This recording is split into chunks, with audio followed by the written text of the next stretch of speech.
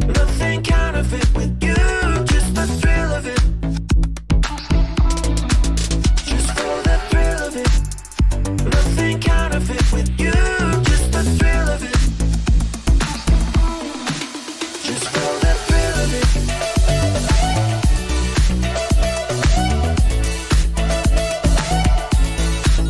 Just for the thrill of it.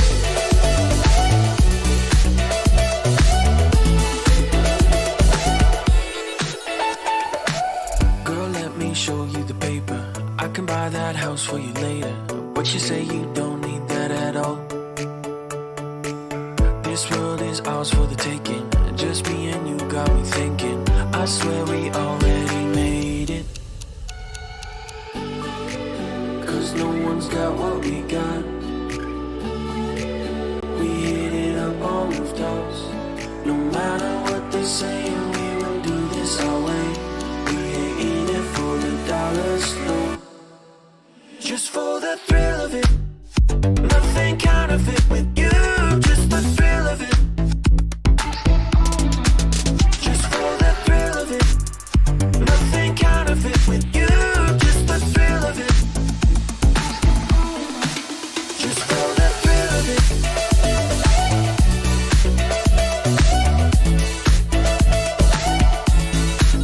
Just for the thrill of it.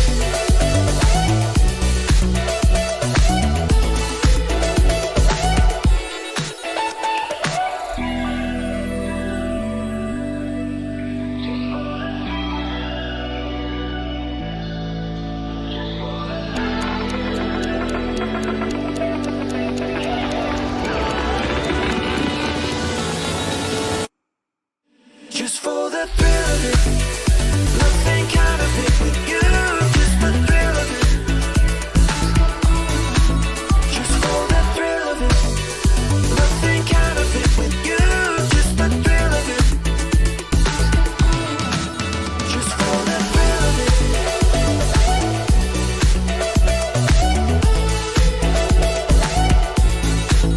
Just for the thrill of it.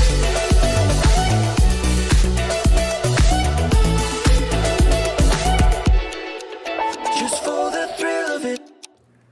All right, ladies and gentlemen, boys and girls, humans and pets alike, welcome back to the North America Challenger Tournament fall season, the knockout stage. Today, we got a jam-packed event, to say the least. A lot of North America powerhouse are playing today, fighting today, should I say, featuring Team GOSU, Ackerman, Team Sexi, Legacy, Antique Familia. I do only the squad to break decade. A lot of familiar faces, familiar names that bring back memories. The OGs. I have a special guest that joined us for the broadcast tonight. The one and only Sexy and Charming. Her smile is so good, it makes the sun smile as well. I don't know what else to say. Without further ado, let's bring our co-caster, Grace. How you doing, Grace? I'm doing fantastic. Well, I can't wait for the matches. You know, Dave has already warmed up playing some games. But yeah, how are you doing, Dave? I'm doing fantastic. Just like you, cannot be better. Just being awesome, just being amazing. This has been a fantastic afternoon so far with some really, really good time. Got to do a little bit of workout to prepare myself mentally and physically for the night of the day. Because tonight, we're about to go ham on the cast. Yeah, Dave, let us know, what did you do for your workout?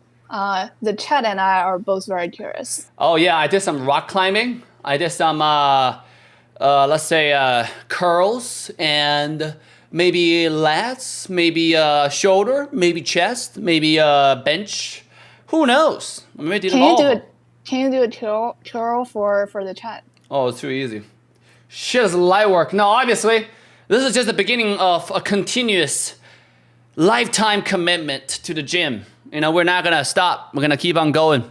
Obviously, I recommend all of you guys, if you want to play good in Mobile Legends, also want to do a little bit of workout, get your body warmed up, get your blood running, and then when you come to the game, you're gonna be ready to go always. So, what about you, Grace? I heard you did a little bit of run before the cast today. Yeah. I did, I didn't do, my favorite course is 8 miles, so I usually do that course, but today I saw we had a game at 6:30, so I didn't do that one. I just went for a shorter one, about an hour. Just a freestyle running course. So. Freestyle running course. That is awesome. Now, ladies and gentlemen, let's quickly take a look of today's schedule. Obviously, I think a lot of people in the chat are wondering, what the hell is going on? Well, let's take a look. Cashian beat the odds. We have Kashi already surrendered. Oh, actually, it's not surrendered, really forfeited. So it's really beat the odds who automatically won and got an access to top 16. Now, the very first match we'll be casting, we'll be covering tonight, we'll be featuring Team GOSU versus Break Decade. Do you have any predictions for that match? Well, I mean, I actually watched their first game. I think they also played each other last round. I want to say, we love our underdog, Break Decade, but GOSU did have a clean sweep last time. So, if I have to predict, I would bet on GOSU. What about you? Ooh, bet on GOSU. Well, if she bet on GOSU, I would say I would bet on Break Decade just for the underdog and balance the cast desk. But ladies and gentlemen, I would have to say I would bet on GOSU as well.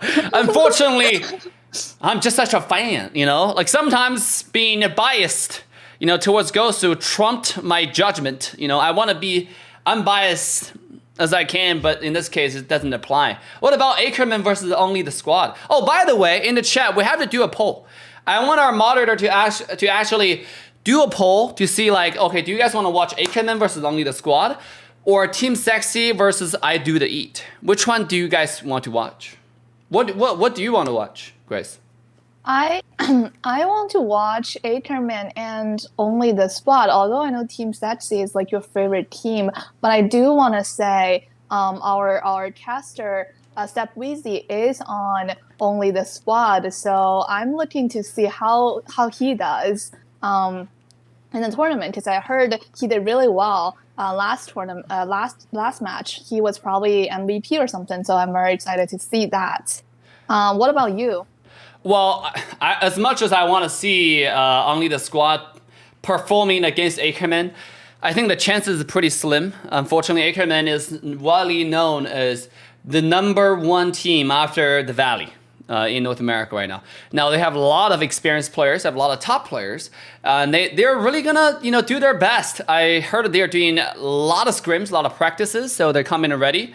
What about Team Sexi versus I Do the E, guys? I mean, that match is something that I really want to watch because I have a lot of friends in there. Bass Player, we have Nicolette, we have Reckless, we have someone like Jordan, we have someone like, Stoner, just a lot of really familiar faces.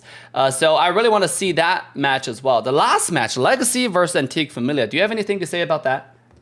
Yeah, so I think the marksman who used to play for Team Sexi is actually on Legacy right now. So Legacy is pretty strong. They have some old faces from different teams. So I'm definitely very excited to see that match. And if I have to play my bet, I will give it to Legacy. Also, I want to say that the reason that they bet on GOSU was because he didn't want to lose money.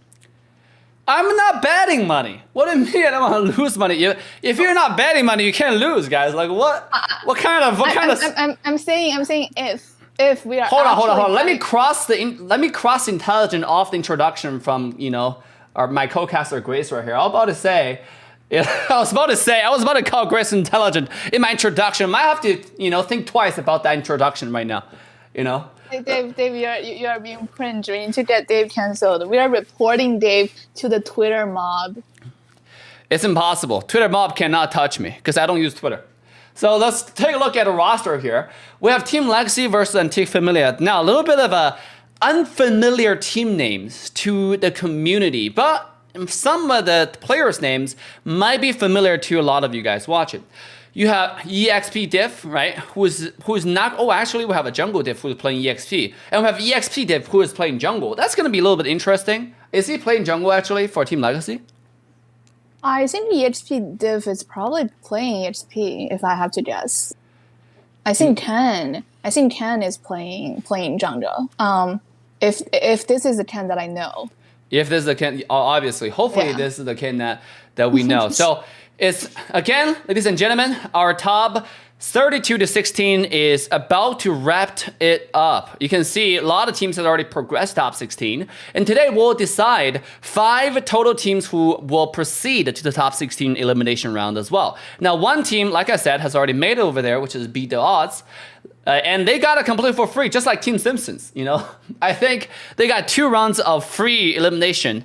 And then now they're top 16ers, you know, free diamonds for everybody. Not to say that Team Simpsons cannot win those matches because they're one of the top teams in North America. Yeah, actually, I'm really disappointed that we didn't see Tashi we beat the odds because both teams are pretty new to this NACT. And I heard that Kashi actually won 2 games in a row last round. That's how they got into top 32. So I was very excited to see how Kashi would perform. But unfortunately, they forfeited. So, yeah. Whew, such a shame, you know. Kashi might be the, you know, the stone in the road that actually beat the odds. Who's trying to beat the odds, you know. But unfortunately, beat the odds is actually beating the odds by going all the way to the number 1, the grand finals, by elimination through forfeit, which is pretty good. You know, it doesn't matter, whatever it takes, right? Whatever it takes. This is worlds we're talking about. Yeah. And speaking of our next match, we actually have GOSU all in our lobby. Yeah. But waiting on the other team. I hope we can actually see this match. So why don't we take a look at GOSU's roster while we're waiting for the match to begin, right? You have Team GOSU led by none other than the man himself, some may say, GOSU General. And their mid lane floor, GOSU General will be playing the marksman lane, the gold lane. Regrets is actually, I think Regrets is playing the EXP lane. He might also be playing jungle. I'm not so sure. I think the starting roster, they will have Zero taking the jungle role. And you have JC and Yue. What do you think about this lineup?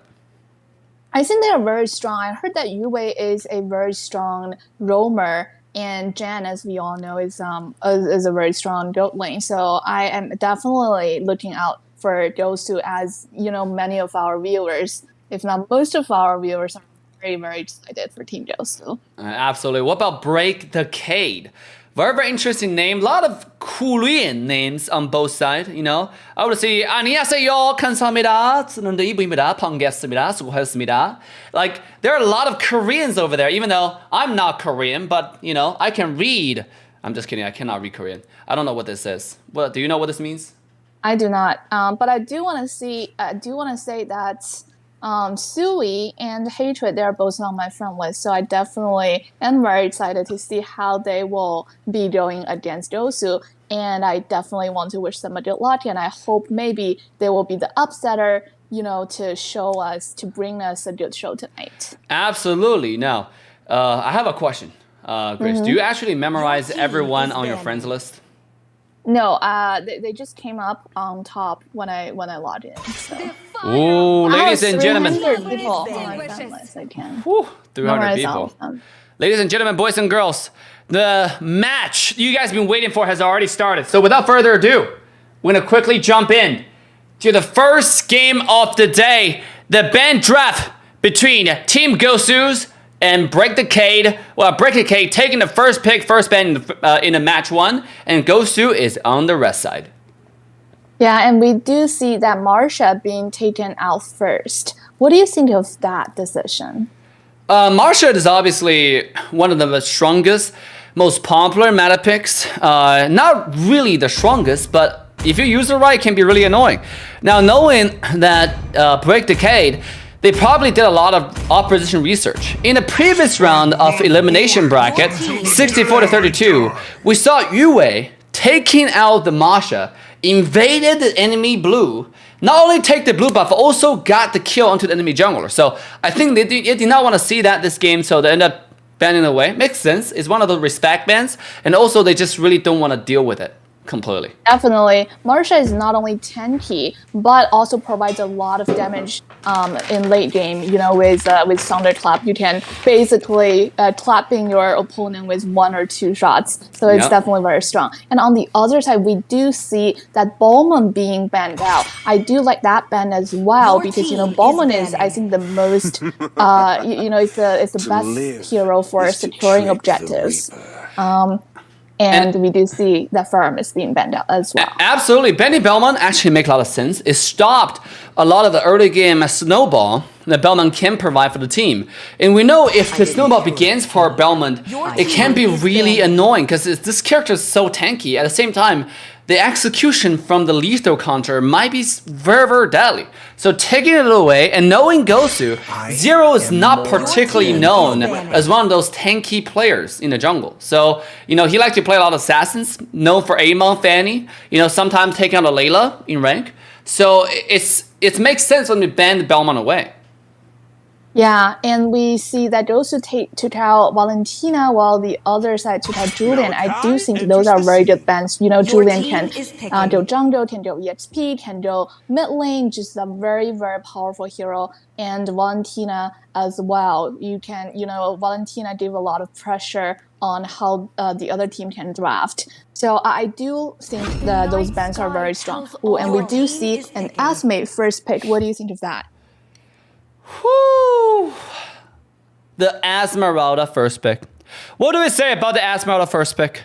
Not too much to say about the Esmeralda first pick because I think personally I'm gonna keep it above 1,000 with all the people who are watching. Okay, Esmeralda first pick is just not it because you have so many counters on the other side that might just grab you, kick you, and smash you down onto the EXP lane. It's not really a prio pick. Now I understand the Esmeralda is it's a really good pick.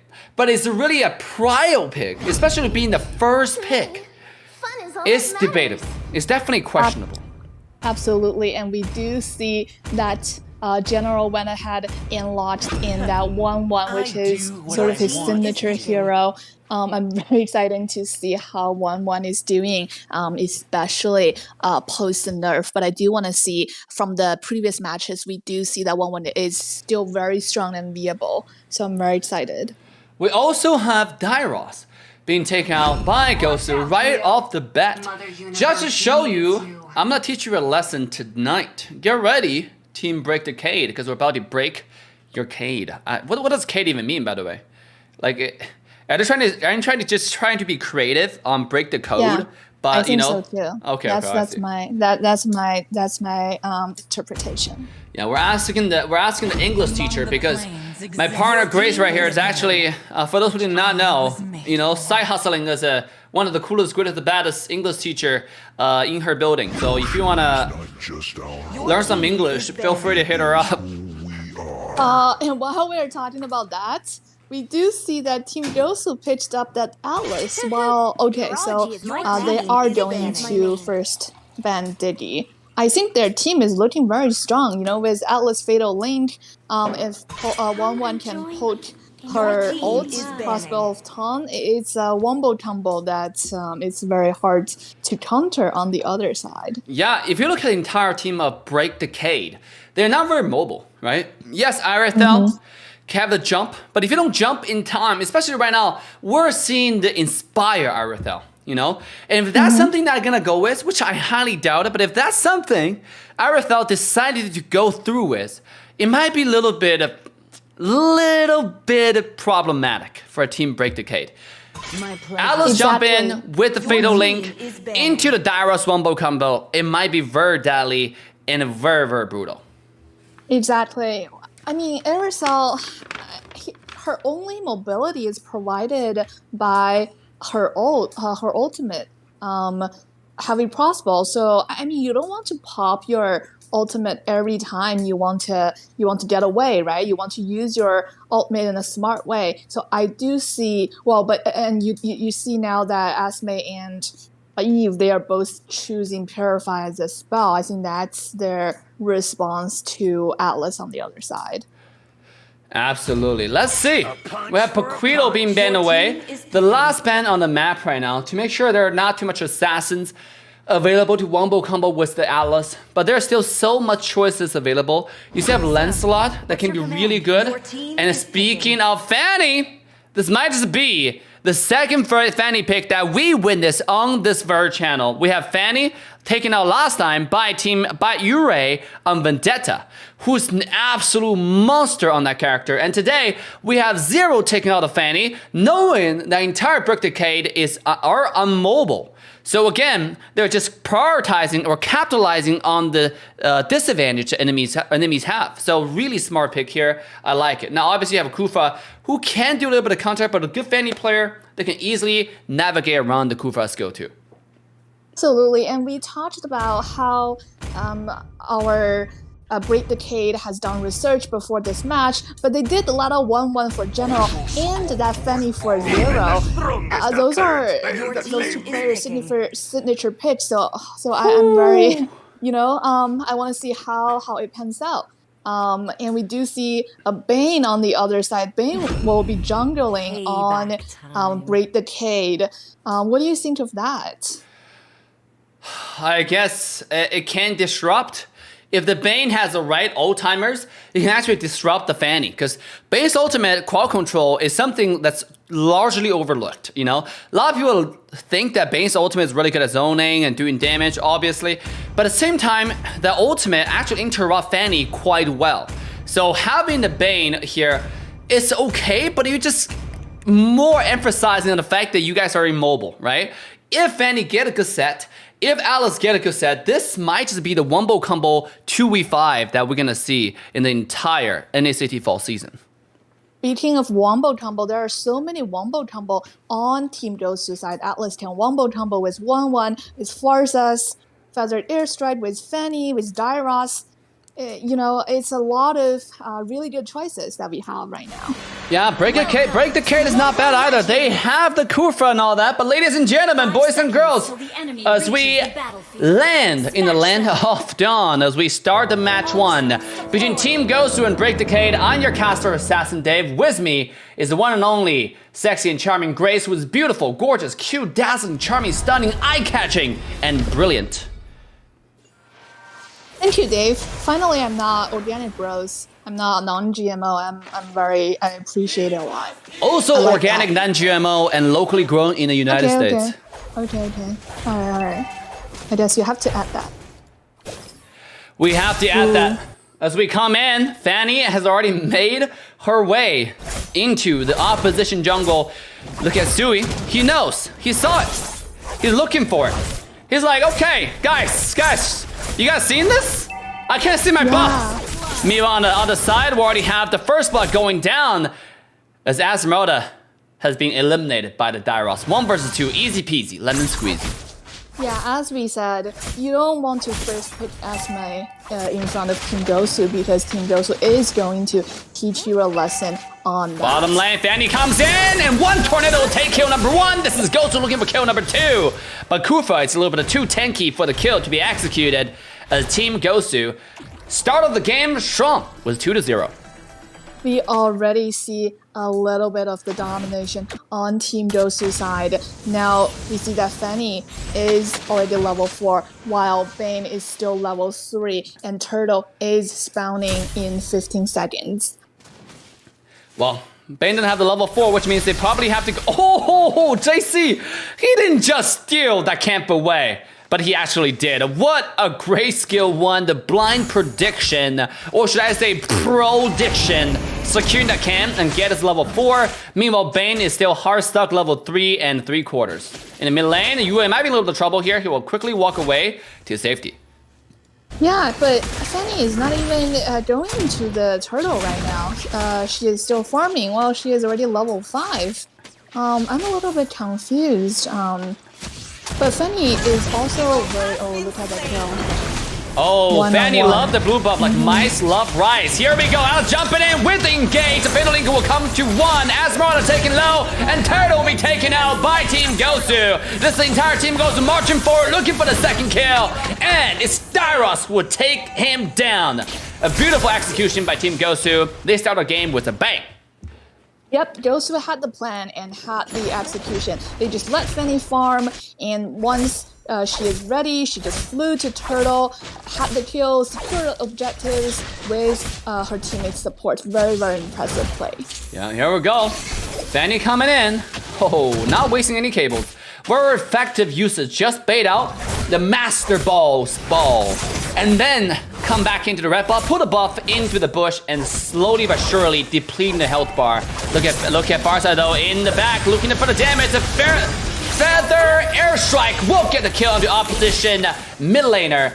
Team GOSU is taking over this game. Yes, GOSU was ready. Alex was always ready to support Fanny. Farza was always around. That feathered airstrike always ready to initiate, and Fanny just need to follow up, just secure the buff, just follow up, and everything is just perfect execution. Everything is perfect execution. What a well-spoken words describing the state that GOSU is in. Let's take a look at items. 4 minutes into the game. I suspect the first item has already been finished by Fanny, and sure enough, let's take a look.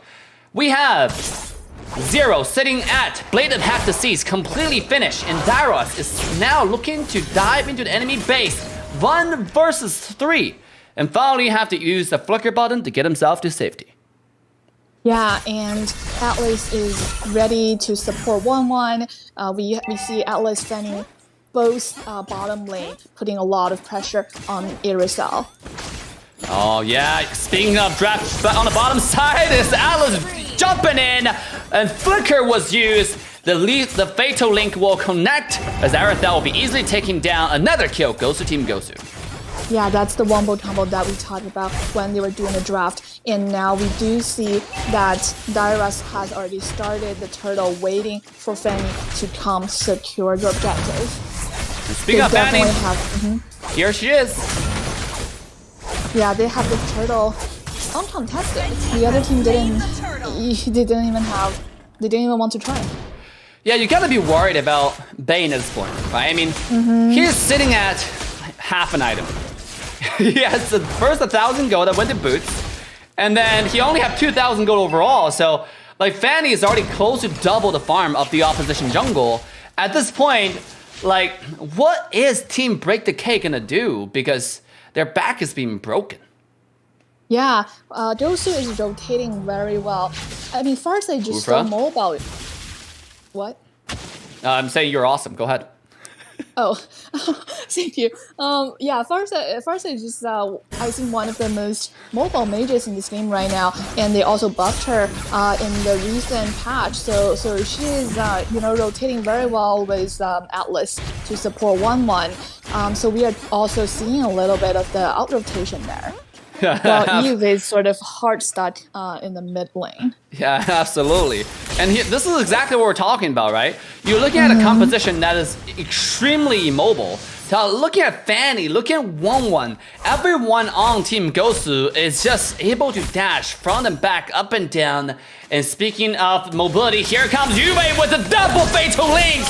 And a Feather Airstrike will come in, the damage in! It's instant destruction on the bottom side! Our tier 1 tower being taken down is now Zero jumping in, looking for the more destruction on the enemy base. Eve doing his best to turn the fight around, but despite his best effort, it's still a 3-0 to the favor of Team GOSU.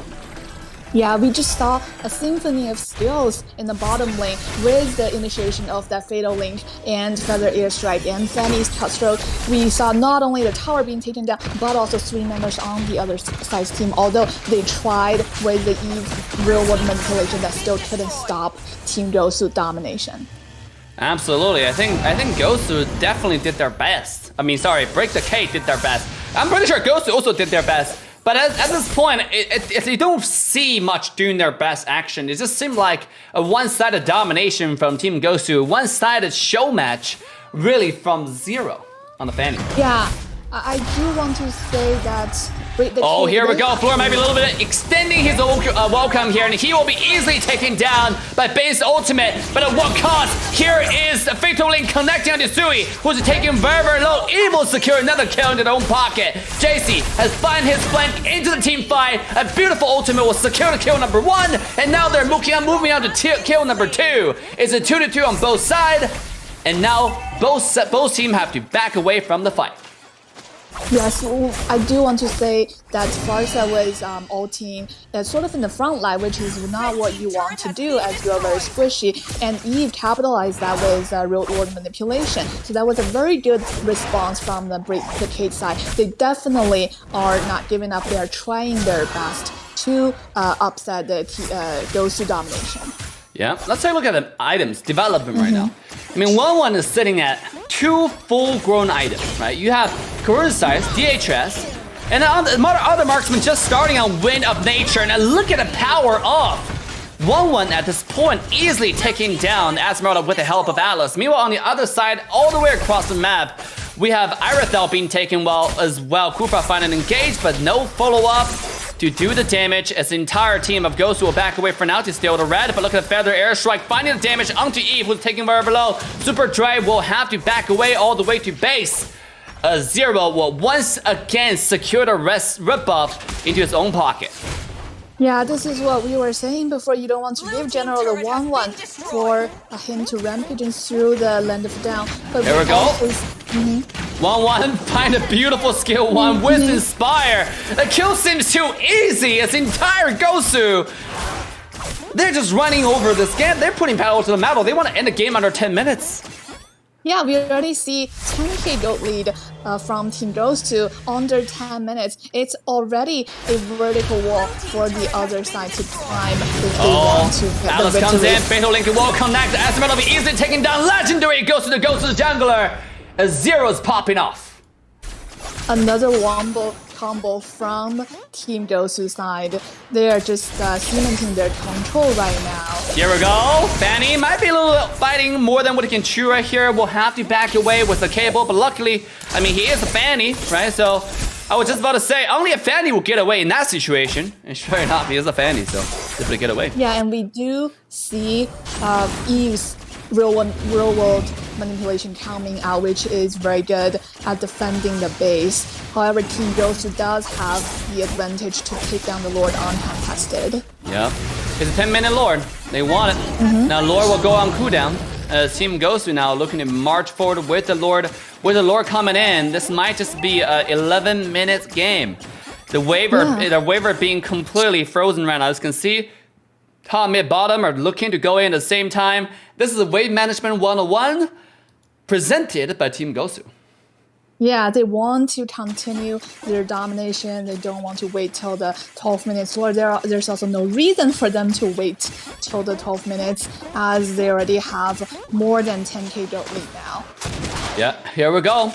Lord coming in, but the entire team doesn't seem to be ready. Alice comes in, the Fatal Link is gonna use it. Yes, he will. Onto Esmeralda, Purify is popped. And Esmeralda will get away, but meanwhile at the mid lane, this GOSU looking for the second lane of Triumph and Destruction. As Lane has already taken down, Alice looking to go back in, but he does not have the Fatal Link. It's Zero who jump in, absolutely eliminated, disintegrated the enemy marksman, and he will fly away as the rest of GOSU's Hurricane is still rampaging through the base of Break the Cade.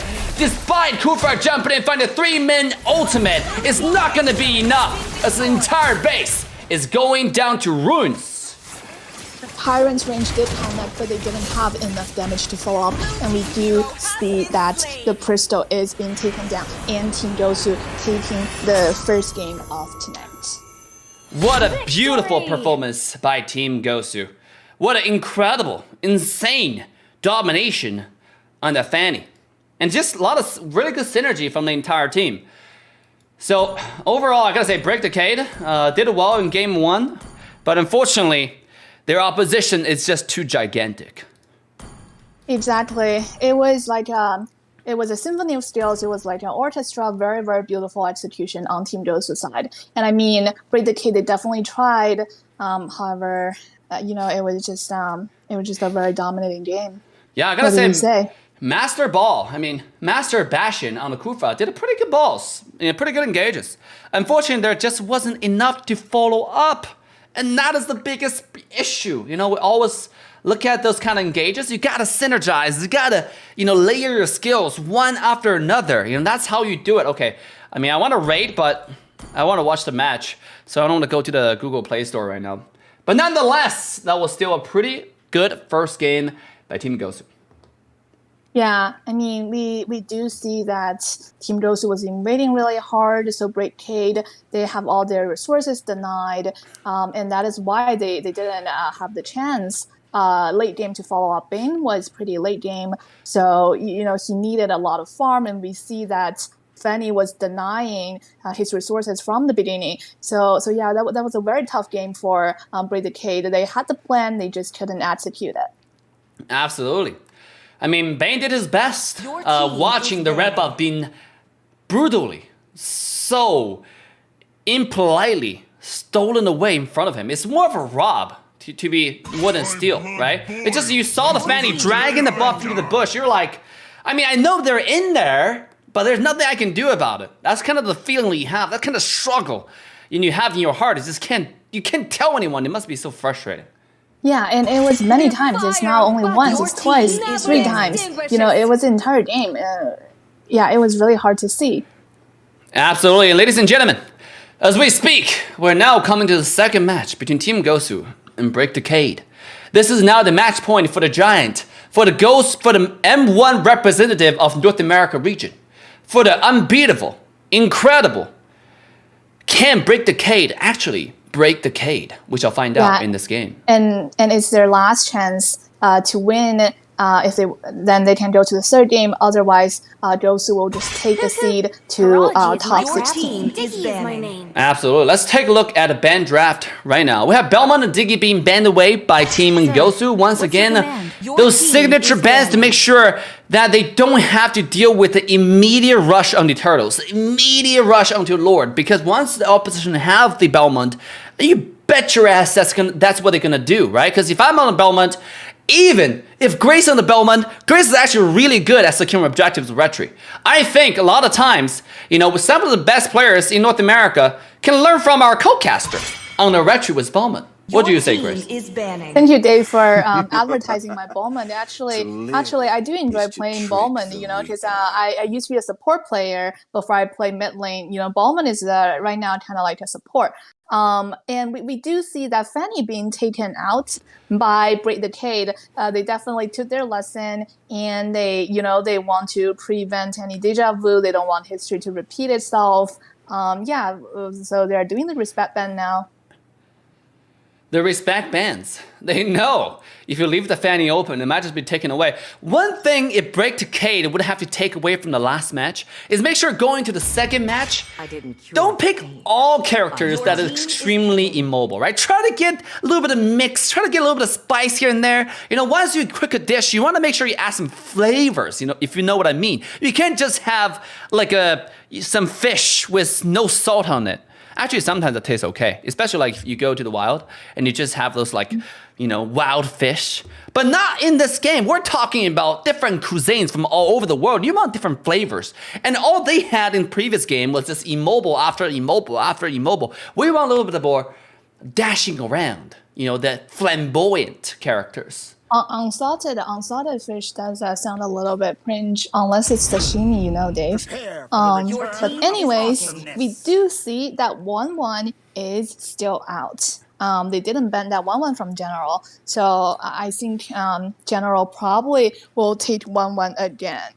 What do you think? I think 1-1 is definitely on the table right now. Now, obviously, we have Lolita being taken out. Lolita has been notoriously known as one of the characters that do pretty well against 1-1 thanks to the shield. Now, but obviously against the world best 1-1, one of the supremes in North America, played by none other than GOSU General himself, the G4 slogan himself. Is Lolita enough? That is the question that you really have to think about. My family. Yeah, and we actually don't see General picking prioritize 1-1 this game. They actually lost in Paquito. What do you think of that?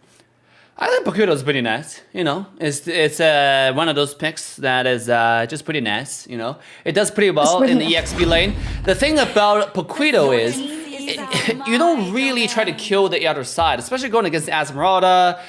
From what I know, Paquito just have really good wave clear in early game. And after you get those wave clear, you can rotate to the team fight a lot earlier, find a better position, and then just when you're hiding in the bush, quietly, when no one is seeing you or smelling you, and when a marksman walks by, that's when Paquito jumps out. And the next thing you know, you have a black and white screen marksman on the opposition side. Yeah, and Paquito also provides some crowd control with not kept low. So that is also some additional value in team fights. And we do see a 1-1 ban on Break the Cage side. I think this is another respect ban for Team GOSU. And we do see that Team GOSU has launched in Kadita. Kadita is actually, I think this is our first time seeing Kadita in NACT, but we do see a lot of Kadita in NPL. What do you think of Kadita? Kadita as a support choices wouldn't make sense sometimes because once you have the Akai jungle, okay, that's what we see so far.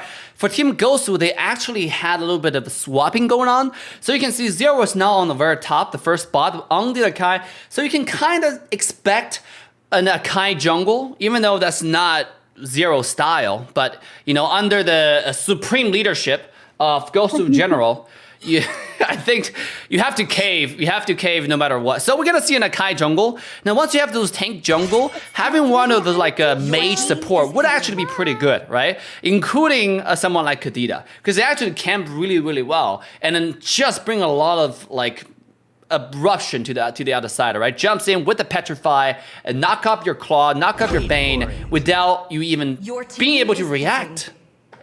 Absolutely, and we do see that Breakade banned 1-1 and Beatrix. They were targeting General, but I was just thinking that General is a very good Melissa player because, he plays a lot of Melissa on his stream. I was just thinking about if General was going to pick Melissa, and there we go. We see he locked into the Melissa there. Absolutely, and we also have Selena being taken out by Floor, one of the best Selena player, one of the best Selena pilot in the entire North America region. If you want a player who can pilot this character properly, ladies and gentlemen, this is it. And I want to remind you, while you're enjoying the show, make sure to like, subscribe, and turn the bell on to all notification bells. This way, you can get the buzz every time the live stream goes on. So you can come here and spectate and stay tuned to all the incredible matches in the North America Challenger Tournament fall season. As now we're stepping into the second game between Team GOSU and Team Break Decade. On the blue side, we have Team GOSU. On the red side, we have Break Decade. I'm your caster assassin, Dave. With me, our one and only sexy and charming Grace. Which side of the draft do you like more, Dave? I gotta say, as much as I love GOSU's draft, when I see the Bane, I gotta vote for the Bane. 5 seconds. I have no choice. I didn't know you were a fan of Bane. That's new. Just look at the swag. Just look at him. He's dancing. He's walking around. He's spinning.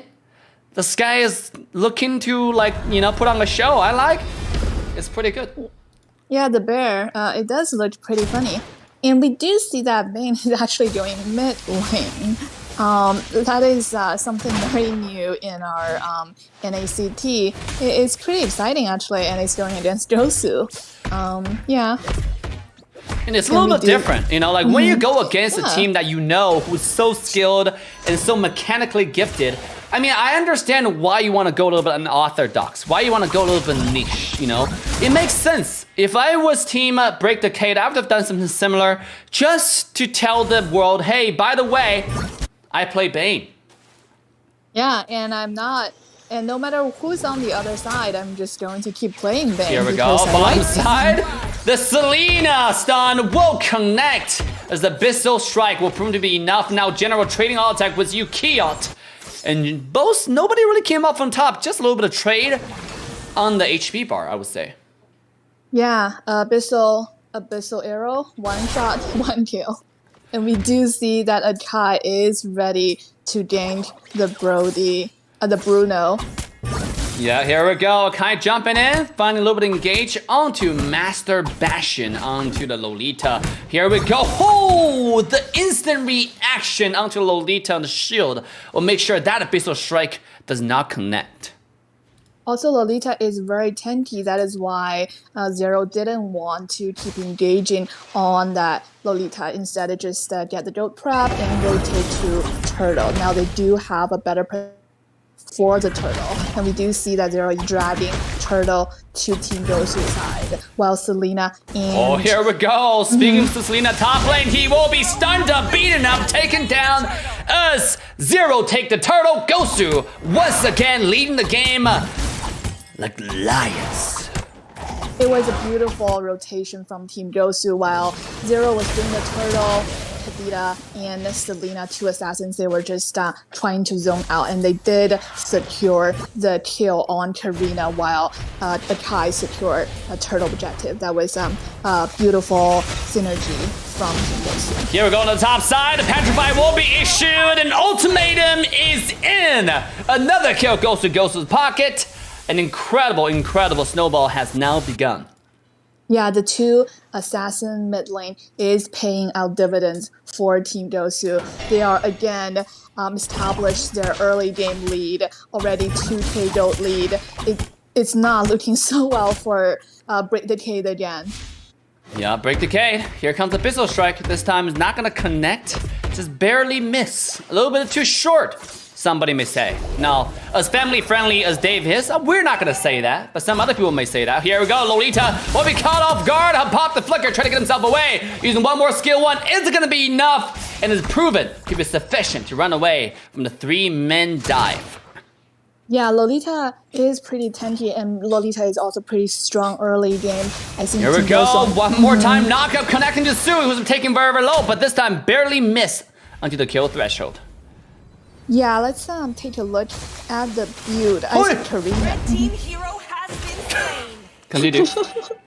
No, when I saw that, actually we do see a kill from Team Break Decade. They took out that Melissa, who was overstanding a little bit. Somebody wasn't paying attention. Bane had to pop the ultimate just to stay alive. JC taking low, but he had to pop the flicker to get away from the tower shots, to make sure they don't connect consecutively. A beautiful flicker to get out of harm's way. Meanwhile, GOSU is already leading the game over through 2,000 gold advantage. And this snowball is just getting bigger and bigger second after second. Yeah, and we see that Selena. Here we go! Dash into the Abyssal Strike, into the damage, into the kill! As GOSU will take kill number 1, they're moving to kill number 2. Lolita is popping the Numinous Blast, but it's not gonna be enough! And this is a kill. GOSU now marking the bottom tier 1 tower, just to finish more objective to add salt to injury. Selena and Kadita, they were always ready, always hiding that bush, ready for any upcoming enemies. With the Abyssal Arrow, with the Rough Waves, they can just finish them off while Akai doing Turtle. It's just it's deja vu for the other team again. Deja vu. Fleur has definitely been landing those Abyssal Strikes this entire game. Look at those accuracies. I think he has definitely missed like 1 out of the 100 he has thrown so far, and he missed that 1 on purpose, just to give the enemy team some hope, And when you are that skilled, against, relatively speaking, to your opposition, it's definitely it's not a good position to be in if I'm in the side of Team Break Decade. Speaking of Break Decade, the Numinous Blast into the flicker will barely go wide as Team GOSU will take 1 more kill, and Trey on the other side, the 2-1, and the GOSU came off on top. Yeah, and we see that heavy spin from Akai. Very fast response when Selena was getting low. He was able to push enemy out while Selena finished them off. Very impressive. Selena popping off. Let's take a look at total farm right now. You have Jungler on Team GOSU on Akai with 4,000 gold compared to a 3,000 gold Karina. Meanwhile, top lane, GOSU looking for a little bit of sneaky play here. Oh, here we go. Uranus might not know this danger coming. Have to pop the ultimate just to stay alive and defend top tier 2. Meanwhile, mid lane, Quirdo, even though he's got engaged, he's still looking for aggression, coming back in with damage onto Bane himself. Akai find a beautiful flank on the side. It's 1 person down, and now GOSU looking for kill number 2. Another beautiful engage from Quirdo. We'll make sure that one happens. Yeah, and we did see the value that Pepito added in Teamfight from that knockout punch, that knockout, and also the value provided by Selena and Kadita, both assassins. I just want to point out how much psychological pressure Break Decade is probably having right now, because Selena's Abyssal Arrow also depends on the other team's floppiness to land. So I think they're under a lot of pressure right now, that they're eating all the Selena stuff. Is looking for the steal. Oh, now looking for the Melissa, But General is not phased in front of danger. As you can see, she still have the ultimate. Now Sue have to pop the retribution to get a little bit slow, but one more time is the Bissell Square coming in, and mega kill goes to Selena as the mid laners popping off on Team GOSU. Yeah, he was able, Serena was able to dodge a Kai's knockout, but he wasn't able to dodge the Selena arrow, Bissell arrow. It was just too much from Team GOSU. Absolutely, Selena looking for it, and barely goes wide this time. The bottom tier 2 tower is wide open as in General is slowly chipping away the health bar on this tower, who's dropping very low. The flicker comes out, Numenum's blast will miss one more time thanks to a beautiful immortality after invincibility quad control from UA on that Kadita. Yeah, and now Akai is just taking the other side resources on command once again. It's just like the last game. And they almost have 10k gold lead under 9 minutes. Yeah. It's 9 minutes. And it's 10,000 gold lead. It's over 1,000 gold per minute. And speaking of gold advantage, mega kill goes to Yue. And the GOSU is absolutely unstoppable. General is in. The damage has been issued. 2-0 to GOSU. As now JC is all the way in enemy base. The damage is ready. The wombo combo as entire GOSU is running over the opposition base. What a show so far. I mean, this is not even funny anymore as GOSU take the base. I'm running out of breath. Yeah, they were looking for that wipeout, and they took that wipeout. They literally forced the other side, who was in their base. That was, you know, that was kind of the relationship between the predator and the prey that we talked about before. Yeah, JC one more time, cancel Lolita Numenum's blast. Dude, the GOSU, they're literally playing with their food this time, right? You can see they're just in the enemy base without breaking the tower. They do not give any respect to the opposition at all. This is domination gaming time, and everyone who stands in the way will fall, says Team GOSU. Let's take a look at items.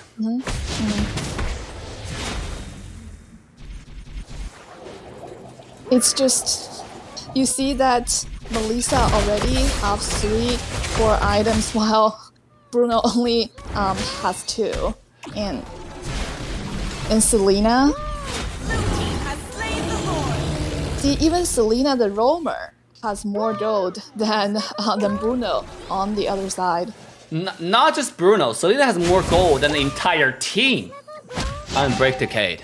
I mean, this is when a support has more farm than the entire team, then probably 2 to 3 players combined. This is, it's not looking good, you know?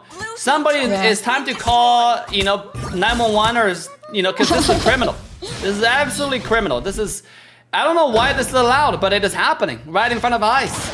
2022 in such a civilized society, in a society where we're supposed to support each other. Here we go. They engage from Numenum's blast. One more time get canceled. And GOSU diving in. Juve going down first. Akai looking to pin this Karina onto the walls. Mega kill. GOSU JC. Entire team GOSU looking to running over this fight and end the game right here and right now. They don't have the minimum to support the push. But Paquito goes in. It's a triple kill. Goes to EXP laner. Maniac to finish it off. And GOSU take this win. Yeah, it was a 10-minute game. As we kind of predicted, you know, when it was under 9 minutes, already 10k gold lead, they lost 2 inhibitor turrets while the other side didn't have any tower loss. It was a very, very one-sided game. It was set to see, but on the other, on the positive note, we do see how strong GOSU is. This might be our upsetting team for the Valley. I'm very excited to see who is going to be our NA #1. We see a lot of good potential here. That is intense for Team GOSU. It is also intense for Break Decade, for obviously bringing their best. Unfortunately, their best was a little bit too short to victory. And for Team GOSU, it's all too easy. As they now proceed to the next round, ladies and gentlemen, it's time to like, subscribe, and turn the bell on to all notification bells, because next match, we have a choice. We have a decision to make. Yeah, it's whether Team Sexi or Ackerman. I saw we are doing a poll. Have we done that? Have we done that? The lady asked. Let's take a look at the poll. It seemed like The poll has not been conducted, but let's just call it Team Sexy. I would call out that Dave is very biased right now because we do know that Team Sexy is Dave's favorite team. Yeah. Oh, listen. What do I say? No, we have JL in the chat. So Dave, cast a not one-sided game. All right. You think it's up to me? You know, it's not up to me. Okay. Right now, we're still in the top elimination bracket. You've been in the tournament. If we don't get to the final stages, final rounds, you're always going to be a little bit more one-sided matches because you're always going to have the top teams. That's just how the seeding works, right? Matching against the team on the bottom. You know, you play in the tournament, you know what's up. So let's take a look at the brackets so far. Now, take a look at schedule first, as that's actually very, very important. As you can see right here, Team GOSU have just taken their victory against Break Decade. And in a little bit, we have Ackerman taking only the squad. Or Sexi versus I Do The Eat. And it's in 45 minutes. Is it confirmed? Is it confirmed? Let's see. If it's in the 45 minutes, we might have no choice but to play some Dunzo game, ladies and gentlemen. You know the rank 1 Hanzo is here to bring the superior entertainment. And here we go. Let's take a look at the bracket. Now we have Team GOSU progress to the next stage. They will be facing Time Gap. Time Gap has also shown very dominant performance in the knockout stage, in the elimination bracket. So right now, Team GOSU, their next opponent, that will be broadcasted live on the official channels, will be going against Time Gap. Let's go ahead and take a look at the roster that we'll be expecting here. For Team Time Gap, we have Liam, Lil Baby, Me Too Movement, Sleepy, R, and J. Now, from what I know, with this entire roster, I know Liam on the Atlas last time actually played quite well. So GOSU will be facing a much stronger opponent who had a dominating performance 2-0 all the way to top 16. That means they have won Dave, I don't think 4 matches in a row. Well, I think I was. Here, was I not? All right, let's go ahead and show the roster just one more time. You know? I think we are seeing the game. So obviously, no, I think your stream is delayed. You got it. That's why I told you gotta watch the stream on Discord. You know, now this is what happens when you don't listen to the Warrior 9 Gaming Superstar. When you don't follow the lead, you're gonna be facing a little bit of challenges. As an older parent, this is like an older parent teaching their kid, "Hey, don't put your hand in fire." And then they just don't listen. But it looks pretty, Dad. Look, it's all shiny and it's all yellow and orange. I like yellow and orange. Dave, stop roasting me. We'll report you to a Twitter mob again for real. That's exactly what's happening right here. This is supposed to be a professional broadcast with, you know, proper leadership. But now it's just a mess. What's going on? Oh my God. Oh my God. Oh my God. Let's go back to the roster, Dave. That is what people call emotional damage, Grace. That's basically what people are, what people call that. I'm the one who should be saying that, Dave. It's emotional damage for me, not you. That's the roster for Time Gap. We're already seeing GOSU's roster, as you can see right here. GOSU will be facing Time Gap. And we have the next match. One more time, it's Team Sexy versus I Do The E. I want to watch this game particularly because I Do The E actually do pretty well so far. They have a lot of really good players. And they're going against, this is probably one of those not so one-sided game that you guys are asking for. A lot of people in the chat are like, Dave, we want those like fair games. We want like games that has back and forth. We don't want to see this, right? So this might be it. This might be it. And we have the NA powerhouse that really has been around the scene for quite some time. Now, I know the Team Sexy, again, they're working on their synergy, they're working on their communication, they're working on like a little bit of draft here and there. But they're definitely getting there. I think this might be an uprising star in the North America competitive scene. Yeah, I mean, I don't really know anyone on I Do The Eat, but I heard about Frankie and some other familiar faces. So sure, I'm very excited to see their match as well. But I do think that we should do a poll to see how our viewers are thinking. Yes. Or am I going to see dictatorship from Dave? I don't have dictatorship. This is totally democratic. Okay, let's do Team Sexy. Yes. Oh, okay. This is totally democratic. Let's do Team Sexy. What I just heard. You gotta understand. This is how democracy works. Okay. You live in Washington. You know, she doesn't like this is a girl from Washington who doesn't understand politics. All right, this is democracy. All right, you gotta understand. Look who's talking. We should Family-friendly stream with democracy. We should ask our chat to be our referee. All right, let's do a poll. Pick one. Sexy versus I do the eat, or what's the other one? Ackerman versus what? Ackerman versus only the squad. You know, I'm trying to do the chat a favor, guys. If you want to watch one side of the game, watch Ackerman's game. If you want to watch back and forth, Sexy and I do the eat is going to be something you choose. So I just want to give you a little bit of background. Do you think only the squad is that behind? No, I'm not thinking they're behind. I'm just saying that you know, maybe Ackerman is just too good. It's like okay, it's like taking a look at two restaurants. You know, it's not like I don't like McDonald's. It's just if I live right next to In-N-Out Burger, I would go to In-N-Out Burger every day over McDonald's. It's simple choices that if they lay out in front of me, you know, like that's just what it is. Like it's not like, again, I'm not discriminating against McDonald's. I just have better choices right now. You know what I mean? I don't think In-N-Out Burger is a better choice though. I mean, I'm not a big fan of fast food, so I can't relate, Dave. Yeah, you can't really talk about In-N-Out Burger. We got so many fans of In-N-Out Burger in the chat, right, guys? Who is a fan of In-N-Out Burger? I know personally, I would wait in line just to get those animal fries, just to get those very good cheeseburgers. You see, the thing about In-N-Out Burger, this is not an advertisement. This is not sponsored, although we should, you know, to be honest. Grace, go ahead, call them up. I don't know what you're doing. So, it's just really good food. You know, it's cheap, it's affordable, right? Look at John to say, me, right? Look, we got people standing up for In-N-Out Burger at this point. If you had it, it's like, there's a saying that going around in a community, once you go in and out, you never go back. I didn't say I don't like In-N-Out. I've just never been, you know? That, dude, I didn't expect it to come out like that.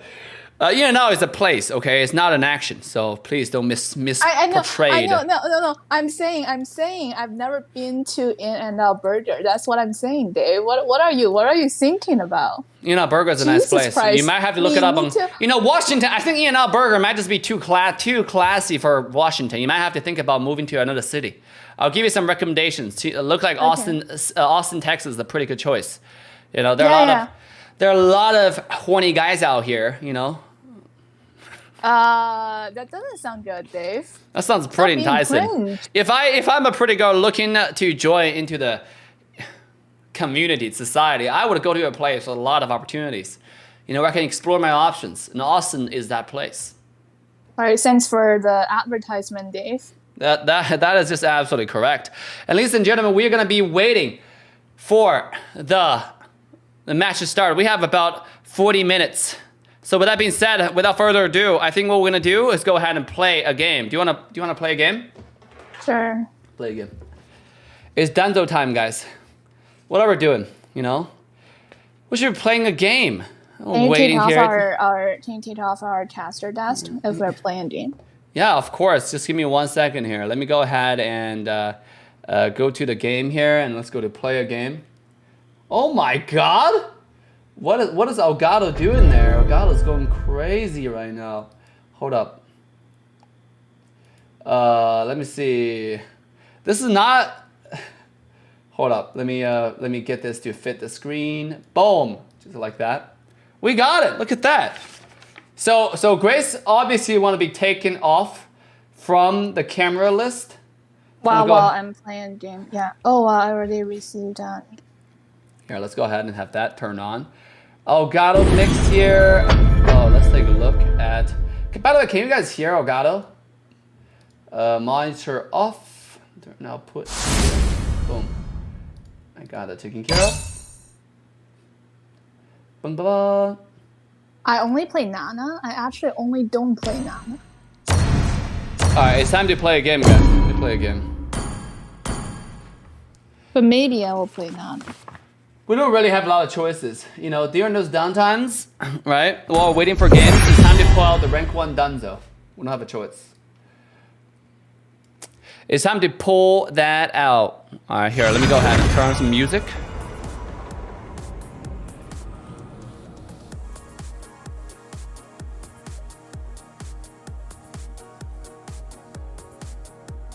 We have 35 minutes. Oh, we got time. Hell yeah! Like, subscribe, and turn the bell into all notification bell, guys. I'm playing Valir. Okay, I play Alright. Bowman. And I'll use the restroom. Be right back, guys. ようこそ友よ。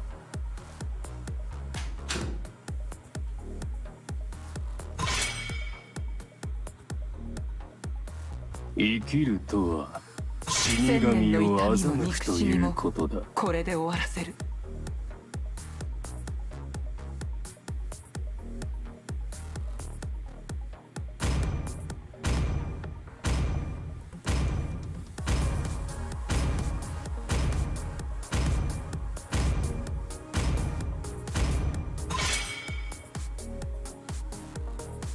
何があろうと俺は俺だ。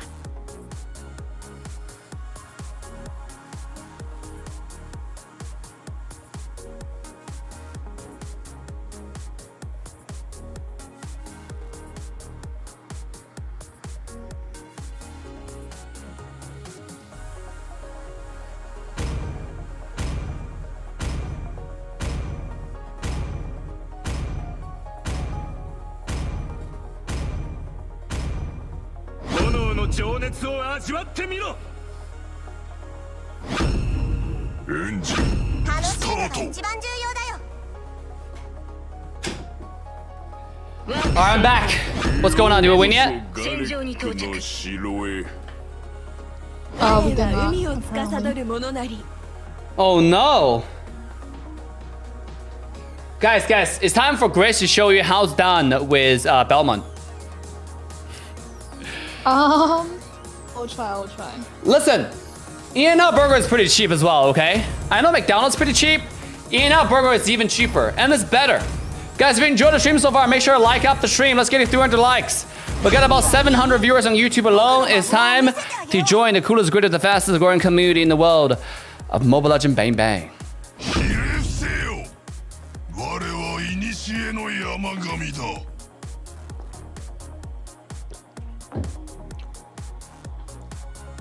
我は光の化身なり。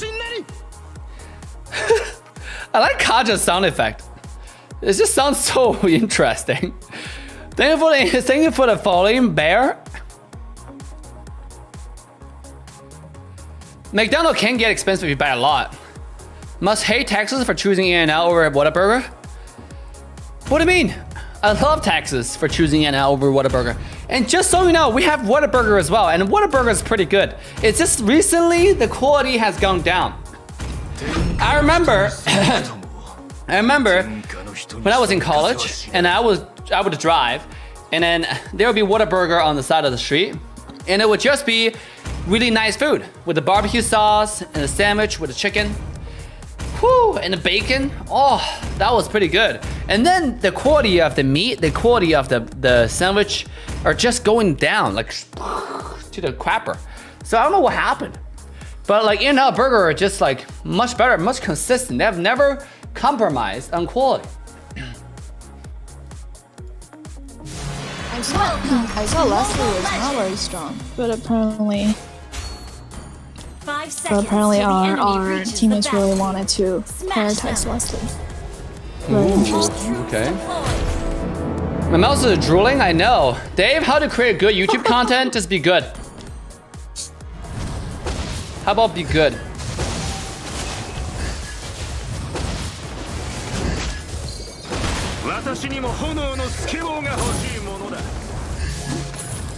One HP?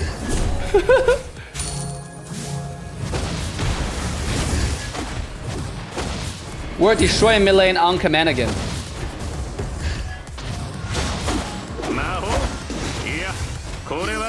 We're destroying mid lane on command. Feel free to do whatever you want. Look at this shit. Jesus. Valir is so strong. 为什么你可以有中文名？为什么我不能有中文名？ Yeah, we all have Zhongwen name. Launch attack. I need a French name. Mama. That's my French name. Dave. What sound is that? That's Nice. that's my French name sound. Okay. That's very interesting. Yep. Oh my god, they took my phone. Use it up. Da da da. Oh ho ho ho！哪个妹子在说话？你大爷！ That's the mates we're talking. Make sure to like, subscribe, turn the bell on all notification bells. Turtles up in 10. We're winning mid. Let's do it. Holy, look at this damage, man. We'll be careful, they have someone.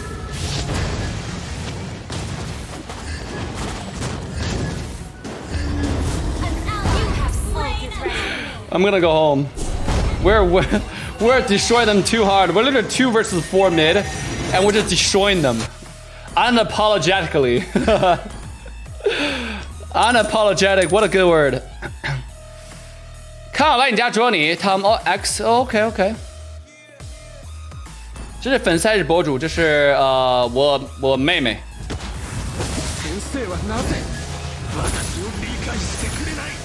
Very, very precise. I like that introduction. Yeah. 你姐姐。 What? No, 我是你妹妹，你不要老。 Initiate retreat.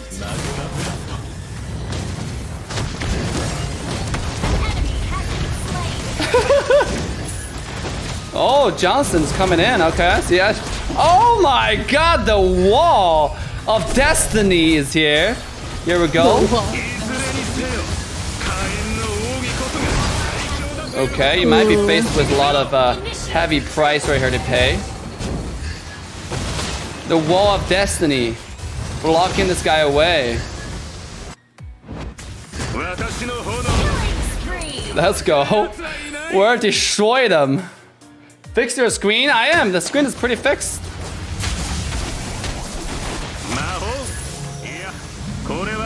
They're dead.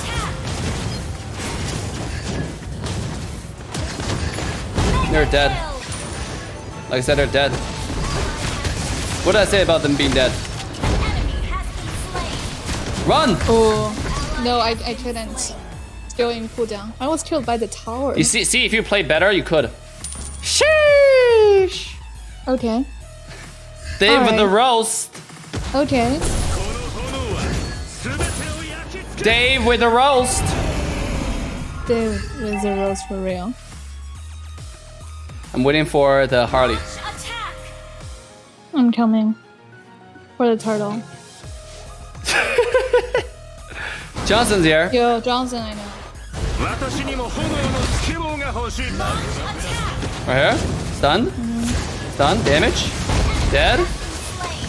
Another kill. I'm just gonna do the turtle. Do it. I already killed both of them. Don't worry. I'm almost at 9. Just go ahead and do your things.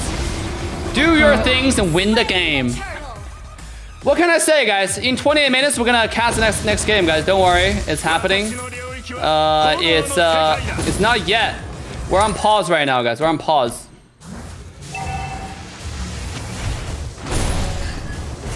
We're on pause right now. Johnson's coming. Johnson's coming. Johnson's coming.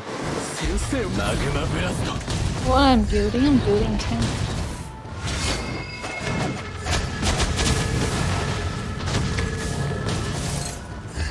Alright, I'm gonna go home. 对面玩的像白银，是玩的太好了，他没办法打。嘟嘟嘟嘟。Which sauce do you like with fries? Oh, I like ranch. I like Chick-fil-A sauce. I also like the animal fries from Oh, be careful, Johnson. From In-N-Out Burger. You want to run onto me again, you dumb truck?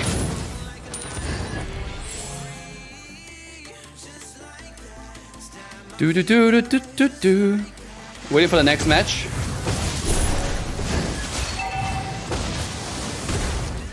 Okay. Hey, Harley. Okay, bye bye, Harley. Harley tried his best. Unfortunately, his best is just not enough. Look at Johnson. Johnson's here.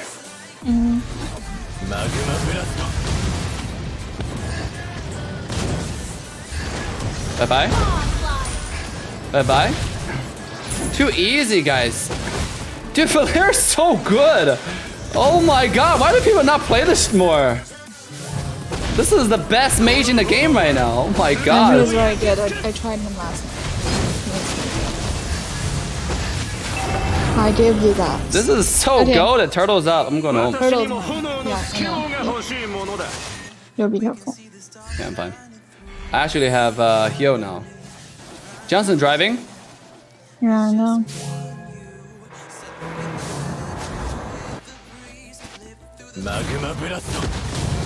Bye-bye. That's another one. Okay. Okay. Oh. Okay. Johnson's too good at video games. Johnson's too good at video games. What can I say?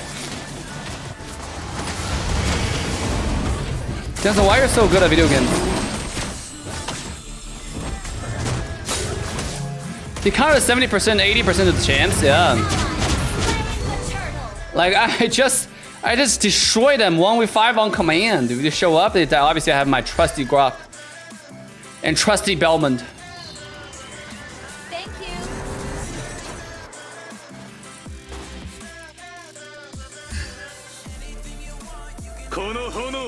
I'm gonna stand on the side here.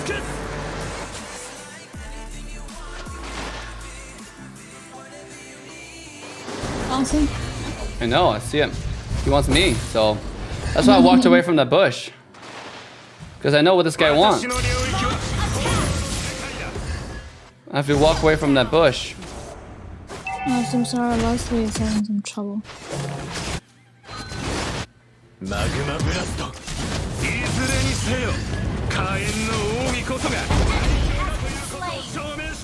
Why are you so good at one? Why are you so good? Why are you so good at video games? You need to actively block the Johnson ult. I can kill them, but I have to stay alive. You know? In order for this to work. Oh, they are all here. What the hell? Enemy has been slain. Oh, not ready. This is when you know your teammate's not doing anything. Now I'm craving McDonald's. Thanks, Dave. It's pretty good. It's pretty good. What can I say? Da da da da da. I like the Japanese announcers. Nice. Yeah, Chacha UT lane is not working out. You know. An ally has been slain. The bush. It's not. I don't really care about him working out or not. I just can't keep on getting Johnson ulted while trying to kill the entire team. Shit is impossible.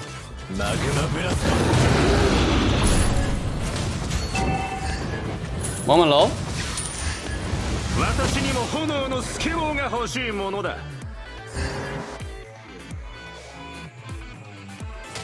You have to block it. Do do do do do.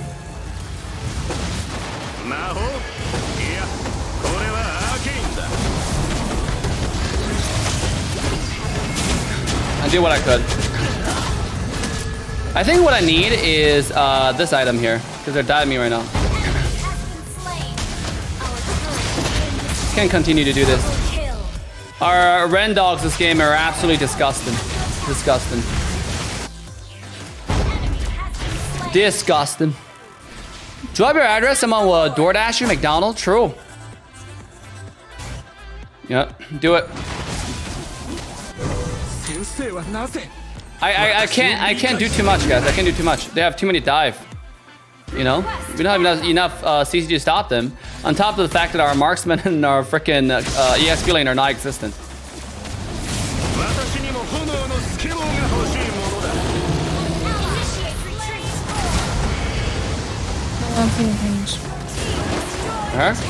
Go on a freaking.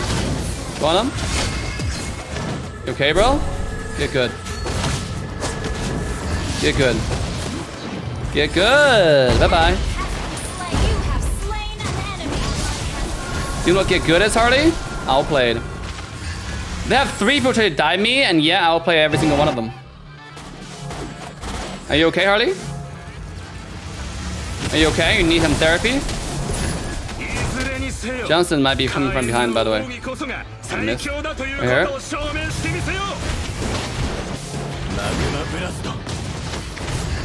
Bye-bye, Harley. You have slain an enemy. You okay, Johnson?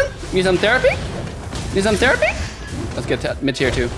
We're too good, guys. We're too good. You destroyed a turret. My phone was heating up like a motherfucker. I'm waiting for 1-1 to show up. Easy dub. Easy dub. Good block. Johnson can't do anything. Destroyed a turret. Alright, push. Never mind, we can't. Mina waves here, we can push on. Attack. Team destroyed a turret. Nice one. 1-1, dead. 1 HP. Look at the damage on 1-1, by the way. Oh my god, I just one-shotted him. Unapologetically, right? What's my word? Unapologetically. Unapologetically. Easy dub. Harley wants to kill me. I think Joel? I'm doing damage. I Dude, I do way too much. Oh my god. Dude, do y'all see this damage right now? Is it just me or like what's going on? I think it's either Valier's butt strong or like people are just not paying attention to this. This is too strong. This is too strong, guys. Oh, we can't. We actually can't end to go.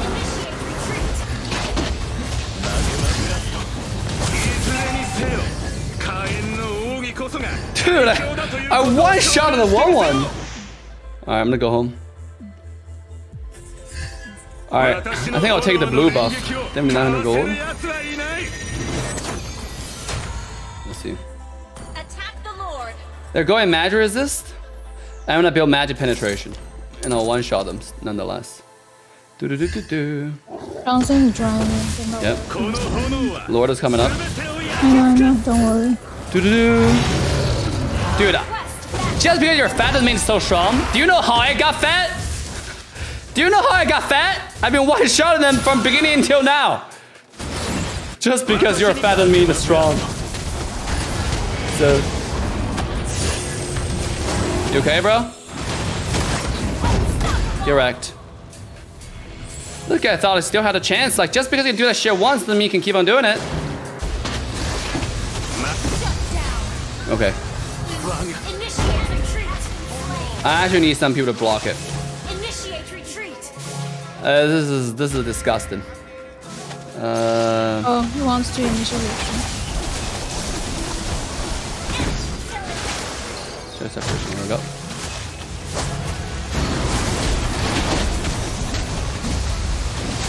Dude, our Kaja and then our marksman are just opposite. They're just not existent. You know? They're just not exist in this game. Like it's like do they actually exist? They don't exist. All right, let's get ready for Lord.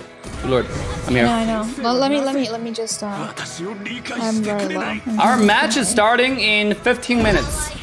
We're gonna end the game real quick. Don't worry. I'm here. No, I don't know where Chadira is at. Oh, she's dead. Okay. Just do it. Just do it. Okay. Don't. Okay. Oh, zone for you. Okay.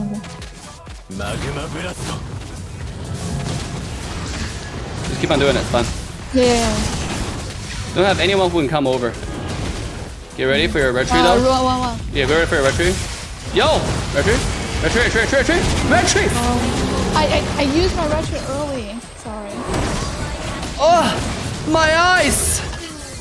I'm pushing away legit. Like. Okay, it's okay. Sorry.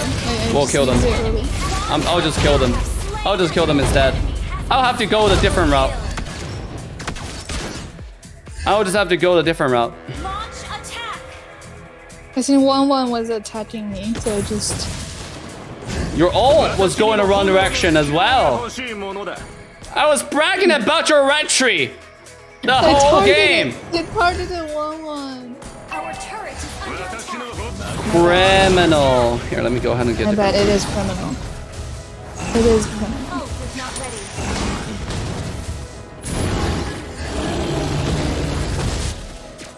Enemy has launched. Oh, look at that. Look at our random doing stuff. Are they able to win the game? Let's see it. Nope. Minions No. got. Oh, they ended. No, Let's they go. ended. Let's I mean, go. they're both victims. All right. Ready to be back on cam? Victory! Yeah. One sec. Oh, We man. we see an empty living room. I lost my record. Easy dubs.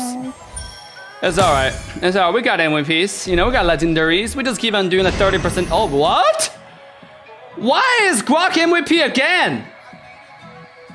I'm not giving him like. I'm liking everybody else. I'm liking opponents. Because I'm not Jinxi- liking this guy. Why is he MVP? Because Jinxi is good. What is going on? Did you not see this 31% damage? Did you not see the 20% tower damage? What is this? Let's have a serious talk about the MVP system in the game, guys. Cringe. Are you ready? Let's go. Yeah, Jinxi is good.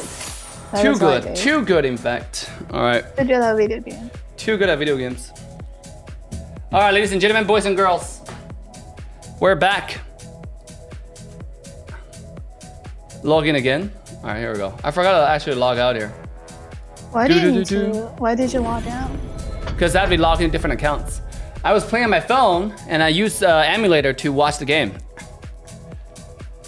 So it's on my Interesting. screen. It's easier to maneuver. Interesting. Does that make any sense? It's skills. 你这个是中国妹子吗？她不讲中文的，她不讲中文的，听不懂。你可以骂她，她听不懂的。Dave 在 tapping， 你不要听 Dave 的。Dave is very mean。记得如果想骂的话，一定要成为 member。I'm ready to be invited. 我都在听什么？我要 report Dave。 Ladies and gentlemen, boys and girls, we're back. At the next match featuring Team Sexi versus I Do to Eat. Hold on, which game are you hosting? Yo, is Jane hosting a game? Let's see, Jane. Jane, are you hosting Sexi's game? Let me ask. Let me confirm. We're not watching even game, guys. I think our poll also said Team Sexy, right? They're actually very supportive to you, Dave. That's right. Well, actually, I didn't see the poll. Let's go ahead and take a look at the poll. The poll says 50-50 even. What the hell? Wait, really? Wait. Yeah, it's Oh, dead actually, even. It's in the center. Yeah, it's actually dead even. Wow. Yeah. Wait, someone. Let's vote. Let's vote. It's dead even. Wow. Am I a nonetheless, Seraphim? it's too late. We're What in is Team a Sexi's Seraphim? match now. You know, too late. It's too late to All right. apologize. It's too late. Here we go. All right, ladies and gentlemen, boys and girls, as we come back to the bracket one more time, we have two more matches tonight featuring Team Sexi versus I Do to Eat. Ackerman on the squad. Unfortunately, these two matches are happening at the exact same time, so we have to pick one. And we decided to go with Team Sexi versus I Do to Eat. Because it's not like I don't like Ackerman's match. It's more of Team Sexi, I want to see them grow. And it's more of an even lineup, even matchup. I Do to Eat is not as easy. Let me put it this way. Only the squad is not a bad team. They're pretty good, pretty decent. But I Do to Eat versus Team Sexi, compared to only the squad versus Ackerman, just have much less skill gap, you know? So Team Sexi versus I Do to Eat, we'll see a little bit more of back and forth. We might even potentially see a full 3-game best out of 3 series. Meanwhile, if I look at Ackerman on the other hand, On the contrary, I should say, Ackerman versus only the squad, we might only see a 2-0 clean sweep. Not saying only squad is not good. I just have that much faith in Ackerman, you know. And I love my boy Wheezy, even though he's not playing, he's a caster. So. Wait, is our boy Weezy not playing? I don't think he is. Okay. So let's take a look at the bracket right here. Everything has been updated. Team GOSU versus Time Gap. Vendetta versus Ventric E-Pro. And now we're going to decide Team Sexi versus I Do The Eat. Whoever will win this will proceed to top 16 and take on the Simpsons. Either way, the Simpsons are going to be a really, really strong opposition here. You can see their roster. 大面, not small 面, but 大面. You know, not a 小面, but 大面. For a lot of people who don't understand the reference. Wait, what is 大面? No, I'm just. 大面. Okay, all right. Whatever. If you don't, a lot of people won't understand that joke. But Damien is pretty decent. Promise, Cold World, Nate, Fallen, Cinderella, some decent players that they have on the team.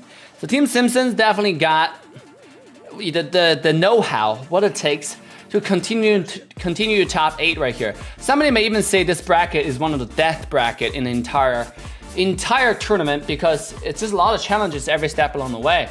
Simpson versus Akatsuki. Unfortunately, this match, I'm just really sad I didn't get to watch it because Akatsuki unfortunately had to forfeit because they couldn't get their 5th player in time. So maybe hope fingers crossed for the better, more organized roster going into the future. Yeah, 毛毛让你的妹妹出镜啊！毛毛的妹妹现在已经出镜了。Let's go ahead and take a look at the next match.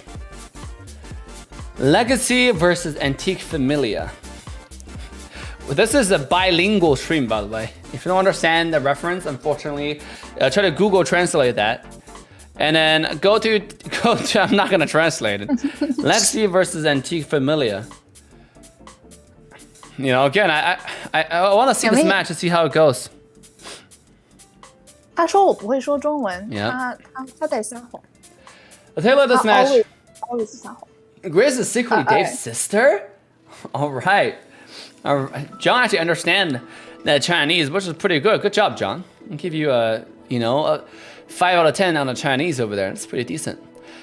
All right, let's see. Are we inviting players? Oh, we have AV Gaming in the chat as well. AV Gaming seems like to be interested in this particular broadcast, which is pretty good. Yeah, it seems like Potato and Aiko, they're all broadcasting the other one. Drink some water here. Oh, Yeah, wow. So we will have some. Go ahead. We will have some exclusive content here. Yep. Exclusive coverage for Team Sexi versus I Do The Eat. Exclusive coverage. You know, I would have loved to invite my boy AV Gaming into the stream as well, but unfortunately, I don't have the TrioCast overlay set up. So, AV Gaming is not gonna be invited today. Maybe next time. No, I am in. Are they inviting you to TFD? They're invited to the Ackerman's game, yeah. Ackerman, yeah. Oh. What are you laughing at?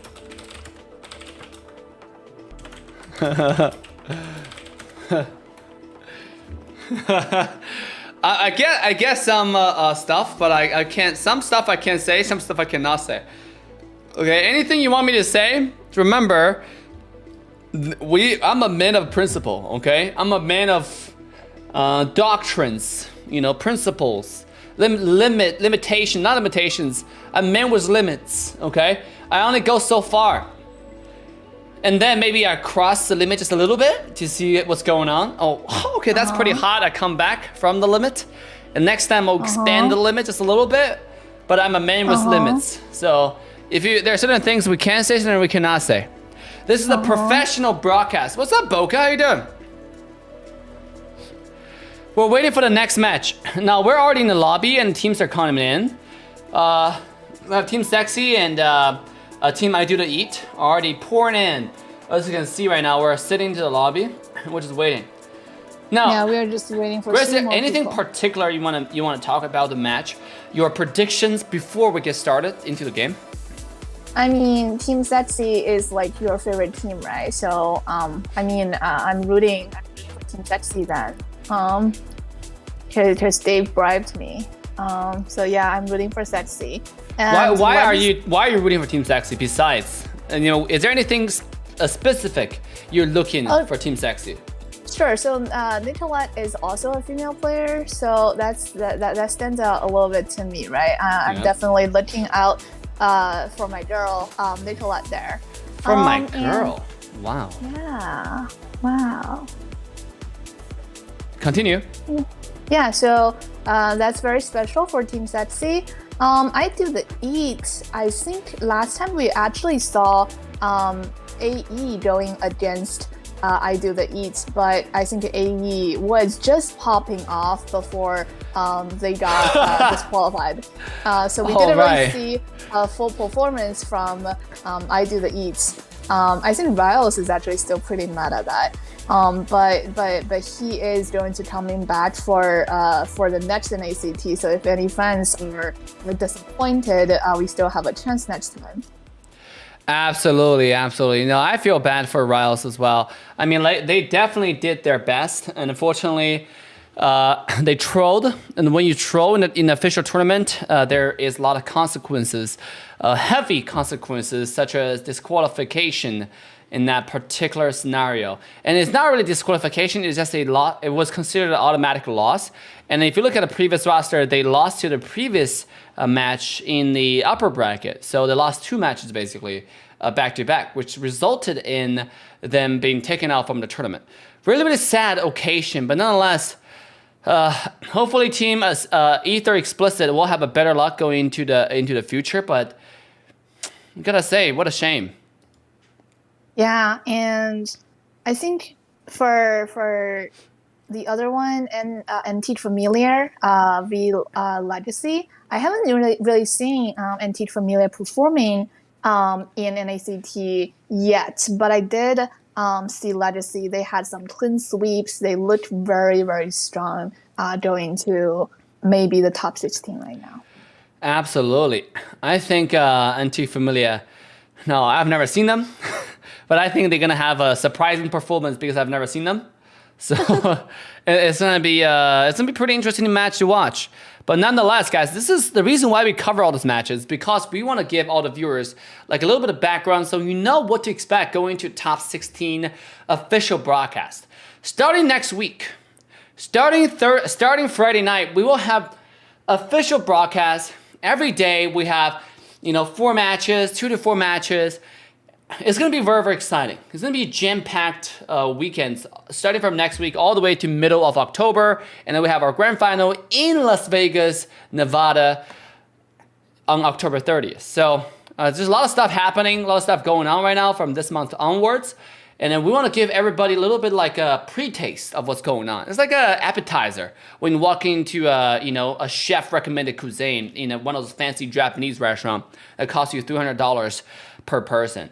So it is just what it is. This is just the appetizer to see what's going on, and then you have some favorites going into the top 8, going into the top 4, and potentially the grand finals. And maybe there's some players you really want to see. You might even come to the grand final and join us. And by the way, there are signups. If you're interested in coming to the Las Vegas grand finals, make sure to sign up.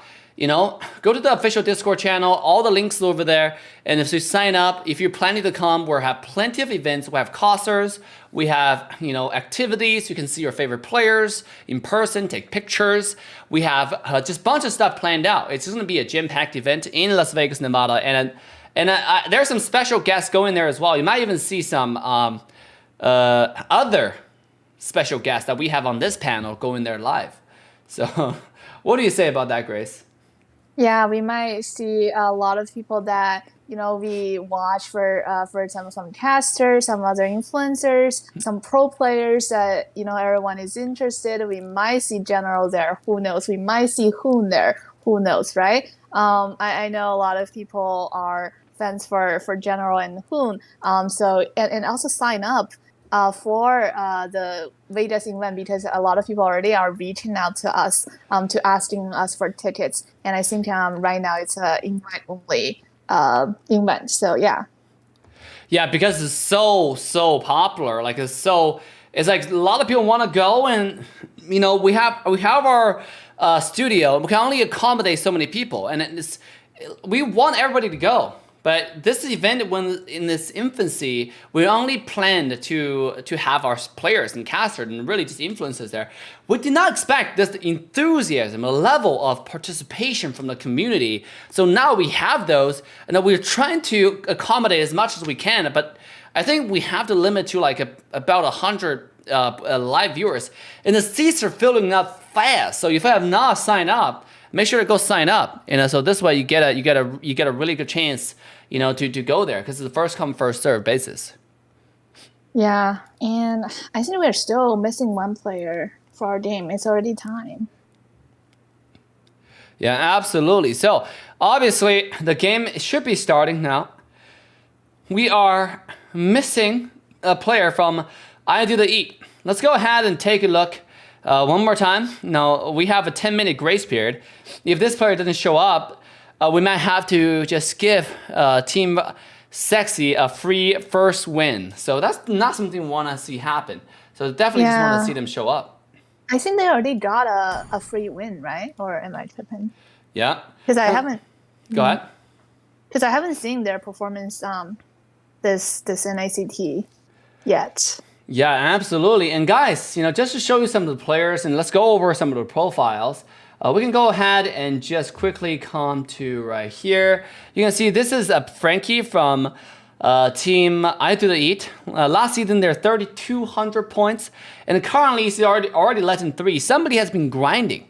You know, I'm not even Epic. Sorry, I'm not even Legend 5 yet. You know, I'm still Epic 1 with like 3 stars, and this guy is already a legend with 94% of win rate. Definitely really looking pretty good. 4,200 matches on Fanny with 67% win rate. 1,000 matches on Kagura with 78% win rate. You know, it's definitely looking pretty good right here. Let's go ahead and take a look at Coupe de Grace. You know, Coupe de Grace is an interesting name right here. It's not our caster Grace, but it's still nonetheless a pretty interesting name. Let's go ahead and take a look at the favorites that they're playing. You got 500 matches on Granger with 90% win rate. 500 games on Eastern Shin with 90% win rate. I mean, you got some really good players from I Do the Eat.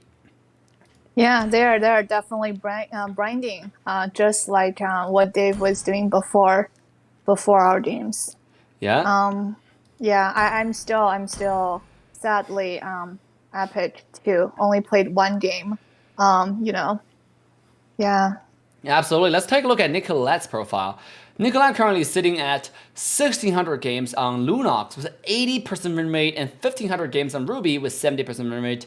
And this is why, and Selena was 1,400 games, 80% win rate. Supreme at its finest definition. So just really good player. And if you look at other players that's on the same side of Team Sexy, there are a lot of really good scores. How about let's take a look at Team Best Player, one of the best junglers in the entire North America region, a notorious, unapologetic assassin player who is now have caved to the team's demand and playing Belmont. Yeah, for real. Can we take a look at this season though? I think we are looking at all season. Who cares about this season? This season don't have matches. Let's look at all season. No, Dave, maybe they have already started grinding. That's why. True. Okay, you have Amon, 5 matches with 80% win rate, and you have Gushin, 2 matches, 100% win rate. Overall, this guy Gushin was 1,200 games, 75. Ling, 1,100 games, 85. Harris, 1,000 games, 87. Lenslaw, 1,000 games, 80%. Fanny, 4,500 games, 78%. Again, just a lot of really good players from both sides, and this is going to be a match to watch, to be honest. Some very impressive numbers that they've just read to us, showing how solid our NA players are. Yeah, absolutely. And that's why I want to watch this match. And that's why I think this is the match, you know, they're really going to have a lot of back and forth. But obviously, ladies and gentlemen, we don't know that. Just like Grace correctly pointed out, I Do the Eat got rolled over back and forth. It's like just by Team AE in the 64-32 round. Unfortunately, AE got disqualified, but I do the E nonetheless. I mean, like, I don't know. You know, they it looks pretty impressive, but can they hold up in the current season against a very well prepared Team Sexi? Yeah, and actually, we just got the last player.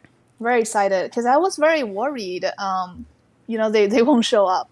Actually, now we have everyone here. Oh, we have our players ready in the lobby. Ladies and gentlemen, this match will start any second now, and this is your time to like, subscribe, and turn the bell on to all notification bells, and start sharing the stream with your friends. Start sharing it in your community. Get them to come here and watch the stream with you. Join our community, join the discussion, join the watch party, and join the broadcast. What you waiting for? Join us tonight.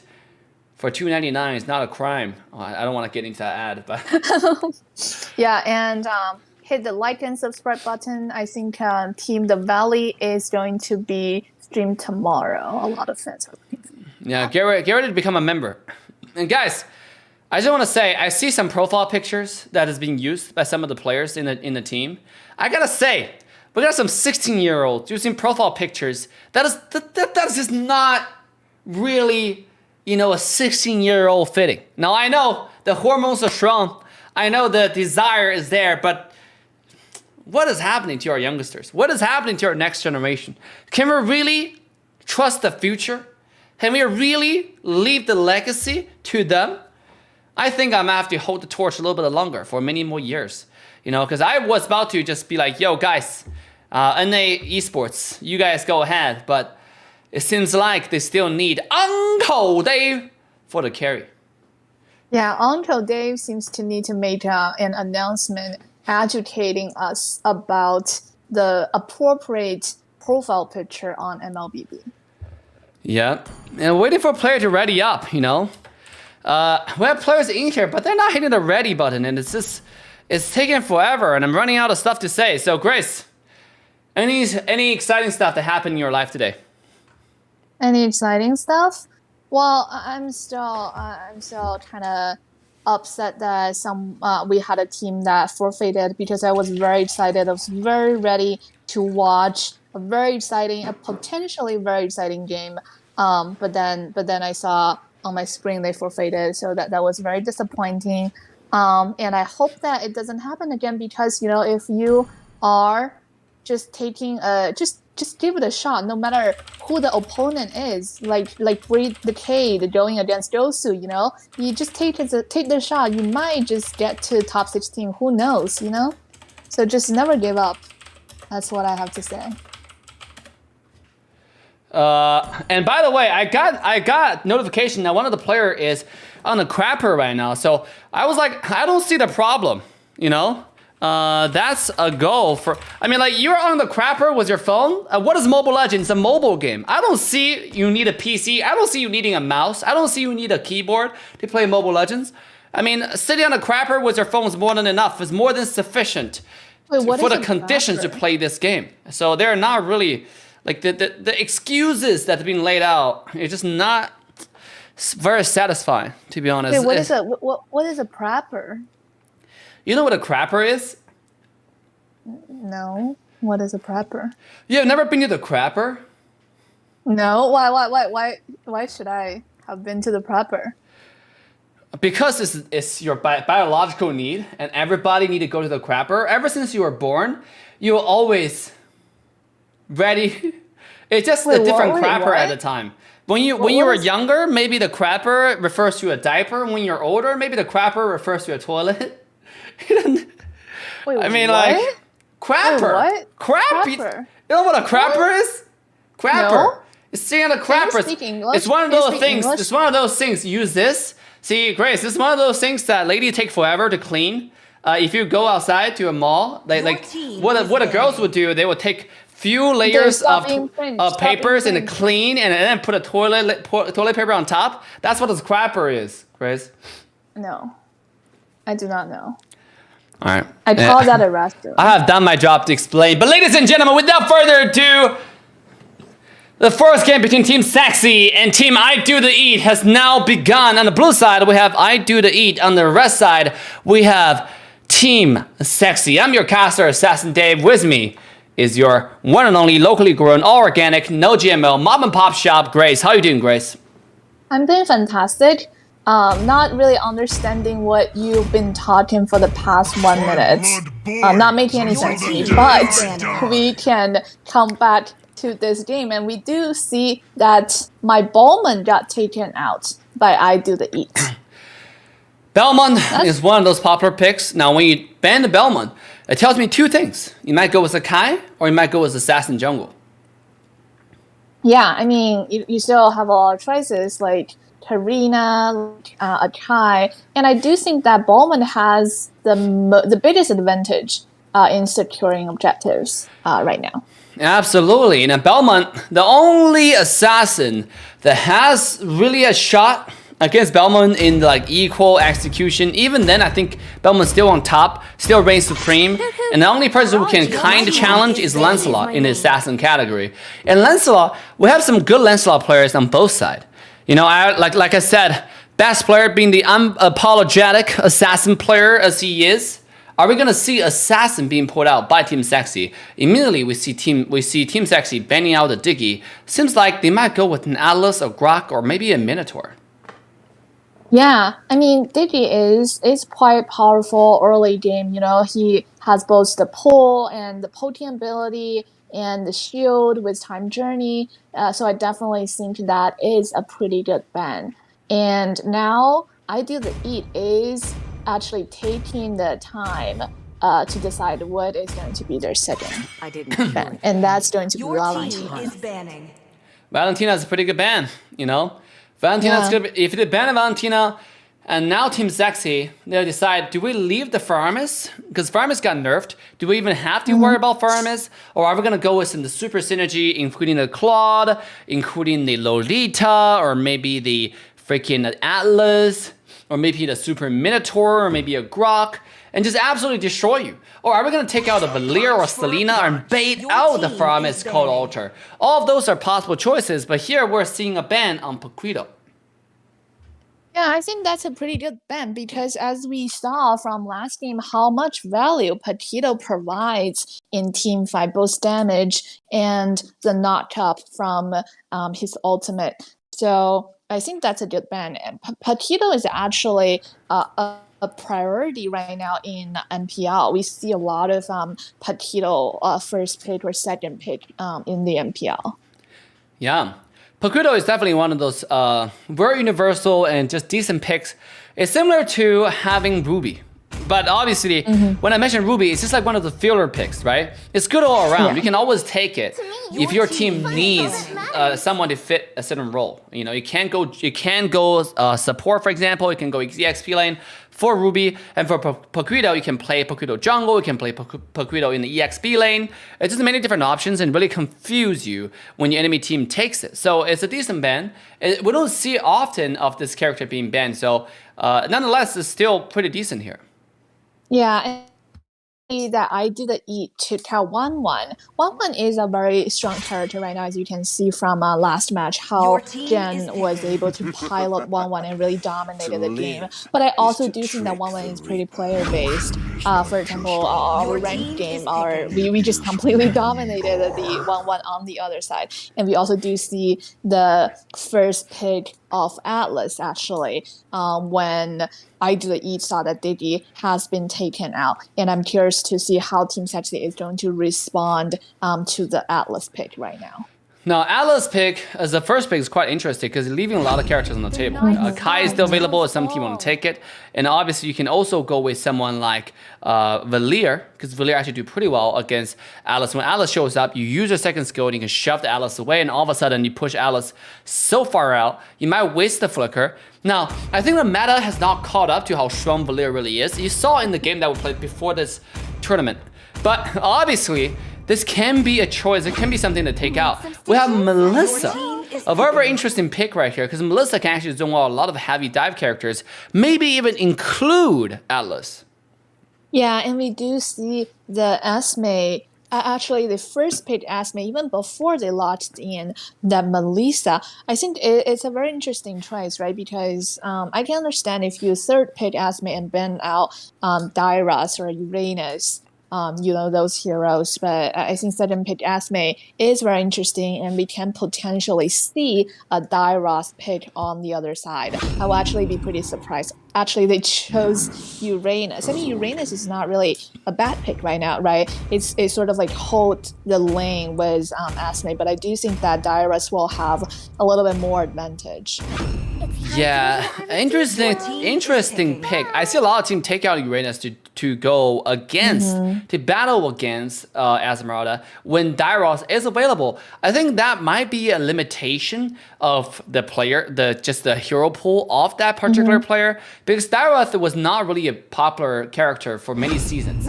So a lot of players are not actually familiar with the mechanic, how the passive works, particularly in order to bring out the most amount of damage onto Dairos.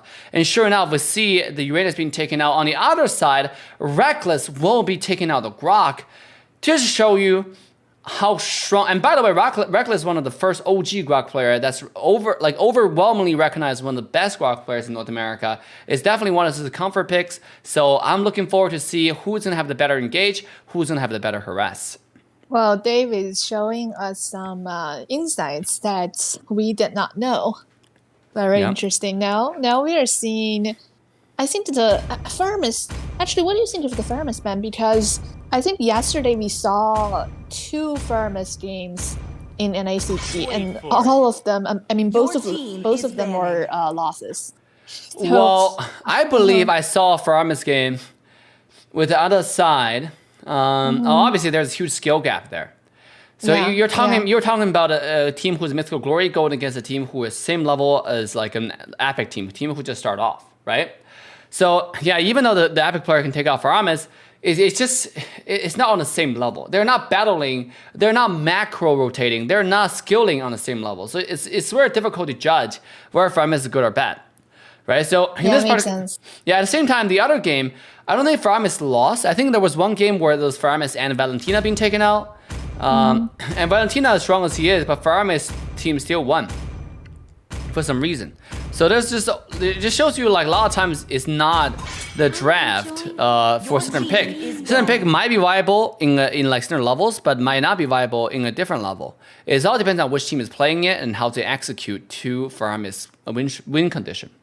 Yeah, that makes sense. I mean, for example, Melissa is not especially when you have Claude, when you have Beatrice, you have all those options. I mean, you don't see many people will first pick Melissa, but we did see how General was able to like pilot that Melissa, how he was able to execute. We also see our boy Drew yesterday picking out the Melissa, how he was able to execute that one-on-one with a more meta marksman on the other side. I think it was Beatrice. So yeah, it definitely makes sense. And now we are seeing a Bruno ban and a Claude ban. They're definitely targeting the other side marksman hero pool here. But we do still have Irisol, we still have Beatrice. So they still have some options, some really good options actually. Yeah, I think Beatrix is slowly falling off the meta now after the recent changes. It seems like Beatrix's power spike is too heavily reliant on snowball, but Beatrix's early game is not doing satisfying amount of damage compared to before. I remember used to being able to one-shot it by Beatrix like super bullet version when he just he's at 5 bullets and he shots me one time, it takes me like 60% of my health for some reason, and then like I remember that Beatrix, but now the current Beatrix just doesn't feel like it's doing the same amount of damage compared to before. Yeah, I think they nerfed her burst damage and her AoE damage, but they did actually buff her sniper. But I think sniper is actually the hardest one to use because you have to aim really well, and it's actually easier for the other side to dodge as well. Ooh. Here we go. Fanny being taken out by Team Sexi. This is a textbook, right? Best Player trying to show the world, hey, I am the better Fanny player. I know Zero just played like not too long ago, but it's time for me to shine. And Fanny, if you look at the draft right now, Fanny might do pretty well here because Alice being taken out, and you have Lilia, you have Uranus. The entire side of I do the E is missing a lot of CC to stop this Fanny from wiping your entire team if she get the ball rolling. Yeah, and I do the E is actually Okay, I thought they were going to take out that fraction, but it seems they actually lodged in Akai. So we are going to see an Akai jungle. I mean, Akai is still pretty strong, but as you said, I think best player is a very strong player, and especially when on that Fanny, definitely some early game advantage. So I'm very excited to see how that's going to pan out. And we do see a lot of crowd control on I Do the East side. They have Fatal Link from Atlas, Heavy Spin from Akai. So it looks pretty solid on their team as well. Yeah, and you have Brody as a last pick. One of the pretty strong and popular picks in the meta. Brody has quite an insane amount of mobility, being able to dash around and stun you at the same time. And on the other hand, Brody also offers insane amount of burst damage with the ultimate and all the stacks that he has. So this is looking pretty good. Oh, last but not the least, we are gonna rest on an Xavier pick. What do you think about that particular pick in the mid lane? Like Xavier, see, I know that Nicolette is very good Farsa player, very good Lunax player, as you showed us in her profile before. I mean, we haven't really seen an Xavier in NACT yet. I think Xavier is still in the meta.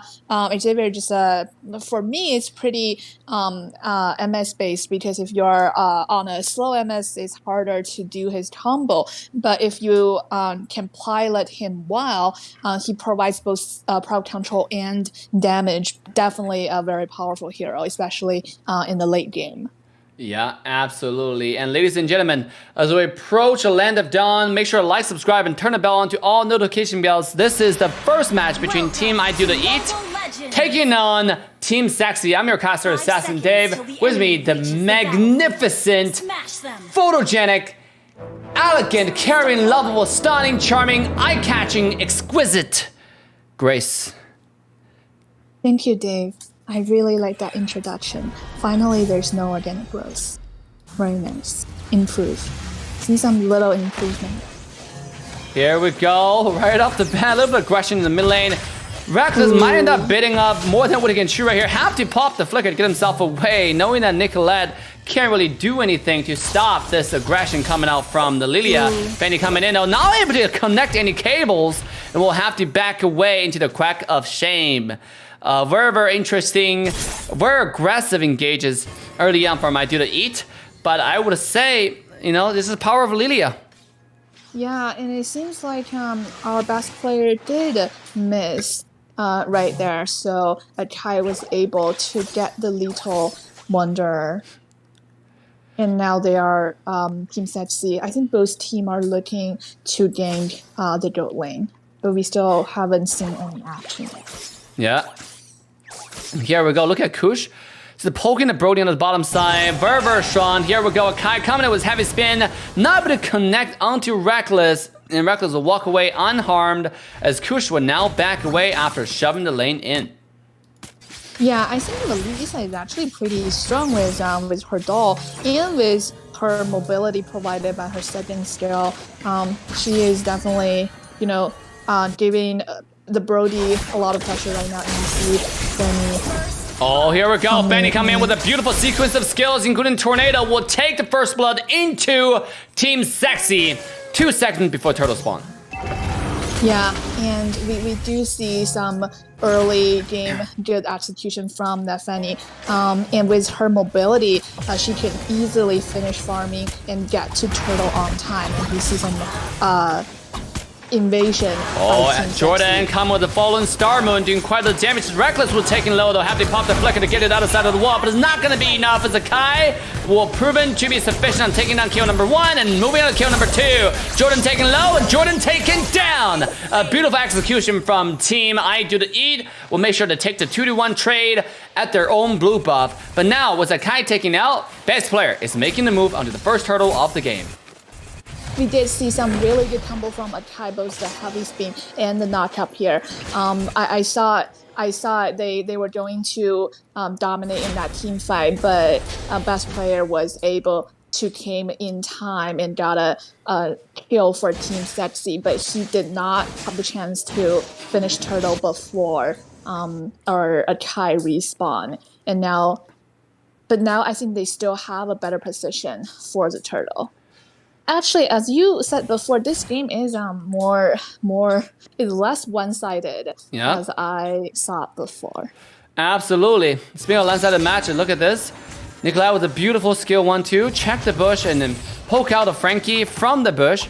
And now Fanny is still in base, so this turtle most likely will go to the pocket of Team I Do to eat as they're eating this turtle alive. Pop in the heavy spin, plus retribution is a Kai, and Slash to take the turtle. Wall charge comes out. Fanny is in. He do quite a bit of damage, but the ultimatum is not going to be doing enough to secure the kill into the Frankie.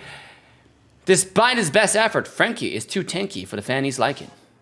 Yeah, and we all did see that downing like coming out from Xavier. However, Xavier is not doing enough damage right now, and we see that Xavier is actually taking the shop spell instead of the bursting spell. So I think it's going to help him a little bit early game, and see that downing like was not able to snipe, was not able to finish off Brody because he still doesn't have enough damage right now. Absolutely, but if the damage skill up, if we would get to that 12-minute mark, Xavier is gonna have infinite ultimate, and more than that, 1-0 is gonna do like 60, 70, 80% of your health, if not straight up one-shot you sometimes. So it's all scaling, and that's what we're looking for. Here we go, Fanny comes in, and best player will force out the magic shoes on the Lilia, and then walk out safely. Absolutely. Here we go, bottom lane. Akai comes in, heavy spin, will try to zone everybody away, but a beautiful, beautiful fake from best player. Here comes Reckless, pop the flicker, takes himself away. Akai jumps in, he takes kill number 1. He's moving on to kill number 2. The Fanny will walk away from the team fight for now. Kush, a beautiful ultimate to zone out to Akai, is now entire team. Sexy somehow on the offense, going back in, it's Kush taking down kill number 1 onto Frankie. A beautiful sequence of kiting will make sure that one happens. I do want to say though, picking Akai after Brock is actually a pretty good choice right now because we see Akai was using a lot of wall by Brock actually to use a heavy spin to counter attack the Brock. Oh, here we go. Reckless might be a little bit, oh my god, the confidence has a reason. And he used the bow charge to get away to safety, but at what cost? That is a lot of heavy skill being used. I think we're gonna have a little bit of lag action. Yeah, I was not sure what the hell was going on in the particular engages over there. It turned out he was lagging. Yeah, that would make sense. But we did see that his walls were used by Akai to ping himself onto the wall, and he did, you know. And now we are seeing it's coming back. Yeah, now we got Reckless reconnected back to the game, but its entire team, I Do to E, back on the turtle one more time. Beautiful heavy spin, connect onto the best player. Might be into another wombo combo. The Fatal Link connects. And team I Do to E takes the turtle. And ladies and gentlemen, we're gonna walk into a second pause. Yeah, I think we might have some connection issues here, right? Absolutely. But nonetheless, if we look at the state of the game right now, what do you think? Now, what do you think Team Sexi need to do? They have the Fanny, they're supposed to have the early game, but nonetheless, their team fight is kind of a little bit of clustered, it feels like. Like, what do you think Team Sexi's win condition is in this game? I mean, I would, if I have to bet, I would put my bet on Xavier because Xavier does have a lot of potential to scale and to carry late game. You know, as we said, if he starts to hurt with the crowd control and the downing light. Absolutely. Here we go. Xavier just poking, farming, getting those juicy farms. Let's take a look at the items as we step into the 6-minute mark. Bottom lane. Kush might be some trouble here. Pop the ultimate, get himself to safety, but it might not be enough as Brody will issue the ultimatum. That's nail in your coffin. Black and white, you go, Kush. And that's the early advantage. Actually, I Do to eat has as well because with the Lilia, you know, you have I think let's look at the item. Lilia already has the enchanted talisman, so she can just spam her skills as well as her ultimate black shoes to get her out safely from dangerous situations, and she can also secure kills and tower. Absolutely, but so far it just seems such coordinated rotation. Oh, nice poke. The damage is coming online, I would say. It's definitely doing like a visible amount of damage to that duo there in that bush. Beautiful, beautiful job from Nicolette. Meanwhile, bottom lane, Alice looking to come in at any second now. He does have the Fatal Link. He does have the Flicker. Here it comes. The combo comes in. Akai with heavy spin is Kush onto the wall. He does not have the opportunity to even press the ultimate button. Fear finally goes down to the 4-man dive. And Team ID to eat take another kill. Yeah, and we did see that Downing Light from Xavier, but it wasn't able to do enough damage. But here, Fanny was able to punish Lilia, who was overstaying her welcome in their jungle, trying to take Fanny's blue buff. Absolutely. I mean, name is who is Peter? You know, as basically, best player just said, yeah, who is Peter? Who cares? Who is Peter? Exactly. Nobody now. Now that you're back in the waiting screen. Jordan comes in, doing a little bit of poke here, looking for Grace. Grace taking quite a bit of damage here, but the turtle will be slain one more time by Akai, who's now leveraging heavy spin to get himself away to safety. Alice finds a 3-man pull, but it's not going to be enough as the best player will take kill number 1. He's coming in, looking for Grace, looking for kill number 2. Can't quite connect, as now Akai is on the retreat, Esmeralda in pursuit. And both sides backs away. It's 1-to-1 trade on both sides. But even on the bottom lane, Akai taking low. Dangerously low as Jordan was one more skill. One will finish off that kill. Yeah, we do see a little bit more damage coming out from Asme right now. And with her slow, that Akai wasn't able to escape. And let's look at the build. I think Xavier and Lilia, Xavier has more build than Lilia. They both have 2 core items. I think Xavier is going to come online very soon with his damage. Yep. I mean, once you get a Clock of Destiny, you just have to wait for 5 minutes for the full effect.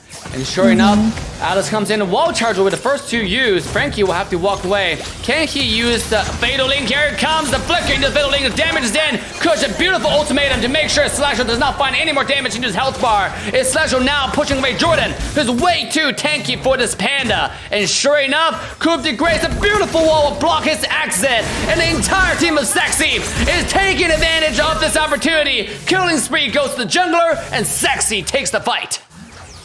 Yeah, I do want to say that Brock is, Atlas was almost...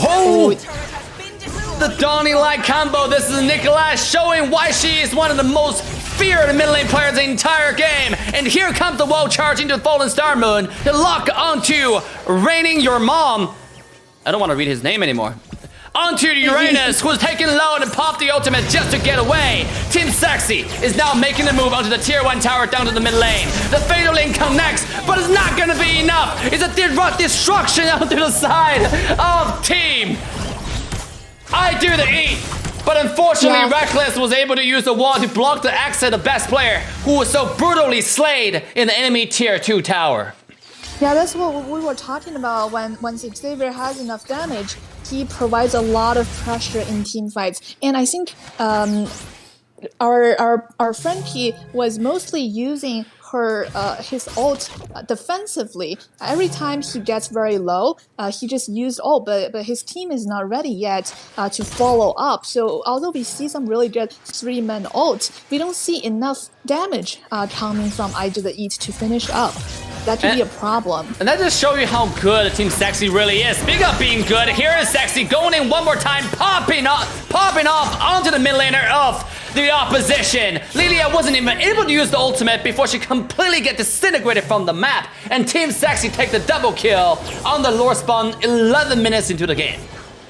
And we see another Fatal Link forced out from Frankie with no follow-up. He was able to use the skill, which connected on 3 people last minute, but there was no damage to follow up. No damage to follow up, indeed. And Team Sexi was able to capitalize on their lead and take out the first Lord. I think they didn't want to wait till the 12 minutes, wait for the Luminous Lord, which was a really good decision. Here comes the Dawning Light combo, and the damage is in wall charge into the back line, and Fanny comes in. It's instantaneous destruction, and Uranus will be deleted from the game. Yeah, that was actually a really good initiation from Xavier, followed up by Fanny and Brock's wild charge. Very impressive symphony of skills executed by Team Sexy there. This Fanny is too huge at this point. I mean, look at the damage he's providing. Look at the combos he's making around the map. Now Lord being paired, beautiful wave management actually on the bottom side. Akai was a wall with a heavy spin onto Grok, who can be careless. Cannot care more onto the ultimate, and he will be taken out instead. Akai going down first, and full up at a triple kill, go to the favor of Team Sexy. With the Lord still being alive, the minion wave is hitting onto the crystal itself. Kush is using the tower lock, and the first game goes to Team Sexy. Yeah, Team Sexy actually had a really good performance like mid-late game. Although Fanny was, I think Fanny didn't really come online until sort of mid-game, and then she really shined there mid-late game with Xavier and Brock, which was pretty. I mean, it's both surprising and very impressive. Absolutely. This is. And let's take a look at the stats. Okay, so Yeah. caster. That's first. Stats first, guys. Kush did 27%. Nicolette. I gotta give credit to Nicolette on the Xavier. The combos are just very accurate. The damage are just very sufficient. The positioning are just very brilliant. Overall, I think, they played pretty well. Yeah, 29% damage, very impressive. 64,000 comparing to Lilia, 36,000. I mean, Lilia also did very well, 28% damage on the team. But we have to say that the synergy on Team Sexy, it just it's just outplayed. Oh, here we go. As now we are moving on to the next draft. We're not wasting any time, ladies and gentlemen. This is the second game between Team Sexy and their opponent, I Do The Eat, who's on the brink of destruction here. They lose this match, they lose the series. Can they bring us to a game 3, or is Team Sexy going to take a clean sweep on their opposition? Which we'll find out in this game. Make sure to like, subscribe, and turn the bell on to all notification bells. I'm your caster, Assassin Dave. With me, our one and only sexy and charming Grace. I am personally still very hopeful for I Do The Eat, because we did see actually early game. I Do The Eat and Team Sexy, they were very close. It wasn't until mid-late game where Team Sexy had a comeback and they really capitalized on their tiny lead and just cementing their lead and getting the victory of the first game. So yeah, I am expecting to see a close game for game 2 as well, and hopefully we can actually get to game 3. Game Your 3. team is banning. This is a game 2, by the way. It's still match point. It's match point for Team Sexy, but let's see if we can get to game 3. Now, like I said, I think I Do The Eat, they did pretty well in the last game, but unfortunately the result was not very satisfying. So it's now their chance, do or die. They have to put on the table everything that they got, everything they have. There's no time to hold back. And can we see them winning this game here? Let's take a look at a draft. Melissa, a little bit untraditional ban there. What do you think? I think you see Team Sexy banned out Akai. I would say that Akai showed us some really good performance last game with the heavy spin, with the second skill knockup. So I'm not surprised that they have a respect ban for Akai there. And also Melissa really dominated last game. I think Melissa actually got MVP last game. She was able to use her ult get away to prevent herself from being killed in a lot of dangerous situations. So there we see another respect ban for Melissa on Your team the is team banning. I Do The Eat. I'm not surprised at all, actually. Ooh, here comes the Faramis ban.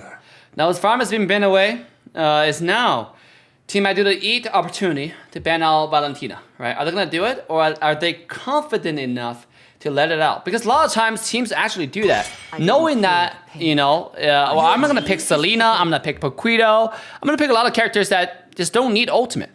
So here we go. What's your command? We have the Valentina ban, and we have a Fanny first pick.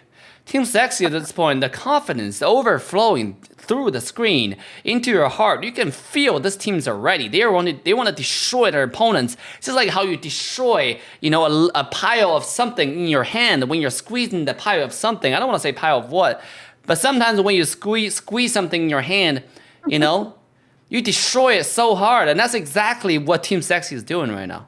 And I do think that I Do The Eat had a really difficult time deciding whether they want to ban out Fanny or if they want to ban out Valentina, because Valentina, if you put Valentina into Nicolas' hand, it can be very dangerous as well. Although we did also see some really beautiful performance by Fanny on Best Player. So, and we do see the Esme second pick again. And here we go. Esmeralda's second pick. Daros is on the table. Are we going to see Jordan take that out?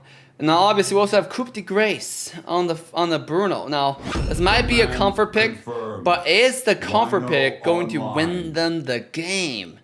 Because under the grander scheme of the draft, Daros just destroys Esmeralda in lane. And EXP lane is all about lane pro.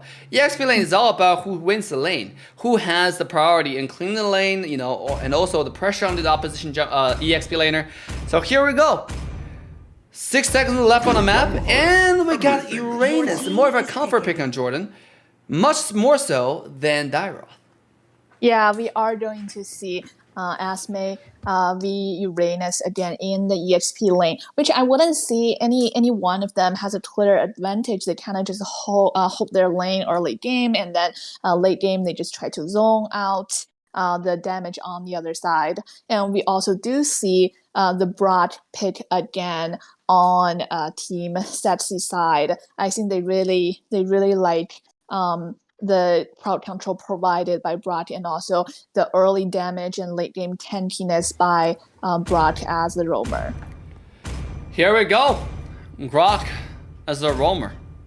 It really strong, really powerful, really compensate the early game weakness of Fanny, And if Fanny really just need level 2. Fanny just need a successful blue buff. After Fanny get the blue buff, Fanny is actually arguably one of the strongest early game characters in the entire game. So you have the Grok really gonna help out with that. And with the last pick coming out, we have a Ruby. Now, we know that Esmeralda most likely will go to the EXP lane. There's some teams who like to pick Esmeralda jungle. We don't know that, right? But if Esmeralda goes to the side lane, we are maybe seeing a Ruby support right here. Yeah, we can potentially see a roaming Ruby. I mean, Ruby does provide a lot of crowd control. And Ruby also has a really impressive lifesteal. So, I mean, Ruby is not a bad pick. It's just I do think that we still have a lot of better tanks. But I can see that.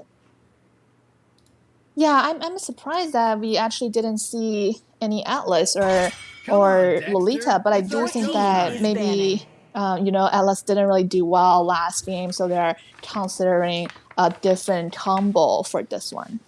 Now, regarding Atlas, it's not about doing well or not do well. I've gone over on tank.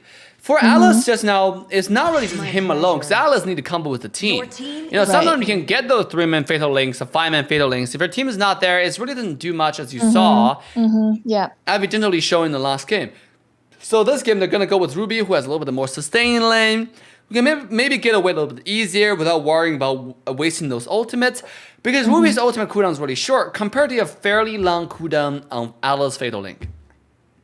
Absolutely, and also we did see a lot of Atlas using his ult at the last minute because he was getting very low.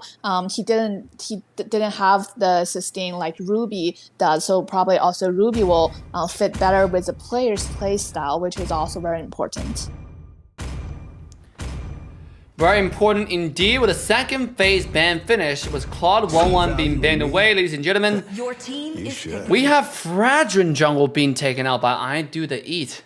They're really showing us some unorthodox, a little bit of new, a little bit of exciting picks in this tournament. Fragile, I believe this is the first time we see it in this entire tournament so far through our broadcast. Overall, I think this character has its place, but it's nonetheless, the skill backswing still too long. And on top of the fact that I just don't feel it's doing sufficient damage considering like how tanky he is. Because if you build damage, you're not gonna have too much damage. If you build damage, you're gonna be one of the squishiest characters in the game.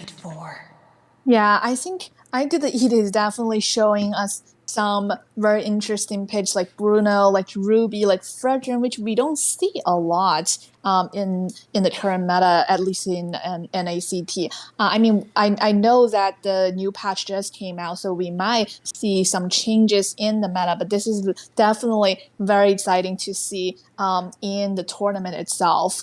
And on the other side, Team Sexi did pick out the carry, which is known for her ability to burst out tanks.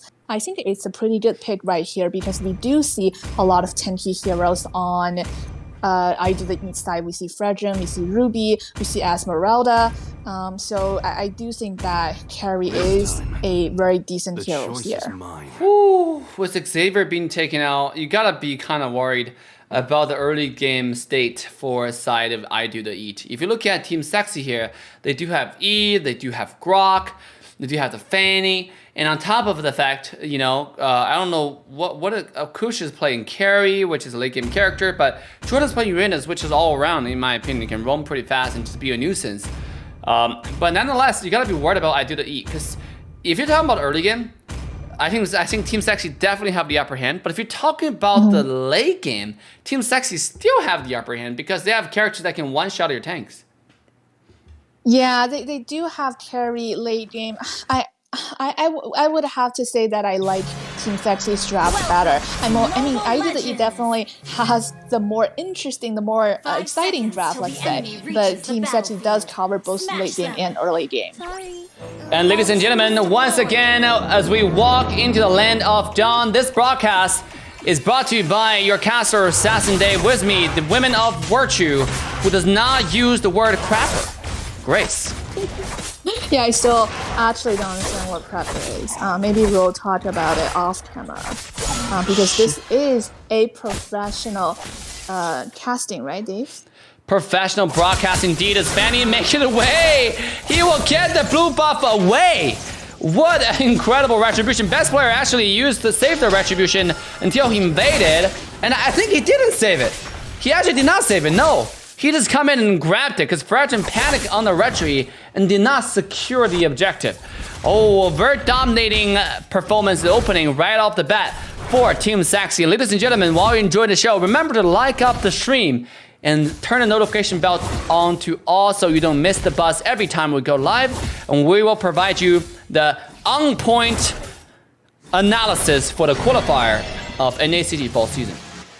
Yeah, let's talk about how much psychological pressure matters in this game because Fredrin literally just, sort of panicked when Fanny invaded. So Fanny was able to secure buffs as well as a Lethal Wonder. And here we go. Top lane, Fanny come in, do a little bit of swipe, do a little bit of damage, but decided to walk away, realizing there's nothing to gain. We're playing safe. I like this. You know, this is something that you see is a little bit different from Team Sexi. When you have Team Sexi playing the game, sometimes you see a lot of goofy plays. In this game, they're not playing very goofy. They're playing pretty safe. They're not making too much crazy plays. They want to secure their entrance to the top 16 and maybe their ticket to Las Vegas.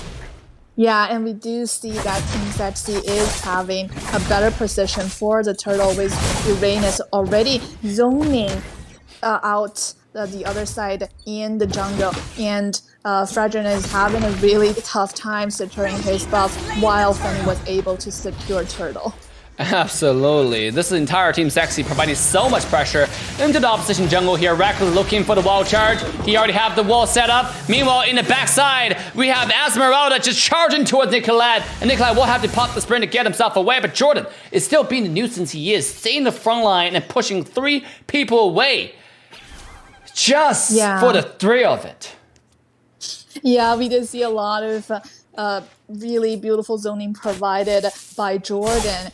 They didn't really have any damage to kill Fredrin because Fredrin was very tanky, and now we do see another invasion from Fanny into the enemy's jungle, although she found herself 1v3 and decided to retreat and just take the upper creep instead. Yep, and now a beautiful wall from Reckless will make sure Frankie got locked in on this side of the map. Wall charge will connect the chance he sees. Frankie being absolutely bursted down by Kush. That double wing blade, I don't know what it's called, I'm just making stuff up with Ultimate's name, is doing so much damage, and Frankie cannot stay alive for even one extra second for the ultimate I'm offended to be utilized. And we did see Downing Light coming out from Xavier, however, there's not enough damage as 4 minutes of the game. As you suggested, Team XZ really do not have the early game advantage for them to secure any kills at this point. Absolutely. Look at the bottom lane. 2v1 on Jordan. He's like, okay, sure. What's going on? How's your day going? You know? Have you had your bottle of water? If Jordan's British, but he's not British. Like, he's just chilling. He's chilling like a villain, some would say. And meanwhile, on the top side, Xavier does take a kill away from Reckless and turning the KDA 1-1, putting them back on the kill board. Yeah, we do see though the entire golden plate is down for Team ID the Eat. So although they could secure a kill, they couldn't secure the golden plate on their tower. Absolutely. Now, his best player one more time, making the first move onto the turtle. Top lane carries absolutely doing a phenomenal job, showing the lane dominance onto Coupe de Grace, who will be pushed away. And now who is Peter showing up? Just doing a little bit of combo there, but not able to land on Kush, who will be securing the farm under the tower. You know, nothing actually show up, but is now a 4v2 potential dive on the top side. Comes Celestial, using the charm, not gonna connect. Popping the ultimate, Frankie, a beautiful, beautiful ult connecting to two, but not gonna be enough damage as Reckless will walk away. The ball will not continue. Vesper looking for more damage on Coupe de Grace, not gonna find it, as both sides will back away from the fight. Yeah, that's the Team Sexi winning the draft. They have Eve where they have enough damage to provide both zoning and damage in team fight. And Carry is also actually surprisingly pretty powerful, piloted by Kush this early in the game. Are you seeing this angle right now? This is some like family-friendly stream, but yeah, we're distracted by Carry the skin. Ladies and gentlemen, I just want to remind you, this is a family-friendly stream. This is a professional broadcast. And what is going on with the camera? Who's doing the camera work? I think it's nephew. It's nephew Dave doing the camera work. Ladies and gentlemen, on the top side, Frankie looking to do a little bit of poke. Find a little bit of engage, but can't quite find it. And we'll have to pop the camouflage. Kush might be in a little bit of trouble here. Pop the flicker to get himself away. A beautiful, beautiful flicker to make sure he gets out safely. That's a very good prediction of what the other team would do. Wall charge comes in, but Bruno proved to be enough for this damage. Here comes Eve with the ultimate. Fanny comes out. It's kill number 1. The best player doesn't look to be able to finish kill number 2 as he's running out of energy. Yeah, that was a really good response on both sides. But here we go though, Kush. Finding the kill, but at what cost? One more soccer ball from Coupe de Grace will make sure it's a fair trade on each side. Yeah, another trade in this game. As we can see now, it's 4-3. On the KDA side, it's actually very close. Oh. Just when Bruno, thought he had a chance to get some farm, best player says, nope. Who are you talking about? Quickly fly in and disintegrate the opposition. Reckless stay in the front, leveraging the skill 1 to stay completely immune to call control and show its dominance on the top side bush. Yeah, we did see the wild charge landed on Fredrin and Ruby. However, those two were too 10p for Team Sexi really to follow up and get any kill. Meanwhile, towards the mid lane, Fanny comes in. Jordan looking for a little bit of zone. With Nicholas' ultimate covering the entire tier 1 tower. This is Team Sexi looking to destroy the tier 1 tower and then move on to potentially more kills on Celestial, knowing how clumsy and immobile this character really is. As Marta finds the flank onto the backline, it's the entire side of Team Sexi looking to get himself away. Reckless with the wall charge onto the stun, but it's not going to be enough damage to follow up as Esmeralda will walk away unharmed. Yeah, we do see now Team Sexy has a clear lead in the game right now.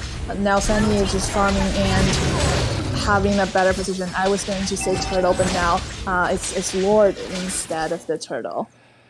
Lord just spawned at 8 minutes into the game. Grok and Frankie are going against each other, you know, just to say who can claim what territory. And Reckless. Yeah, and it seems that Team Sexy is interested to do the early Lord to cement their lead in this game. Yep. Cement the control is what they're doing as entire Team Sexy is chipping away the health bar onto the Lord. And just like that, 2 seconds later, the Lord is gone and Team Sexy had catapulted himself to a decisive control over this match. Yeah, and let's look at the build. Carry already has 2 poor items comparing to Bruno. Actually, they are not that. Carry is 2k lead. I mean, almost 2k lead ahead of Bruno, but she is already doing a lot of damage with that speedy light rail, as we can see in the Lord fight and some team fights. Yeah, here we go. Lord is coming in. Bottom tier 1 tower has been taken down organically. And middle lane, the wave has been shoved just a little bit too fast, thanks to the combo from who is Peter with Xavier. Now, with that being said, that Lord, even though coming in, wasn't proven to be so effective. Team Sexy, I mean, just beautiful defense actually coming out from Team I2E. You know, making sure there's no auto turret taken down, only 1 tower going out with 1 Lord is such a good defense, to be honest. Because now, if you look at the total gold, they went from a 2,000 gold deficit to a 2.5. You know, actually, no, 3.5. So it's like a 1,000 gold expansion, not that much. Meanwhile, top lane, though, Nicolette and Kush is in position. Grok looking for the flank on the back line. Here comes the downing line. Here comes the wall charge into 3 with the Eve's Wumble combo onto the side. Lurk has been taken out, but Kush is doing so much damage under the health bar of the opposition. Best player into the team fight, and the entire side of Team I2E will be pushed away as now Sexy is moving on to the top 2. Tier 2 top lane tower. Yeah, we did see a beautiful engagement from Xavier. Frankie coming in with the pin, with the hook, with the ultimate. And Nicolette will be taking down a beautiful, beautiful combo coming out of support of Team I2E. Yeah, we see that Xavier's damage is getting online. However, Uranus is so tanky at this point. Ooh. Yeah, Uranus can be tanky, but Xavier is still squishy as he will be taken down almost instantaneously by the power of the Fanny. That rhymes 4 in a row. I think I can be a rapper at this point. Pretty good job, but looking to the front line, Carry still doing damage, completely unstoppable at this point. What a beautiful, beautiful continuous strike on the lightning wheel from Fanny. From Carry. Carry is proven to be a really good pick in this game in terms of burst down tanks. In this game, we just see how many times Fredrin, had to retreat or couldn't disengage because of the damage provided by Carry.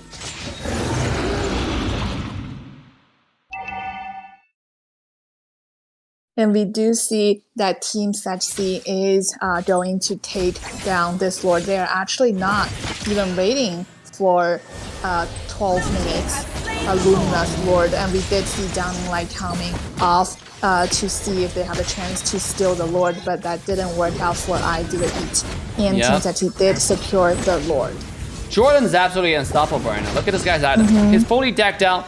He has the blade armor, he has dominance ice, he has the oracle, and he has regeneration, he has the ultimate. This guy's absolutely unkillable. So this is only 1v5 at this point, while entire Team Sexy secure the second Luminous Lord. Actually, the first Luminous Lord to their team. Oh, Downing Light comes to the damage. Jordan taking low, pop the ultimate, stay alive. But now Fanny staying in front. Grog comes in, Reckless popping the wall charge. It might not be enough because Reckless taking low, but thanks to the beautiful ultimate on Nicolette, he'll make sure no one funds more damage into his tank's health bar. Yeah, that was a really good zoning from the real world manipulation. Was able to slow the enemies and give 2 kills to Kush on the carry. Oh, Kush. Maybe a little bit too aggressive, maybe a little bit too comfortable, but he's aggression with the reason. I mean, I just said he's aggression with a reason. He got taken down by Yo. who was Peter. Now you know who Peter is. It's a little unapologetic damage dealer on Xavier into the top lane. Bruno comes in, do a little damage, a wall charge will connect, and Nicolette funded the damage. It is the kill in return. The 2-2 trade across the map, and bottom Hyper Tower does get taken down thanks to Jordan with a swift rotation. In top tower is almost down as well. Destroyed. Absolutely. What do you think about it? What do you think about the Uranus season skin, by the way? The Uranus season skin? Yeah, look at this. Oh yeah. I mean, I like the skin. It's like the game Uranus is doing taken down though. As we were just commenting on the skin. Just when we talk about Uranus. This is Uranus being pulled back, knocked up, stunned down, and beaten down eventually after 20 seconds. Yeah, it was a four people effort on taking down the Uranus. Just showing us how tanky Uranus is. But also shows that no matter how tanky you are, if you're out of the position, Yep. you won't be heavily punished. And that's exactly what Team I do to eat. They were showing you, if you're out of position, we will eat you alive. Boy, don't be out of Absolutely. position. Here comes Vanny coming in with the tornado. Instant demolition on the other side.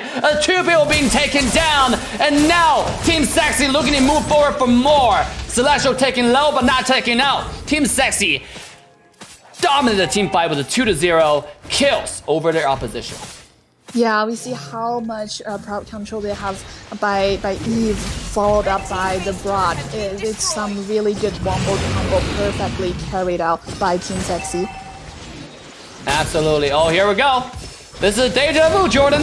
This is deja vu. 1 versus 3, getting beaten up, slow down, can move. And now the wall coming in to save Jordan, to keep Jordan alive, but it's gonna be enough. Jordan trying to move himself away. Guak coming in with a wall charge, putting Frankie in a 1 HP zone. But Frankie's able to survive as Reckless is very, very, very disciplined on the mission, which is save Private Jordan.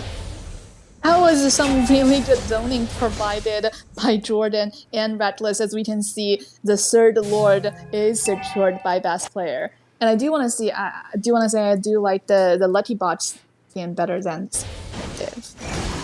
Let's take a look at items so far. Carry is sitting at 11,000 gold, 3,000 gold compare better than its corresponding marksman. The Bruno, who's only sitting at 3 items, where the carry is fully decked out. This guy is absolutely a fight decider. He's absolutely humongous. If he comes to your health bar is gonna be gone. Now, Yeah, can Uranus- Xavier find a combo onto carry before carry do the damage? We shall find out. Yeah, Uranus and Carry are both full build right now. Here we go in the middle lane. Eve's ultimate comes down. Wave has been shoved quite extensively as the entire side of I do the E making the stand, doing the damage. Reckless taking low. War charge come all the way to the enemy base. Reckless will be taken out, but Fanny's in. The price is set. The tornado is finding so much damage on the entire team. The enemy team. It's 1-2 trades so far, and somehow Reckless stays alive with the immortality as Kush, the only one who goes down from Team Sexy. Yeah, I think Team Sexy is playing with a lot of discipline right now. They decided they didn't want to push, although the other side only 3 players left. Here comes the characteristic best player move. Onto the top side. Barely flew away in time and barely dodged. The beautiful Dawning Light coming out from who is Peter, who did an incredible job on the snipe. But unfortunately, Fanny's a little bit too fast and too swift for the snipe to happen. And I do think that Team Sexy is going to wait now for the third. Actually, this is the fourth Lord, right? They're playing. Oh, Grok coming in with the ball charge. Here comes the Eve with the damage to follow up. Bruno has been taken out. Eve's doing tremendous damage. Fanny has found his way into the team fight. Here comes kill number 1. Immortality has been popped. Rain, your mom is trying to stay alive. It's not gonna happen. The beautiful I'm offended from Frankie will turn the fight around. It's Reckless will be taken down first, but Kush finally found his path into the enemy base, and now acting the ultimate, looking to do the damage. 1-0, 1-0 attack, 1 dash. That's the death for Esmeralda, but at what cost? As Carrie is taking way too much damage from who's Peter onto the Xavier, who's doing phenomenal so far. Fanny is the only hope to take down this monster, as Uranus will finish up the job. A killing spree goes to the Mark, goes to the jungler. This is Team Sexy claiming the base of who I do the it. Ladies and gentlemen, Team Sexy wins the series and GOSU top 16.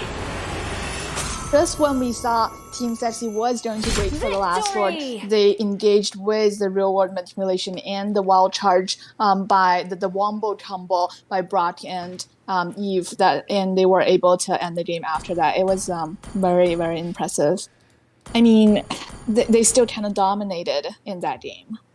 Absolutely. I thought it will be less one-sided, Dave. I feel like I was a little bit scared. It was a valiant effort coming out from I Do The Eat. Even though the overall score shows you 2-0, but you gotta understand the money is in the details, okay? You might buy a burger from McDonald's and buy a burger from In-N-Out. They're just burgers, but the money is in the details. And here is the game. You see back and forth. You see the Xavier played by the Who is Peter sniping, comboing, doing the damage. You see the Frankie with the hook plus flicker combo. You see the Bruno standing up for its territory on the top lane until he falls, until he cannot stop up no more. That's the details that we're looking for. Actually, you have a point. Let's look at the damage. Let's look at the numbers. Let's see. Xavier actually did 41% damage. He did 120k damage. That's the most damage compared to any other hero that we are talking about. Yeah, even Nicolette didn't come close. Nicolette is still falling short on 100,000 damage mark. What is that all about, Nicolette? What is happening? What has happened who is to the Peter? one step Who pound is at a time? You know, losing to someone who is Peter. This guy doesn't even have a name. His name is Who is Peter? And Nicolette, I gotta say, I'm a little disappointed. We need to see like the 150,000 damage coming in next time. If that didn't happen, that's considered an automatic fail. And ladies and gentlemen, with that being said, that's gonna be the series as Team Sexy will now move forward into the next round, into the top 16 bracket, as we will go ahead and go to the caster's desk, provided by Progressive. No, I'm just kidding. Provided by Progressive. by Assassin Dave with his comrade, Caster Grace. How you doing, Grace? I'm doing well. I think you watched too many ads provided by Progressive. I think I did watch too many ads. They have brainwashed me. It's a shame. It actually is a shame. Let me go ahead and ask, when's the next match? Let me see. Kira, when is the next match? I mean, it's 11. Yeah, we have about like 20 minutes to kill, actually. 25 minutes to kill. 25. Yeah, I think we need to. Okay. I think we need to do a little bit of a bracket analyzing to see what games are remaining, what games are ongoing, what games have already been finished. Yeah, and we can drink some water actually now. Yeah, That's very a helpful. bottle of water. A bottle of water. Provided by Veterans for Child Rescue. Oh, is that so? Provided by Progressive again. You should be supported by Veterans for Child Rescue. Dave, first time face real Grace. She's gorgeous. Is this the first time? Potato soup? I think it's the second time. Potato soup might have missed yesterday. Yeah, absolutely. Guys, I hope you guys enjoyed the broadcast so far. We have one more match tonight. Feature Team Lexi and Antique Familia. After this match has been finished, we will decide all of our winners in this broadcast. And it will be really, really exciting to decide 5 more winners. At the same time, let's go ahead and take a look at Ackerman versus Only the Squad. I think Ackerman has already secured a win, which prompts us to the current bracket, which is Ackerman will now proceed to go against Incognito in the next round. And then we're waiting, and Team Sexy will proceed to against Team Simpsons into the next round. Again, very exciting top 16 bracket, to be honest. Yeah, and I do want to add that if you are impressed by Team Sexy's performance, then the old marksman of Team Sexy is going to be playing for Legacy. So we might see some really impressive performance there as well, because we do know that Team Sexy is a pretty old brand. We see them a lot before in NACT and NAs. That's why they changed their name to Add Legacy, because they're old. And that's exactly what's happening. Do they have some legacy? It's Legacy versus Team Youngblood. You know, is the Youngblood gonna win, or is the team Legacy gonna win? Which I'll find out. But ladies and gentlemen, let's take a look at Incognito versus Ackerman, because that will be the top 16 bracket, as we see here. Now Incognito does have Chewy, Frank. It's a different Frank, by the way. Timon, Ritz, Pongba, and Nevek. Dave, I saw you just accepted the ranked match. Did I accept a ranked match? No. I looked at my screen. I saw you hit it. I saw you hit accept. I was like, what? That is cap. That is straight up cap. I don't accept random wins, random rank invites. Even though the system is kind of cringe sometimes. Sometimes you actually do randomly accept invites.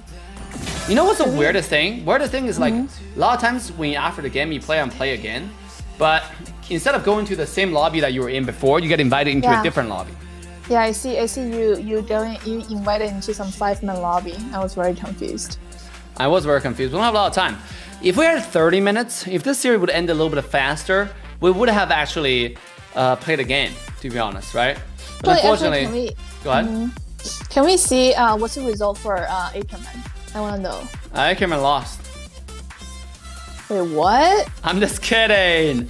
No, you're tapping. This is a big tap. Of course, they're gonna proceed to the next round. I think. No, we're talking about Team Ackerman right here, the GOAT. Now, obviously, only the squad is also the GOAT, but they're GOAT in a different aspect. They're GOAT in the sense like they're cool. Ackerman is a GOAT in the sense that they're good. So like cool versus good. Cool might be able to get girls, but good wins the game sometimes. It's just. All right, Dave. So stop capping. Let's talk about who. So actually, Ackerman won. So only the squad lost. Is that true? Yeah, that is true. So we're gonna have Ackerman versus Incognito, as I correctly pointed out. Meanwhile, it's gonna be Sexi versus Simpsons. Sexi versus Simpsons is gonna be a match to watch as well. And I think all the matches going forward, Vendetta versus Vintric E-Pro is also a match to watch. Look at that one. That's decked out. Pocky, Galaxy Theo, they're doing fantastic. Uray is listed as an alternative, but has been playing every single match, and Uray has been doing absolutely phenomenal so far. So actually, our prediction last night was correct. We did that. Vendetta v Ventrix and Sexi v Simpson, the SS and VV games that we are going to watch in our top 16. Very exciting. So tomorrow we're gonna have Team First Blood taking on Team Exile Outlaws. Oh, not tomorrow. But tomorrow we're gonna have Team First Blood taking on Rebels in Paradise, and when the Outlaws taking on TG Wives. But like the predictions are, TFE is gonna win and Exile Outlaws is gonna win. But I don't know. Exile Outlaws has proven to be a really, really strong team. I've heard rumors that they have won scrims against GOSU in a dominating fashion. Wait, they actually won against GOSU? Yeah. Now, what I also heard, Exile Outlaw has the Nicola 2.0. They have a player, the mid laner in this team is a 6th Supreme in North America. Supreme Selena, Supreme, I think it was Supreme. Wait, are you talking about Panda? Not about Panda, yeah. Oh, nice. Yeah. Panda is a very impressive player. That explains why Jan was very passionate about the server. Because I think he said he had 80 MS when playing the scrim. I think that is why. Yeah, absolutely. Makes sense. When the Valley play, tomorrow we have Team Valley versus the Huevo. We have Apex Predator versus No Morales. Basically the remaining 4 matches in the top 32 to 16 phase. And then we'll conclude the entire phase of everything that's not really broadcasted on the official channels. And after that, all of our matches will be broadcasted in the official channels of YouTube, Facebook, Twitch, Trovo, all platforms, and it's gonna be quite exciting. So what do you think of Apex right now? I think Apex Predator is pretty good. I mean, if you look at their roster, they've been winning all their matches. Oh, okay. So I don't recognize any of these players, but their results speak for itself. They have had a dominating performance all the way. a very easy, smooth sailing journey all the way to here. So they'll be facing against nowhere else, and then they'll be facing against, if they win, they'll face against either one of Lexi or T Familia, which we'll find out in about 17 minutes. Yeah. Do you know who is hosting the game? I know it's our wonderful moderators, Kira. I see. So Grace, tell us a little bit about yourself. Like, I know. Hey, why don't you tell us a little bit about yourself? You, as an investor, as a busy young professional, as a single in the city, why are you able to find time to? How are you able to find time to play Mobile Legends? Like, how do you balance dating, gaming, and working? Why do you reveal that I'm a single in the city, Dave? We need to report you to the Twitter mob. It's confidential information. Oh, let me ask this question. How do you even get to find out? Because obviously we have an interview coming out with our one and only, our own locally grown Grace. But I think it's a great time for us to get to know a little bit more in depth about those stories. So I heard you have international blood flowing inside of you. So tell us a little bit about that. How do you land in the United States, and how do you get to know about Mobile Legends? I came to the US even earlier. Comparatively, like I came for high school while you came for college, right? So I kind of, if let's say if we are the same age, although I'm much younger than you, I did came here a little bit earlier, right? Okay. And yeah. And in terms of Mobile Legends, I started this year, right? So I'm looking for Dave to carry me, 带我飞. Oh, I don't know what the big Leon told you, but it costs quite a bit of money to get Dave, to do some boosting service. I don't usually do boosting service. Okay. No, Dave doesn't do boosting service, but I'm looking for some free coaching service. How is that? Free coaching service. I don't do free coaching either. What do you think I am? Some kind of free coach? Yeah, I think You're speaking to the one and only sexy and charming world-renowned gaming superstar, the back-to-back North America champion in the Mobile Legends community, the first generation mobile esports gamer, the OG of the OG, not just the first wave, but the OG of the first wave is so intense. And you have the audacity, the size of the balls on this human is absolutely insane to bring up the fact that I might do some free coaching. It's impossible. It's an impossibility. People have to book for 5 months ahead just to get a conversation with Dave. You're in the presence of the legend himself. Do mind very carefully your next words, young one. So all Dave is saying is that his coaching service is paid and he is open to business. Dave, I'm saying that for you. It depends. It depends. If the bag is at the right size, everything can be negotiated. And that's right. Yeah, Make sure to slide in the DMs and we can talk business. Dave's also open for sponsorship. So looking for those right partners to join the next venture. So when are we going to do giveaway, Dave? In 1,000 years. But, dude, listen. When I talk to the OG of the OG, it's a little bit different, okay? We don't just do giveaways like any other YouTuber, like any other streamer who get infinite diamonds and do giveaways. Obviously, we do giveaways. And you guys know have done so much giveaways on this channel. It's absolutely disgusting amount, okay? It's so absurd that I can't even list that amount right here because it's too absurd. It's just like, if this is what any other YouTuber do giveaway, like this amount, and Dave's like... If I remember correctly, I think Dave has given away 5,000 US dollars in total of giveaway, right? We don't talk, yeah, that's why we don't talk about giveaways here, okay? If I do giveaway, there has to be a reason. There has to be a point. Not just like, having our viewers here just for the giveaway. We have our community here for the content, for the quality, exclusive content in the community, for the build different gaming, for the Dunzo, for the world rank 1 Dunzo gaming. Yo, I literally predicted that you are going to say the Dunzo gaming. You can't find Dunzo anywhere else. That's all I'm saying. Okay? Yeah, we might change Dunzo to Valer because I think someone is someone is in love with Valir right now. Yeah, Valir unfortunately is too strong, so we'll have to, you know, just put Dunzo on the side. It doesn't mean we don't love Dunzo any less than we did before.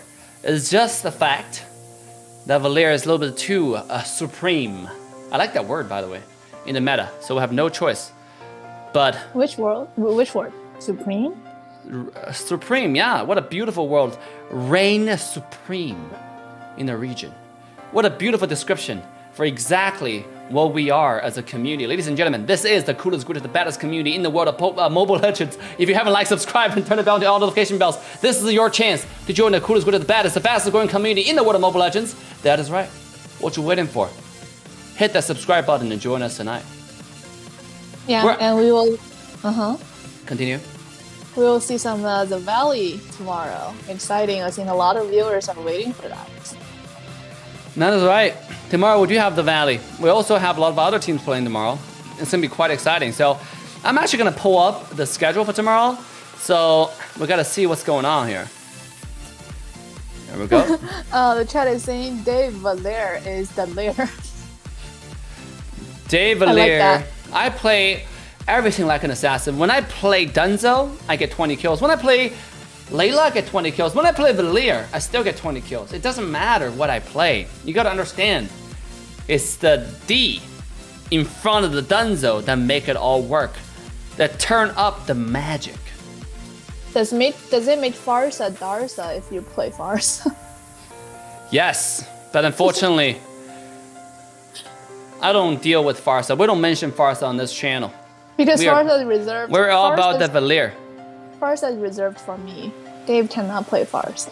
True. Let's go ahead and take a look off the bracket for tomorrow. This is going to be the last day of the qualifying stage. We have Exile Outlaws taking on Tiki Vibes. We have Apex Predator versus No More Rolls. Team First Blood versus Rebel Paradise. And ladies and gentlemen, to wrap it all up, we have the Valley taking on the Huevo in the very last match of the top 32 to top 16. Very jam-packed event tomorrow. Make sure you have the notification bell turned on to all so you get the buzz when we go live right here on this channel. Yeah, I actually was just looking at the poll that we did just now. Actually, you know what? We have more people wanted to watch Ackerman than Team Sexi. See, no more polls. The polls ended. All of a sudden, what's going on? Who entered the poll? Nobody knows. But who cares? You know? Producer Dave just ended the poll. We are not a community that just do things like half-assly. We are a community who decide on a decision and just move on. You know, we are gamers. We are people who are all about action. We're doers. We are go-getters. We are not like the wishy-washy, you know, sitting in the back and watching Mobile Legend live stream. Dave is all about moving on. I see how it is. No match for Ackerman. Ackerman was streamed on a different channel, on some other creators' channel. But we have done the entire. It's already over, by the way. Ackerman has already won, and they have proceeded, as you can see right here on the bracket, into the next phase, into the top 16. Yeah, our prediction. Actually, all of our predictions are right. We predicted that Ackerman will proceed, Team Sexi will proceed, and that's exactly how it is. Yeah, we only have a few more matches left. And ladies and gentlemen, it's starting. I want to talk more, but the producer said no. As the next match between Team Legacy and Team Uncheek Familia is already underway. So without further ado, let's quickly jump into the band pick. Yeah, I think Team Antique Familia is bending right now. And they are definitely sinking. They are still sinking. Team AF on the blue side and Team Lexi on the red side. Yeah, they are taking their time. Wait for it. Well, and Your team after is all banning. this time, they banned out Bruno, which I would think is a Your respect ban. team What do you is think? banning. I don't know. It might be. I mean, again, I'm excited to watch this match because I am kind of familiar, also not so familiar with neither of these teams. So I'm excited to see who are the contestants that go into the top 16, and that's where my angle is. Now, the first round of bans, if you ban Bruno, if you ban Fanny, you're absolutely right. The chances are they are respect bans, but at the same time, like, I don't know. I simply don't know the thinking process going exactly into the player's head. I think that the two teams definitely did their research because just as you suggested, there are sort of like the new faces in NACT, right? And so they are curious about each other and they definitely did their research and just look at that Lilia ban. That early, I haven't seen an early Lilia ban like that. So I think they're definitely looking to limit the other side's hero pool. Maybe they know something that we do not know. I don't know about that. I'm just kidding. Yes, maybe they do know something we do not know. Oh, Dave, are you going to say that you know everything? No, the universe is packed with infinite amount of knowledge. I am nothing but a little dust, just trying to navigate my way into the knowledge library and trying to learn as much as I could, try to absorb as much information as we possibly can, and have more than just me. We want to leave a legacy beyond for future generations, for more humans to come. Yes. I like that. I like that. Absolutely. Now, looking at the draft, Valentina. We still have Framis on the map. We still have a lot of characters such as Claude available. Akai and Belmont are still available. There's so many meta picks on the map. Which ones are both teams gonna pick? We shall find out in a second. Yeah, I think that Team Legacy is targeting some more meta ban, while the other team was more respect ban. But we do see that Dicky gets banned out. Are we going to see Firmus getting banned, or are we going to see another Firmus in NACT? I will be pretty excited if we actually see a good Firmus, with team synergy, because we haven't seen that in NACT yet. I mean, yes. NACT post match, post patch. Now with Dicky being banned away, the true only viable pick, not viable pick, but I would say like you kind of saying that the Antique Familia, or should I say Team AF, is going for something big on Engage. Right? I'm thinking about Atlas, I'm thinking about Tigreal, I'm thinking about the Minotaur, but obviously Minotaur and Tigreal are not considered as top tier meta picks. Nonetheless, they still have a soft spot in Dave's heart. Yeah, and I wouldn't be surprised if we see an Atlas pick here, or maybe Diddy is just too powerful with his knit, with his and we do see that Akai. See, actually, it makes sense because Diddy can also purify the time journey, can also purify Akai's heavy spin. So I'm not surprised to see a Akai first pick here. But to be honest, I have not seen the need to purify Akai's heavy spin. Right? Throughout the entire tournament, the only match I really seen Akai's all being effective was in GOSU's match, when GOSU 0 was taking on Akai, and he was heavy spinning, But at the same time, they were so miles ahead of their opposition that the enemy team wasn't even playing anymore. Towards the end, we see them just spamming recalls in their own base. So we're talking about a skill gap to an extreme level. So it's obviously, not a good representation of how impactful the heavy spin is. Now, I understand heavy spin can be very impactful if you use it correctly, if you can pinball enemy team on the wall, or it can simply disrupt enemy team composition, their position, or killing for your important carries. So nonetheless, is it that impactful as ultimate to initiate? It's still debatable. Yeah, it's debatable, but I definitely think, like we said before, it's kind of player dependent, right? For example, we saw an Atlas who engaged, but he always engaged with like 1 HP left, and his team cannot follow up, and so that Atlas wasn't really effective. And we did see, for example, Zero's Panda Akai was very effective. So I mean, it's really player dependent, and we do see another Asme second pick. I am very curious to see if Team Legacy is going to bring out that Dyrus, or are they going to be like Team Sexi, just use Uranus to hold the lane with Asme? And we also do see that Claude pick. Oh, we actually see Your Xavier. team is banning. Sheesh. We That's might very see interesting. Dairos being banned away by Team AF right here. I'm gonna call them AF because Antique Familia, as cool as the name is too long to read. And then there's even a word created for that called TLDR. And that's exactly the case here. So I want to go with Team AF going forward. Talking about Team Antique Familia. Meanwhile, for Team Legacy, a two-syllable word. That's exactly what we need.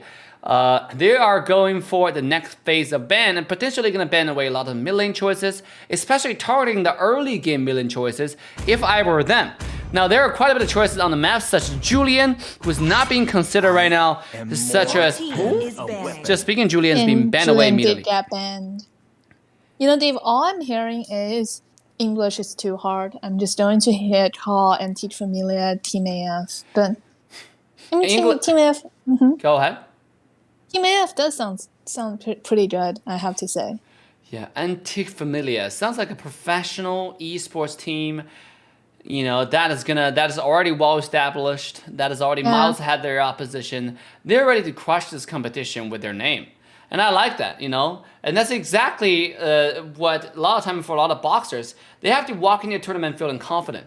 And that's what Team Antique Caress, not Antique Caress, Antique Yo, they played Antique Familia. That's exact. No, not Antique Caress, ladies and gentlemen. I want to correct the record and say it's Antique Familia is providing here. They come into the tournament, with a cool name, ready to bring a bang. Now, obviously, the next ban right here, I think that can be possibly something like Lunox, something like, like the Lilia. Just ban away more Eve. Just ban away the more early game choices. And sure enough, we got a Julian ban, we got an Eve ban. So it's pretty decent. Yeah, I mean, Xavier, though, we do not really see a lot of Xavier in NACT right now, because as we see from last game, Xavier really kind of come online pretty late, with his crowd control and the damage. So, and with Alice, I think Alice is also more of a late game hero. So they do. I'm curious to see what they are going to pick for the last two picks to kind of remedy their early game deficiency. They do have a lot of support choices, and let's go ahead and go through all of them.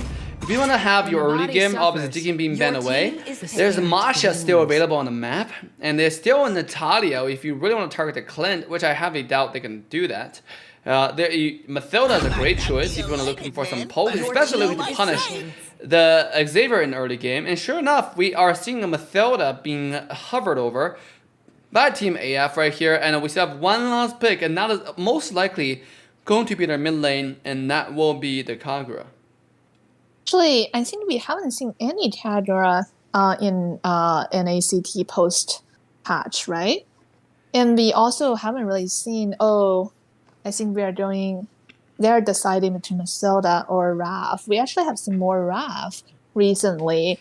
Responding to the Diggy, which is pretty meta right now. But we don't see a lot of Matilda.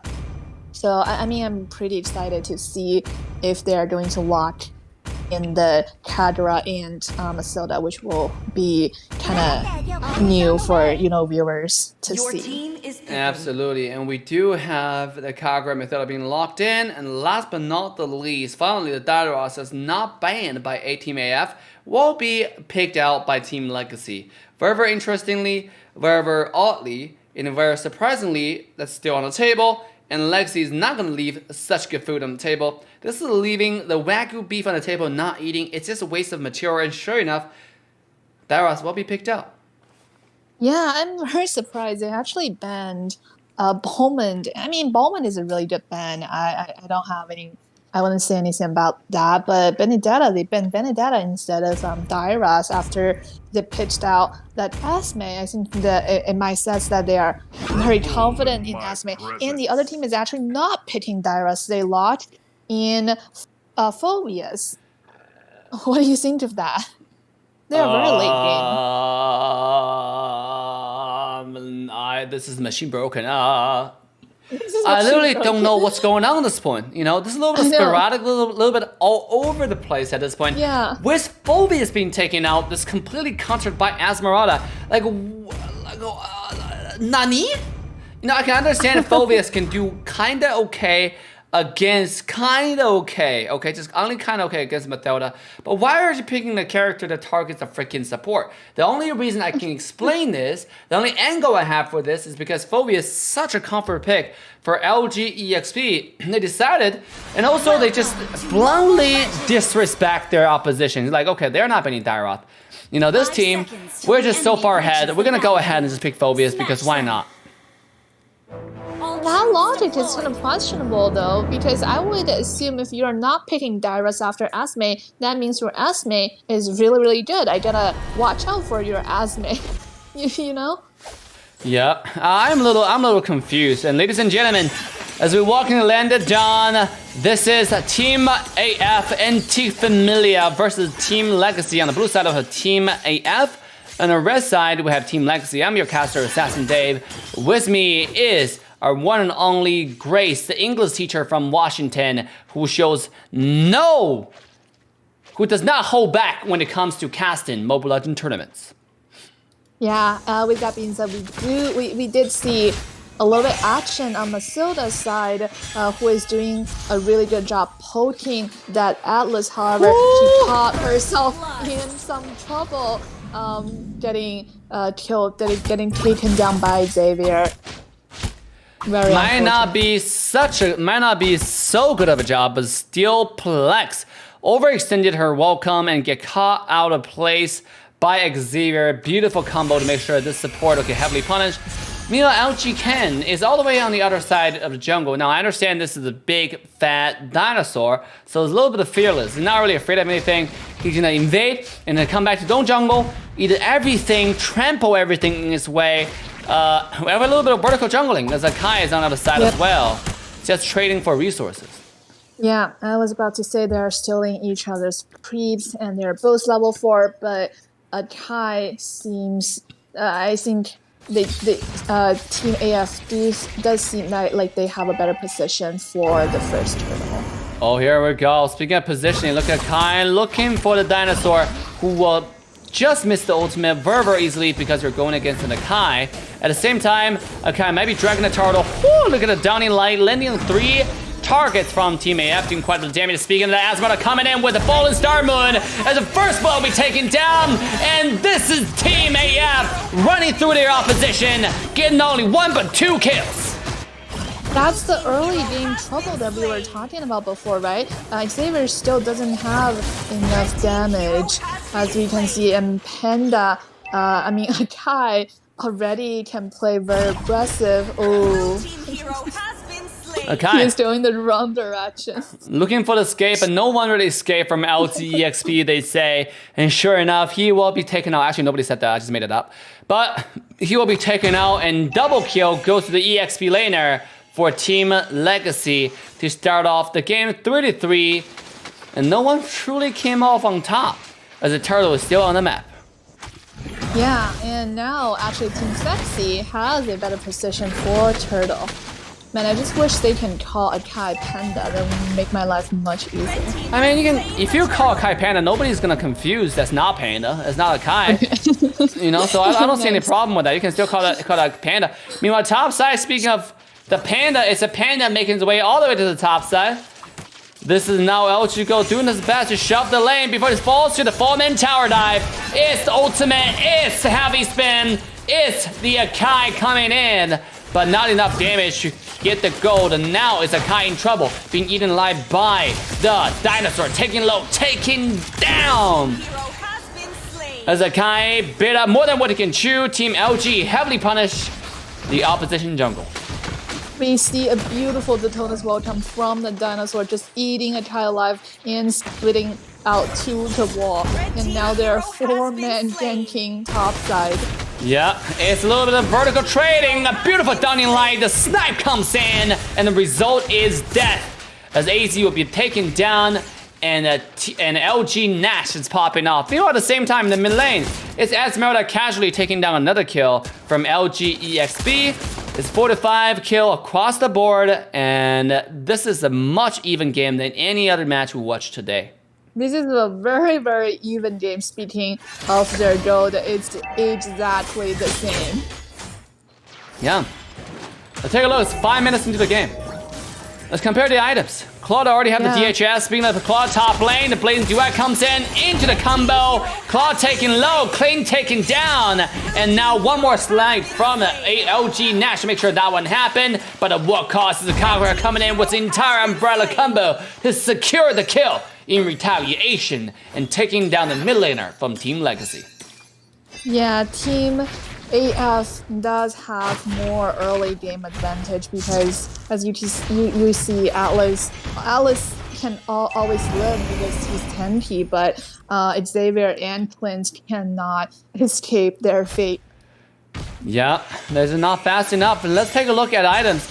When the dinosaur is making the move onto the turtle by successfully getting the panda low.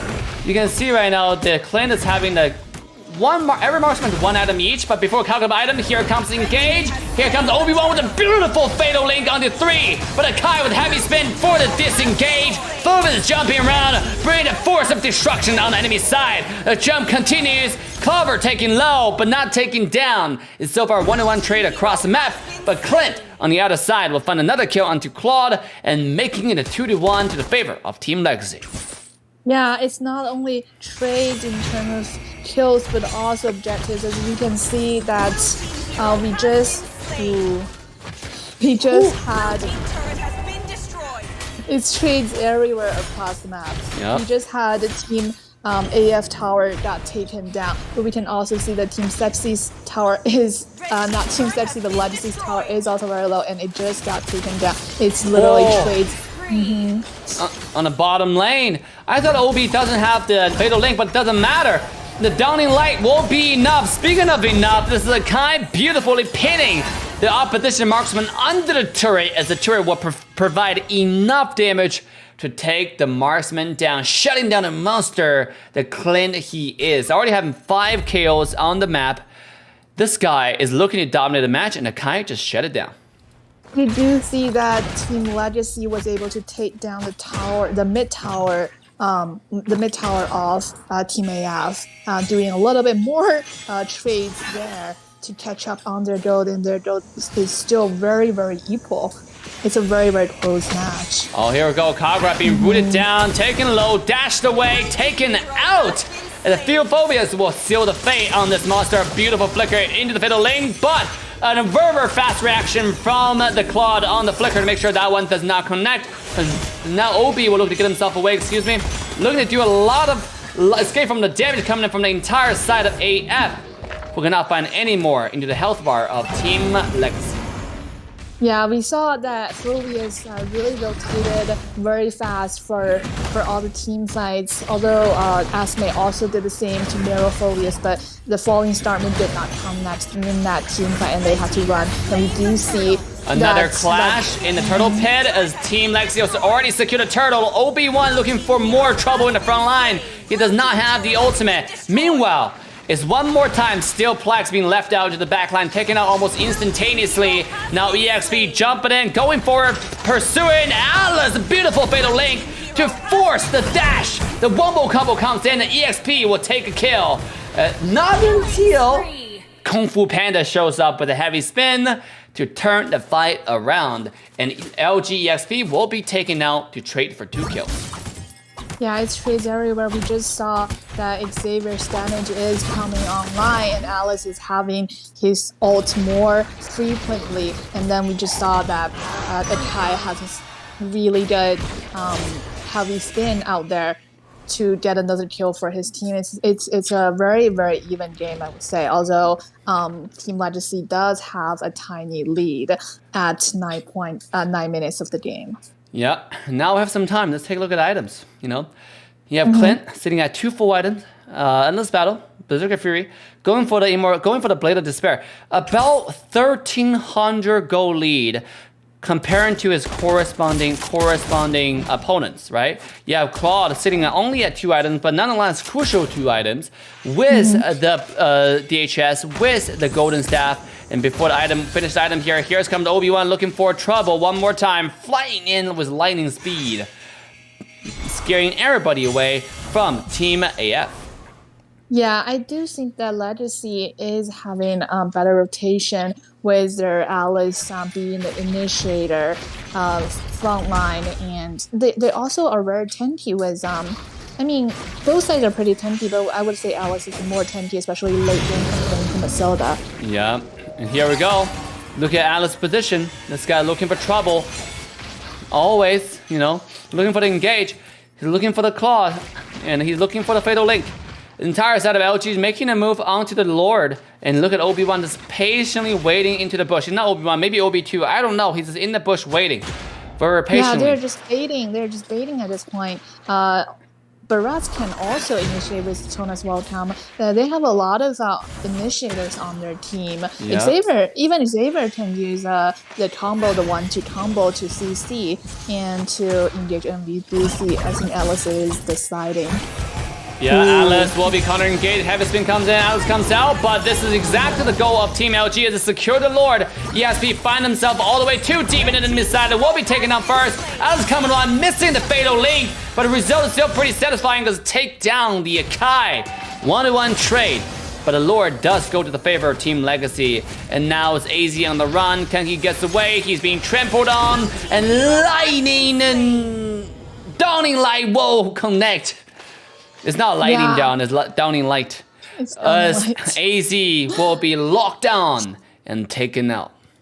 Yeah, we saw all the ultimate. We saw Matilda, certainly Ego. We saw Kadra. They all use their ultimate in that team fight. But we actually do see that there's more damage on Team Legacy side. Although their pits are still pretty late game, but we don't see enough damage from Claude yet. Yep.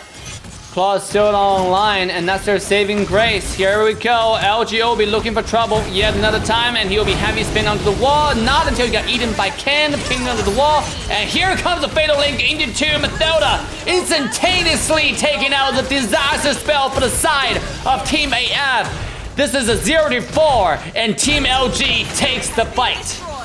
Yeah, and another downing light from Xavier. Xavier just has too much damage right now, and with the Enchanted Talisman, Xavier can just spam his skills, and including that downing light, providing so much pressure in team fights, and even not in team fights, he can just shoot and make the other side very low already. Yeah, and now they're pushing. Oh, look at Team Legacy. And this is why they're Legacy. They understand. They're a team of principle. Just like your dad, just like your mom. They live a principled life, and that's exactly what's going on in here. We'll see Team Legacy backed away from a potential dive. A lot of other teams in North America like to do, and here we go. The dinosaur finds the ultimate, but the last second Purify will make sure he escaped unfarmed, and now still flags, knowing the dinosaur does not have ult, feeling emboldened coming in, but this might be heavily punished. As now Obi-Wan looking to dive, looking for the fatal link. Is not gonna connect, but he does scare everybody away. Yeah, and let's look at the KDAs. We do see the Clint is 7-9, and Xavier 5-2-13. Very, very impressive. This is what I was saying. They were previously some members on Team Sexi.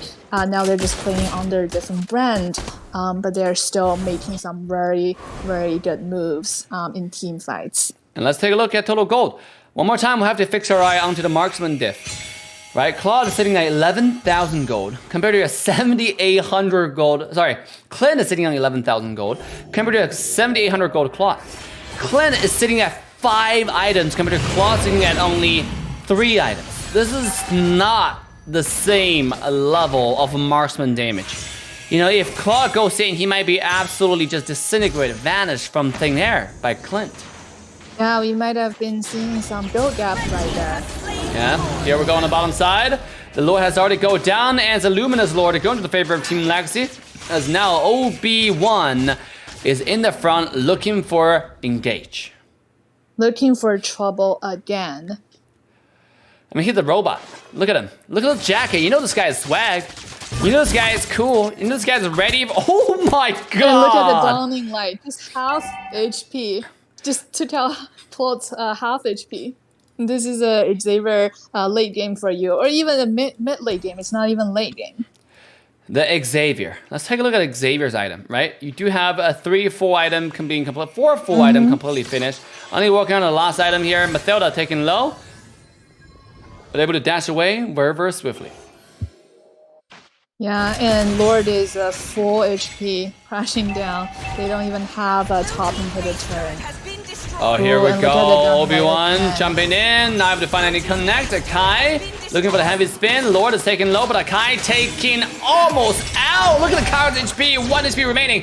One missed the fatal link. And here we go. Clint running the show. Doing damage in the background. Phobius jumping in. One-shotting the entire side of Team AF, and Akai tried to spin everybody away, but he might just be delaying the inevitable as the hurricane of Team Legacy is running through the base, running rampage on everything they see.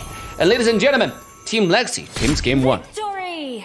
I do have to say that it was a very good heavy spin on Akai's part to try to defend the base, but that was too late already, and we do see a very clean sweep by Legacy. I mean, they were pretty close early game, but like we said before, I think Team Legacy have the late game, and Cloud did not perform well late game. So yeah, It's what we call too little, too late for Kai.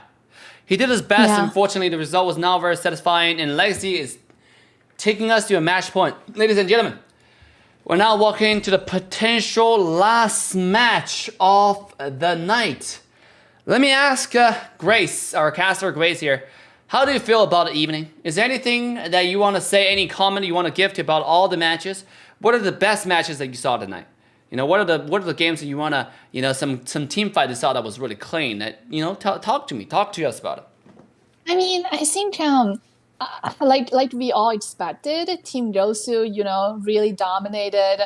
I was very impressed by the sort of prey and predator relationship. As we see, the other team was literally inside the base, while Team GOSU was, outside the wall, but they just can't wait to end the game, and then they bail out the other team, and they just they just won that way. I think that's the first time I see one team that kind of domination. Yeah, as you correctly pointed out, that was a pure one-sided domination by Team GOSU. At the same time, Sexi versus I gotta say, even though Sexi 2-0 sweep their opposition, their opponents, other E pull off a good fight. They give Sexi a run for their money. Just remind them, just because you are more ready for this tournament doesn't mean you can relax, Team Sexi. If you take the words, make sure to go back, practice, and get ready for the next stage. Because starting top 16 next week is going to be more and more intense. You are facing the Simpsons, which we have not actually spectated in any of these matches so far because you got 2 free buys, essentially. Yeah, and even the last game early was pretty close between the two teams. It wasn't until mid game where when Xavier came online, when Clint came online, we really see the difference between the marksmen and the mages. Absolutely, and ladies and gentlemen, as much as we want to continue to talk about the previous matches, the match point between Team Legacy and Team Antique Familia has now started. So without further ado, let's quickly jump into the band pick. Yeah, and we can already see that Team AF is taking their time again to think about who is their first ban. It's time to go to the Who and they is their banned first Lilia ban? again. Yeah, I they don't know are if that's- sticking to the Lilia. I think it's a respect ban. They probably know about What's your command? they probably know about Nash on the Lilia, so they didn't want to give it to him. I don't know if that's working out though, because Nash has shown us that his Xavier is equally good, equally impressive. Also, Xavier only come online late game, but it's good enough. Yeah, the Xavier didn't just do snipes. He did one of those 47-degree accurate snipes, accurate to the point of exact which angle. Doesn't matter where you escape, you cannot escape from the downing light from LG Nash. Wherever Yeah. beautiful performance on the Xavier, wherever textbook performance on the Xavier, wherever robotic, because it's so accurate. So I Very understand, robotic. yeah, the Lilia was a good band, maybe, but is it the right band? We shall see with time. Your team And we is actually banning. see an Akai ban on Team AF side. What do you think of that? I mean, I guess last game they took Akai because they want to deny Akai from the other side. It's more of a deny pick rather than their comfy pick. Well, Your team is banning. Akai is a good character, you know. But last game, we just didn't see much out of it. So going this game, sorry, you know, I actually gotta admit something. Okay, I have to run to the restroom. So why don't you go ahead and take over the show, Grace? I'm so sorry. I'll be right back. All right. Let's see. We actually now we have a Fanny ban and a Firmus ban on Team Sexi. I mean Legacy side. I mean those are pretty meta bans. I see a lot of Fanny bans and Firmus ban in the ranked games right now because I mean Fanny poses a really big threat for mages while Firmus is just Firmus. We used to say Firmus forgive all sins, and although Firmus got nerfed, he still provides a lot of value, and we do see a Bowman ban from Team AF. Bowman is very good at securing objectives and the snowball potential. So I think it is a pretty good ban from Team AF. And now we are going to see what they are going to first pick. They have a lot of good choices on the table. For example, they can have, well, they just picked for the last game, but that didn't really work in their favor, so they might not prioritize Toad, but they still have some really good choices, jungle choices, and they can have, they have that Diddy, they also have Julian, but they decided to lock in that Diddy for the poking, the pull, and the time journey, also a source of a deny the other side's chance to pick Atlas or even Lolita, and we do see my friend Gold picked up that Bruno just locked in very decisively, probably a comfort pick at this point. And I think they still have some really good choices like Julian, who can go a lot of lane, who can jungle, who can mid. Julian come online as soon as level 3 and provide a lot of really good crowd control and damage, but they actually decided to lock in that trial. What do you think of that? Yeah, I think you're right. That's what I think. And ladies and gentlemen, look at the draft. Okay, well, I mean, it's quite interesting. I was listening to this pinpoint accuracy analysis provided by Grace, the ruthless Bitcoin investor. And that's right. Also analyzing that's Dave. Mobile Legends That's games. Dave. That's Dave. That is correct. That is also Dave. But looking into the tournament so far, Isu Shin, is that going to be something that take out? And Gord? Ooh. They are just hovering over those choices. I think it would be Julian. I would be surprised if they actually locked in YSS. Yeah. Okay, listen. Julian is a good pick, but not everyone can pilot such a strong pick. And ladies and gentlemen, I was just warned that the neighbor has fallen asleep, so I kind of have to lower my voice. So ladies and gentlemen, this might be an ASMR late evening stream by Assassin The Dave. night sky Your tells team all. is banning. All right. Let's imagine Dave lowering his voice. I cannot. You don't have to imagine, because I already lowered my voice. And ladies and gentlemen, we have the Phobius as the last pick by LGEXP one more time. Understanding that there are quite a bit of dashes with Clint, with someone like Julian. No, I actually personally is a fan of Phobius. I think there are a lot of scenarios can be used, but Phobius can also be easily countered. Now, obviously, with that being said, you got Asmara being banned away. With Asmara being banned away, there's still other choices that you can think about. For example, Jawhead. Jawhead is one of the characters that's really a lane bully, and not too many teams can pick it up yet. And I gotta say, I'm absolutely disgusted by what I'm seeing right here, because I want Jawhead. Your team Where's the is Jawhead? Yeah, and I'm actually pretty surprised that they banned out Barats. I mean, Barats is.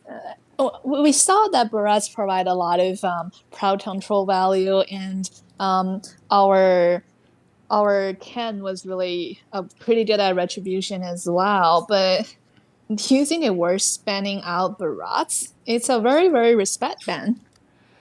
It is a respect ban for sure. I mean, but is it needed? I don't think so. Yeah. Right? Because Barats wasn't the problem. The problem was always within. You gotta find the deepest flaws within yourself and really just come out with the inner chi, and that's where it is. But unfortunately, I think Team AF has not gotten to the level to do the enlightenment, to understand it's never the dinosaur, it's always the stuff that you can do that make the game better. And that's not something that they did, so they banned Barats, which is okay, but it's really just a waste of opportunity when we have a lot of other things you could have banned, especially those early game mages from Team Legacy. They did ban out Lilia. They probably are thinking about banning out Xavier. I wouldn't be surprised if they just take out Xavier, thinking the other team is really good at piloting Xavier. I mean, with picking Diddy, I'm assuming that they think the other team wouldn't choose Atlas, which the other team did by picking that child. So there's no point banning out any other team. So I see how they want to target the jungler, and they actually did ban out the Xavier because Xavier did put a lot of pressure the last game. So yeah, I'm not really surprised by their ban. It's just I don't think Legacy are, you know, I think their hero pools are not limited to Xavier and Barat. Yeah, absolutely. Now, there's still quite a bit of characters on the map, including Farsa that can do really well against Diggy, that can outpoke a Clint, that poses a lot of threat in the late game, and also is pretty decent in the early game, especially land the skill 1 and skill 2 combo plus the passive. Now, we have a Karina being taken out by Team LG. A very interesting pick. For Karina, what you're looking for is mainly the execution, the team fight, because you got Karina really, really tanky, who can do a lot of damage. But is it the best pick to synergize with the comp? Because Karina is more of a standalone pick, right? It really relies on the team to do damage. But if you look at LG, they have someone who can do damage. They have Bruno, they have Phobius, they have Chow. So looking back, it's actually pretty good. And are we going to see a Ling pick after Karina? Ling is okay. Ling has style, the damage, the agility, all combined into one character. It's one of the most famous characters in the entire game. Now, people are asking, did GOSU have a game today? GOSU, the game is over by now. Ooh. Do you see a Jawhead? The Jawhead. I like that. Yeah, I like that too. We will see some unstoppable force. Can we see an unstoppable Jawhead? And we do see a Lo E on the side. Actually, that's a very artsy dots pick. The English teacher at its finest. Dave, stop. Let's talk about the game. This is professional casting. Yes, with an orthodox vocabulary. All right. I'm a very nice person, Dave. Stop being mean. Yeah, Grace is one of the best, and that's why we love to cast with Grace. That was a beautiful, beautiful, interesting pick by Lo Yi, actually. I mean, definitely not something that we expected. It's definitely outside of the box, but ladies and gentlemen, it's still nonetheless pretty powerful if you get that like penetration through the frontline tanks such as Uranus and so on. Ladies and gentlemen, we're now walking into the potential final match of the night. On the blue side, we have Team Antique Familia. On the red side, we have Team Legacy. I'm your caster, Assassin Dave. With me, the powerful, the strong, the representative of female caster and gamers. Grace, how you doing, Grace? I'm doing very well. I will do even better if they stop being mean. I can't. I'm not mean. I'm just being Awesome. Oh, here we go. A beautiful pull from EXP. And this is why this guy is so unapologetic when it comes to picking that character on Phobius. Now you know why. The domination, the accuracy, the jumps. This guy got everything all in together. The zoning. Oh my goodness. We might potentially look at a supreme Phobius player from Team Legacy. Yeah, and we do see that Diggy is helping Jawhead to farm a little bit because if we look at Jawhead's, he's using the Assassin emblem instead of Jungle emblem, while Karina is using Jungle emblem. So I'm expecting Karina to be a little bit faster farmer. Here we go on the bottom side. Here comes Jawhead with the pull, with the damage. Not going to be enough. Unfortunately, Myth barely missed the throw, and that miss is proven to be enough for the kill to slip away from his hand. Yeah, and we have to give credit to the Bruno, how fast he just using his mobility to dodge the fatal hit from Team AF. Oh, here we go. Here comes Unstoppable Force, and LG Ken will pop the ultimate just to get himself away, leaving the prio to Turtle wide open for Team Antique Familia. Yeah, that's some really impressive execution by Team AF. I think they really want to secure their spot to top 16, and because that they just Turtle. Jawhead taking low. He got a turtle already, and here comes Julian doing quite a bit of damage. Not going to be enough, and Louis will finish off the kill and make it number 1. But Uranus finds his way into the team fight. Look at the LGOB though in the back, taking a little bit low, not low enough for Clover to do any serious damage. But here comes the wombo combo from Julian, hanging on the side, providing the support. And this is Team AF fighting back. Yeah, the combo by Digi's pull and Julian's knockup is a lot of crowd control on Team AF side for Team Legacy to respond, and that's a lot of pressure early game. I do think that they have an early game advantage with their roamer and their mid lane. Absolutely. Here we go. Just a quiet, peaceful rotation from both sides. No one's playing too aggressive. Everybody's playing careful, and this shows you, oh my god, the pull continuously hitting onto the mid laner of Team AF. And LGOB1 comes in, finish off the kill. A beautiful sequence of skills to make sure the mid laner goes back to the black and white screen. Yeah, and we do see bottom lane. AZ trying to get himself away in a beautiful time journey. Will make sure his marksman is saved. And meanwhile, at the same time, a nice throw from Jawhead with the thumbs up onto the Lui. Will secure the retaliation into the opposition. What a fight back. Team AF is not pulling any punches in this time around. With the thumbs up. And let's look at the goal. It's another very, very close game, early game. It was just like the last game where the two sides were very even early game. It wasn't until mid game where it shows which side has the advantage. And let's look at top lane. Here we go. Jawhead comes in with the unstoppable force, proven to be unstoppable. The knockup from Julian will seal the fate onto the top EXP laner. This is Team AF taking us to match 3 and showing us why they're called Antique Familia. Talking about the early game advantage, which they are capitalizing on. However, while they're getting turtle, we do see some trades in the bottom lane. I think we are going to see the bottom lane tower be taken down by Team Legacy. That's some really good trade we see there. Yep. Despite the win and the W on the top side, Team Antique Familia somehow not that far ahead. Only 500 gold differences stands between the teams. You know, there's just literally no visible differences at all because it's always a trade.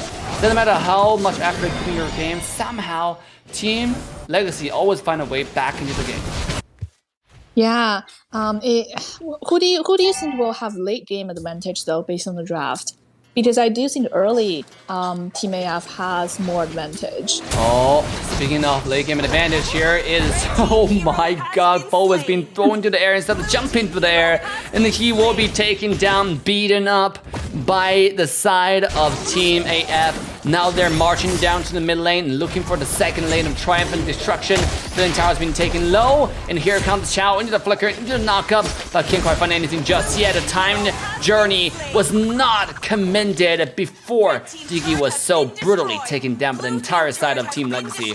And now this is Obi-Wan coming in, scared away by the Jawhead and thrown away as both team back away from the fight.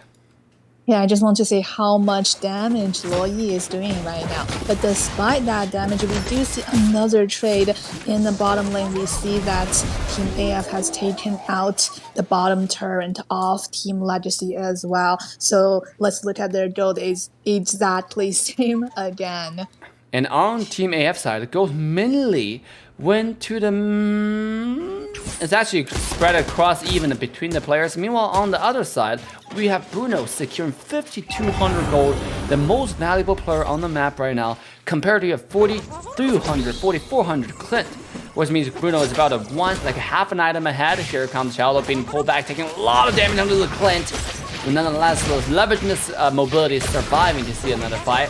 Here comes the camouflage, here comes the engage into the back line. Clint secure the turtle. Phobos jumps in looking for the damage that he needs, but it's not gonna be enough. As the entire side of Team AF will take the objective and it kills a snack. A beautiful, beautiful snipe on Clint to make sure to secure one more kill to make that happen. Oh, look at the camp into the mid lane. Look at the teleport from Nash, as they will not find anything despite the play. Ooh, look at Jawhead. Well, the damage from Jawhead is just incredible with Diddy's pull. He just single-handedly taking out the Bruno. And that's exactly what I'm talking about. You cannot underestimate a Jawhead right now. This character is absolutely unstoppable with unstoppable force. Jumping in, finding a kill, jumping in, finding a kill. Every time he has his ultimate, you can bet on the fact that Jawhead is gonna bring value. And this is exactly what's happening. Look at this. Look, speaking of value, top side, here comes Phobius, leveraging the ultimate, jumping twice, but being ulted, taking a lot of damage, and he will be easily taken out one more time by the power of Myth until he falls to Ken. And Ken looking for the second kill, but he cannot find it. As beautiful pull, make sure Ken will be taken out. In retaliation, it's a 1-2 trade, and Team AF came off on top. One shot, one kill. It should be the new line for Jawhead.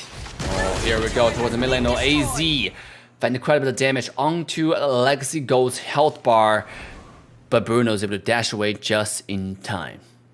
Yeah, I really like the early game. I mean, even it's not even early game. The combo with Diddy and Jawhead, the Diddy pull with the Jawhead throw. Jawhead just has so much damage right now. You can once you're touched by Jawhead, you're dead. Yeah, don't be touched by Jawhead. You might be violated severely, not the way you like, you know? So make sure don't be touched by Jawhead. That's the motto, that's a lesson to learn today. And here we go on the top side. OB will find a kick on the Clover, but find himself between a rock and hard place. But look at the damage on the gold. Double kick onto the steel plaques and taking the Dicky to a little HP. Meanwhile, the mid lane, this is the entire AF finding towers all across the map. Top, mid, bottom, one after another. They just keep on getting those wins. They just keep on getting those dubs. Here we go. Bo is coming in. Look at Bruno. The time journey comes out. It's not going to be enough damage. Not going to be enough kill. And his entire AF dumping in. Finding the kill one after another. Karina into the back line. Unfortunately, can't quite find enough. But that's a comprehensive setup for Bruno to jump in and find the damage. And Bruno Hump coming in with the damage. What in the world is that throw? And Jawhead takes the fight with the clean ace onto the opposition. And actually, let's look at the item. Jawhead is actually full damage build, yet he is still so tanky. While Karina is full tank build, still Jawhead can basically one-shot or two-shot Karina. This is not scientific. This is not scientific. This is called a Mobile Legends science for you. As you can see, Jawhead running away happily after successfully securing a mid-tier 2 tower and now making his way back to the jungle. This is a documentary about nature, about the science and logic in Mobile Legends. Bottom lane, the tier 2 tower is looking to stand with very little HP remain. Jawhead will use the last breath to secure the tower. Meanwhile, the top lane, look at Clover. Continue to march forward, continue to shove down the lanes. Just look for more push, more advantage. This is really Team AF taking us to match 3. They're doing such a phenomenal job in this game. Yeah, I will be very excited if we Here we actually go. go to... Chow with the kick into the damage, and Jai taking low. The time journey saving the jungler, keeping him alive. But look at Loyi in the back line. The passive connects. It's a 2-2 trade onto the top side jungle, and no one truly came off on top. Yeah, we do see that Bruno is coming online with 3 poor items now. Comparing to Clint, they're actually pretty equal right now. I would say Bruno is actually a little bit ahead right now. So I do think that Team Legacy has the potential to turn it around with more damage coming out from their marksmen. Absolutely. That's their saving grace. You know, when the team backs against the wall, they look for the carry. They look to the face of Bruno. They're looking for the hyper carry, for the incredible one-shot potential on LG Gold. But can he carry on the pressure of the team and secure the dub, secure the bag for Team Legacy? Ladies and gentlemen, as this game unfolds, on the top side, Loyi comes in with a beautiful kick on the Clayton, who's been taken low, but not going to be enough damage. Clayton with a beautiful dash into the back line. Time journey to the back will save, keep KZ alive. It's Ken, who's in trouble. Bruno being taken down by Jawhead into the back. Look at this, Clover into the front line, zoning everybody away. Such incredible force, such unstoppable power. This is the entire AF swiping through their enemy team, a 40-0 clean sweep, and they're moving on to the high ground tower. Yeah, it looks like a wipeout. And that is going to be the wipeout. And ladies and gentlemen, we're going to a match 3. I'm very excited. This shows how the two teams are actually very, you know, it's a very close match. The two teams, there are some new faces, and they're pretty qualified for our NAM for qualifier, and they are bringing us to it's no longer a sweep. And actually, let's look at the damage. Jawhead has 30% damage, and while Karina only have 17% damage. Jawhead almost did more than 2 times what Karina did.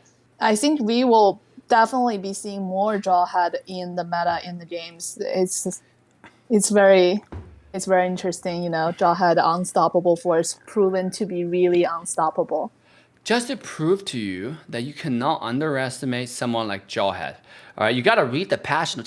Just prove to you, gotta read the patch notes. Also read the rules of the freaking tournament. And a lot of time we're coming in with a lot of pro players asking, Dave, but I want to do this and that and this and that. And my answer is usually, read the freaking rule book. Okay, it's all listed over there. It's all in there. And this is exactly what happens. You can see clearly Team Legacy wasn't reading the patch notes, and they got heavily punished by the power of the unstoppable force. And that's exactly what we mentioned for so long. Finally, we have a Jawhead coming out, destroying the opposition, the team who destroyed them in the previous game. It's not some team that they just easily destroyed. It's a team that given them so much pressure, taking them to a match 3. So just to show you how good Jawhead really is at the current meta. Or maybe they did read the patch note, but they weren't brave enough to bring out that Jawhead because they didn't believe the unstoppable force will actually be unstoppable. While the other team probably did their experiment and they grinded in rank and they trust in Jawhead. They trust, and Jawhead actually did perform.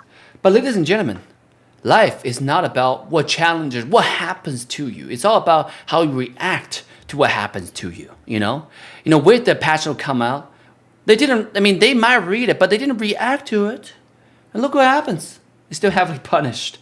And that's why Master Wugui's knowledge is still very viable. I don't know if Master Wugui said that, I just said that just to make it sound credible, but ladies and gentlemen, the principle never changes. And now coming to the last match of the night, for sure, we have Fanny Diggy being banned by Team Legacy, Faramis being banned by Team AF.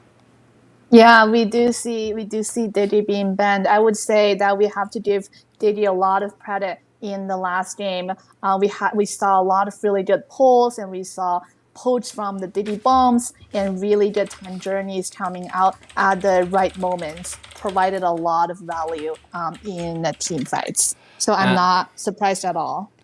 I'm not surprised at all. The time journey, time after time, saved the marksman, saved the jungler, saved the Jaw Dog. You see the one time when Jaw had was 1 HP on the top side, 1 HP on the top side, running away, it was time journey that was there. It was one time on the very last team fight when Clint was in the face of danger, in the face of being cleaned out from the map. It was time journey that was there. It was a lot of times in the turtle fight when team AF was back against the wall. It's a time journey that was there. Ladies and gentlemen, Dicky ban, a well-deserved ban, and it makes a lot of sense. Dave, what is up with Jaw Dog? Can we talk about this? You don't know about the legend of Jaw Dog? I know, but why are you so affected? What do you mean so affected? I'm not affected. I'm emotional attached to how annoying this character can be in ranking. Doesn't matter if it's on the enemy team or on your team. Just remember those times when you're sitting under a tower looking to do some tower damage. It's the Jaw Dog that throw you to the enemy side. Just remember when you're playing those games, and just when you think you're farming pretty well as a marksman, solo by yourself, it was the Jaw Dog that coming in with an unstoppable force into the air throw, into the kill, and just don't even have a chance to react. It was always the Jaw Dog. Dude, I'm laughing so hard. I do remember those games where Jaw Dog just came out of nowhere and throw you under the enemy tower, and you're like, what the hell is going on? That was actually not accurate according to history. I'm pretty sure Uncle Dave's response was, what the hell? Wait, we actually do see a Bowman first pick on this is a Team Legacy side. Finally, some boring objective securing heroes in NACT again. Absolutely. Finally, some characters that we've seen quite often in the meta. LG taking out the Belmont. Are we going to see the Barats this time taken out by Team AF? Or are we going to stick to the... With Jaw Dog. The Jawhead, please. Please, this is a professional broadcast, okay?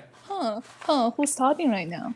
Let's bring it back. Let's bring it back because we know and you know there's a family-friendly stream and we only talk about stuff that is safe for kids, okay? So if you're watching and you're a parent, you don't have to worry. You can always trust your...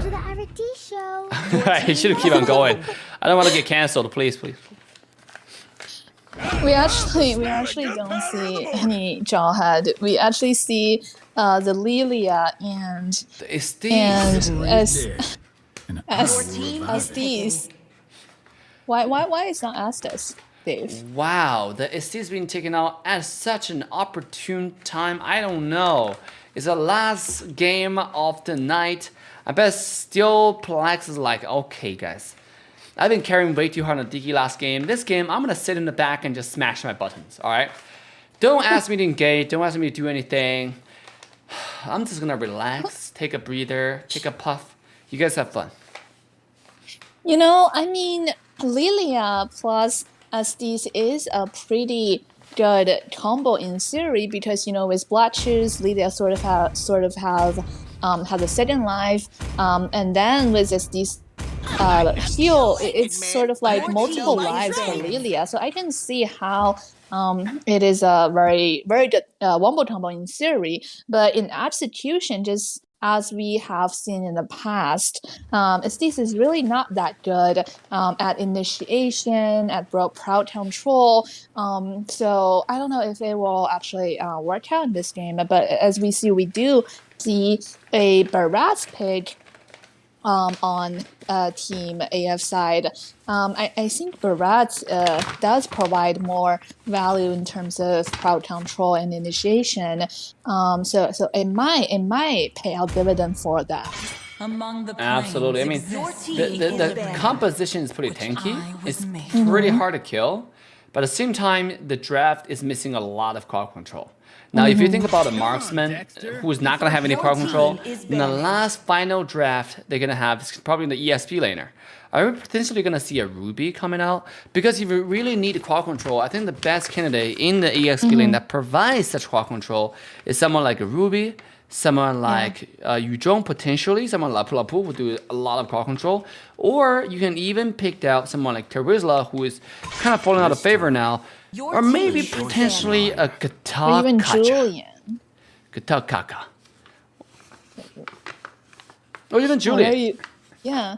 Even Julian, they're still providing some knock-up for the team. Yeah, but it's under a very, very long cooldown. Or even Jawhead again. You know, Jawhead in EX feeling is actually not bad. Especially in the current meta, when a lot of characters like to play Dairoth, like to play Esmeralda, like to play characters like, you know, Uranus. Guess who counters them all? Jawhead. Oh, great answer. This is why in Grace we trust. Have you heard of that? And that's the saying, because she knows what she's talking about. That's why she's on this desk doing analysis for the tournament, because she speaks the truth, you know. And we want to see those characters coming out, potentially being by Team Antique Familia. Yeah, I was a little bit surprised that Team Legacy actually banned out Esme instead of Jawhead. I was thinking that they might have been thinking if they should ban out Jawhead. Well, I am expecting Team AF to pick out that Jawhead, which it seems they are not. It seems like they are not. And 1-1 is going to be the choice to go on the marksman side, which really secures their late game. It's a pretty good choice. It's Claude being banned away, 1-1 being one of the really good marksmen that can be taken out. Now, obviously, it's Clint being taken away as well, but Clint is going to be a lane bully against this 1-1 in lane. So is Team AF going to gank more onto the 1-1 side and give her more support to go through the early game phase? Yeah, I mean, I can definitely see they have a plan in head with SDs, with Lilia, if they just rotate to 1-1 very frequently to support 1-1 early game. Oh my god. Continue? I'm just saying, oh my god. I think that would work. And I was actually expecting that they would pick Jawhead last pick because they're betting on the enemies not taking out Jawhead, but they actually decided to stay with Uranus instead. Oh my god, we totally forgot about the existence of Phoveus. 3 games in a row, and last game is a payoff day for Phoveus, right? The previous game we may not have like a lot of dashes being designed, and nonetheless, LG EXP made it work. He showed us that he just built a different Phoveus. And ladies and gentlemen, in this particular match, EXP going against 1-1. That's the match you've been dreaming of the whole time. And we have a Supreme Clint played by LG Gold. US number 7 Clint on the desk. Yeah, I think we are sort of betting on that Estes can use the Blessing of Moon Goddess to really support both 1-1 and Lilia at the same time, because I mean Phoveus just poses a really good threat for 1-1, right, with ultimate demonic force. So I'm very interested to see which composition will actually work. And ladies and gentlemen, as we walk into the last match of the night, this is their caster, Assassin Dave, trying to survive with the last breath. Casting this match with our one and only sexy and charming Grace. Grace, how are you feeling right now? I'm feeling very, very good. Also, sort of trying to survive with last breath. It's been a wonderful night with a lot of great games, but I think we both need some water. I already had my bottle of water. I think it's time for yours bottle of water, if that's something you need. Look at the mid lane. Look at Lilia quickly clear the way with Isis. The very, very good rotation so far. You know, pretty peaceful. Last game. Both sides understand they're going to approach this game slowly because this is the last chance for a lot of people. Here we go.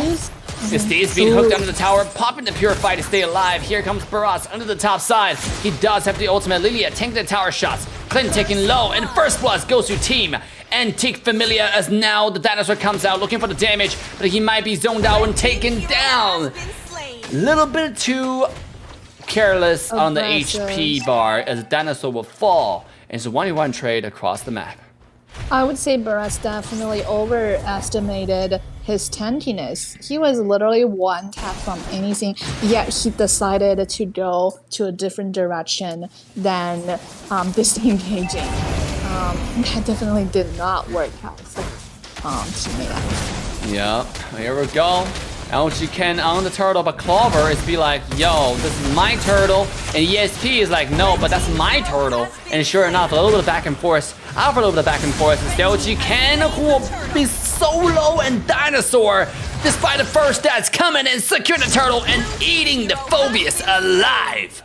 Yeah, and Sicilian, as a late game hero, is actually positioned himself so well. He was able to land all his skills and provide the damage in team fight, and while managing his mana. You know, we see that his back fees coming out for the turtle and securing another kill while his team securing turtle. Absolutely. Let's take a look at the top side. Again, pressure continues under the top lane as we see Team AF is just roaming towards the top side over and over and over again. They really want to make sure that 1-1 has a good time, and that's exactly how we predicted this game will go in the early phase. And here we go. Dinosaur walking into the bush, but LG Obies is running away, popping the flicker to get away from the ultimate. Oh my god, at this point they're really scared of how humongous Dinosaur is. Yeah, I think both teams really don't want to make any sort of mistake. They are expecting any move from the enemy side. Like you said, this is the last game of the night. They both want a chance to go to the top 16. So they're playing pretty safe, really. Oh, here we go, Lydia with the black shoes coming out, trying to get himself away, but here comes the Bellman to the back, but it's Steez with the blessing of the God Moon, the whatever is gonna save, keep the mid laner alive. The healing is insane. Noctophobius make his way, make his body shown onto the top lane, and a Dinosaur spinning this guy to the side was not gonna be enough. This Phobius is absolutely unstoppable. A beautiful 3-0 cleanup by LG EXP. Yeah, that's the demonic force for you, taking out 1-1, taking out which is a major damage source on the other side. When Barats used the Tona's welcome and spitting the enemy to Estes didn't have any damage to follow up. That was kind of sad to watch. Wait, hold up. Is that ultimate called the Tone of Welcome? The Tona's welcome, yes. Oh my god. Oh my god. How is that a welcome? He's eating you alive. How is that a welcome? I don't get who named this, skill. Welcome you to my stomach. That's what Barat is saying. You know? I see. Absolutely right. I mean, for a second there, it's just like, how is that a welcome? This guy has been eaten alive. We're talking about human life right here in the game. To being a human life, here comes suppression into the Sicilian, into the mega kill on LG Nash. This guy is absolutely unstoppable. 4-0-2. He's popping off. See, that's the Gomer difference that we were talking about, right? Franco is able to engage to initiate while Estes sort of just has to sit in the back, wait for his team to engage. What a beautiful job by Franco so far. Evading of the Dinosaur's welcome. And also landing the hook. So pretty good. Top lane. Franco does not have the ultimate. 1-1 trying to do as much damage as he possibly can. Already break 2 back points.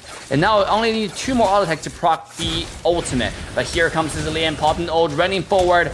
Look at the damage from LG Go, securing top tier 1 tower. And now open up the map for side of Team Lexi. We might have seen some miscommunication on the side of Team AF as the Estes did come 1 second late to secure the tower. Here we go. Oh, we have a little bit of reconnecting going on. I don't know. Oh, here we go. When we come back, it's a disaster for whoever is... Are you reconnecting also, or what's going on? No, I think you're the only person who are reconnecting. Oh my god, that's what happened. This is a huge mistake. because we have a little bit of technical issues on stream, and we're back into the team fight. I don't know what exactly happened, but now is the LG Ken moving with the lethal counter plus the Retry Sakuna Turtle to the favor of Team Lexi. Now Black Shoes popping out, but not gonna stay alive is Lilia. And he will have to die, but Bellman is not done just yet. Moving forward, charging in with the spin. And this guy is absolutely unkillable. Yeah, and that's the deficiency about Asta's. Oh, here we go. The flick a little bit too late this time. As Franco will be pushed onto the tower, but he's too fat to die. And he will just quietly and safely walk out of the tower range. Yeah, I was about to say we are seeing the deficiency for Astas in terms of he can't really provide any cloud control initiation value, but he did do very well there to capitalize on the tankiness of Uranus, where Uranus can slow the enemy down, and with his own tankiness and as a skill, they were able to take down one enemy, almost two. Look at the gold. Completely even all across the board. The marksman side of 1148, Clint 48. They're single-digit gold apart from each other. Yeah, it's exactly the same again. Just like the two previous games, you know, they didn't. It was very close games. I actually am enjoying it a lot. It's not a clean sweep from either side. Oh, here we go. Speaking of clean sweep. This is Team Lexi making the move. The Blessing of Moon Goddess has been issued, and Team AF is in the back away from the fight. Oh, the hook barely missed as Steelplex will live to see another fight. Now, he does a Purify as well, so even if the hook actually lands, he will be actually safe. Here comes Lethal Counter to secure a kill. LG can have used the dash already, and he'll be eaten alive once again by the dinosaur. Welcomed into the stomach is this Bellman. He'll be taken out, and here we go. One more beautiful hook from Franco, but at what cost? Here comes 1-1 with the... What is the skill called? Crossbow of Tang. Crossbow of Tang. What's a cool skill name that is? And he will get not only one, but 2 kills at the end of the fight. Yeah, I mean, I think right now Lilia is having an advantage, early game advantage. Sicilian is still waiting for his damage to come up. Also, let's look at the emblem Sicilian is using. It's the shop emblem instead of the mana emblem, so I would assume that Sicilian might be having some mana issues early game. That's why he can provide the brutal damage in team fights and look at bottom lane. You can't escape from the Franco's melee hook plus the suppression ultimate. And sure enough, that will be another kill into the pocket of Team Legacy. But look at Team AF. They're working their way onto the top side, onto the Lord. Black Shoes being issued. Here comes the Lord being taken out by 1-1 though. Look at the Demonic Fort jumping in onto the 1-1 who's taken extremely low. He cannot take one more dash. Can he survive? This is EXP on the chase as he will secure the kill and put himself in a dominating position after the Lord, despite the Lord going to AF. Yeah, this is a demonic force for you from Flavius, was able to take down 2 squishes on the other side, and the Lord provided almost no value for Team AF. It only really just delayed the other side's push a little bit. I guess it bought more time. This is nature's way to tell us to drag a game, right? Look at the gold differences after 10 minutes. 1,000 gold. Yeah. Yeah. It's 1,000 gold deficit to the side of Team AF. Not even deficit. It's just too strong at this point. Oh, here we go.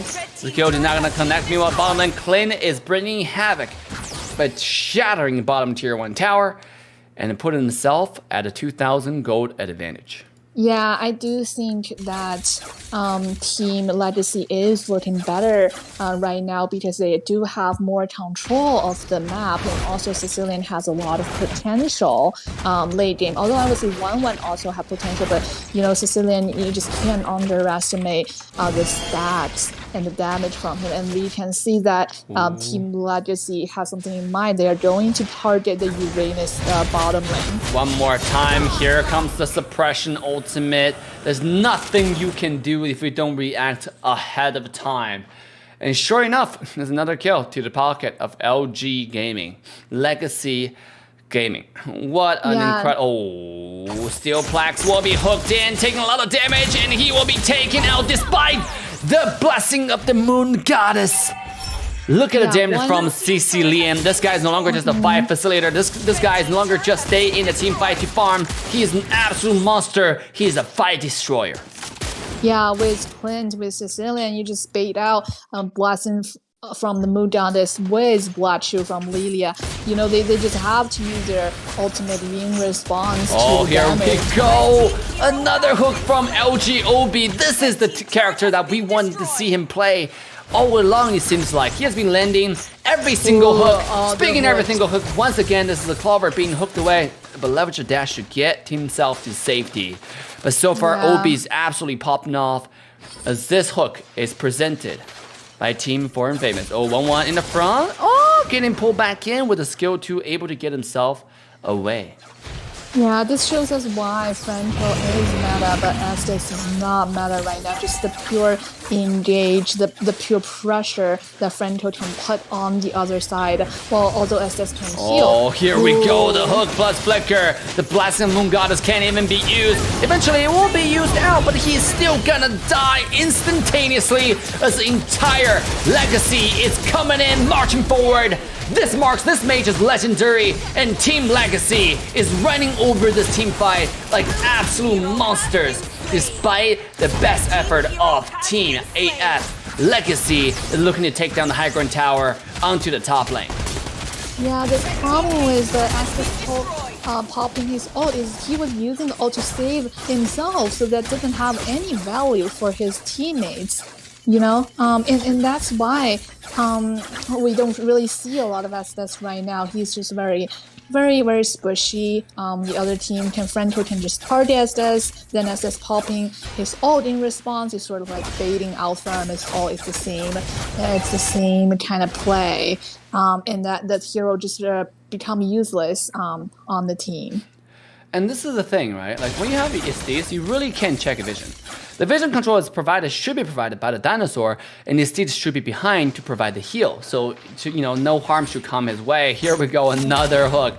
Forcing the Purifier from Steel Plax under the bottom lane, and Demonic Force looking to go in as Lord forcefully knocking on the front door of the high ground tower onto the bottom side. This is the entire Team Legacy going to the mid lane, looking for the second lane of triumph and destruction as mid lane tower goes down. Not a single tower standing except for the Crystal itself. Team Legacy is marching forward. Demonic Force has been issued. Lilia is down, and another person's down. Double kill goes to the EXP laner. This is the entire disaster on the side of Team AF. And ladies and gentlemen, that's it. Legacy wins. Yeah, that's the value provided by the Demonic Force, and we also they perfectly synced their waves. It's just too much pressure for the other side to defend. You know, there was no chance. And look at Sicilian getting legendary in that game.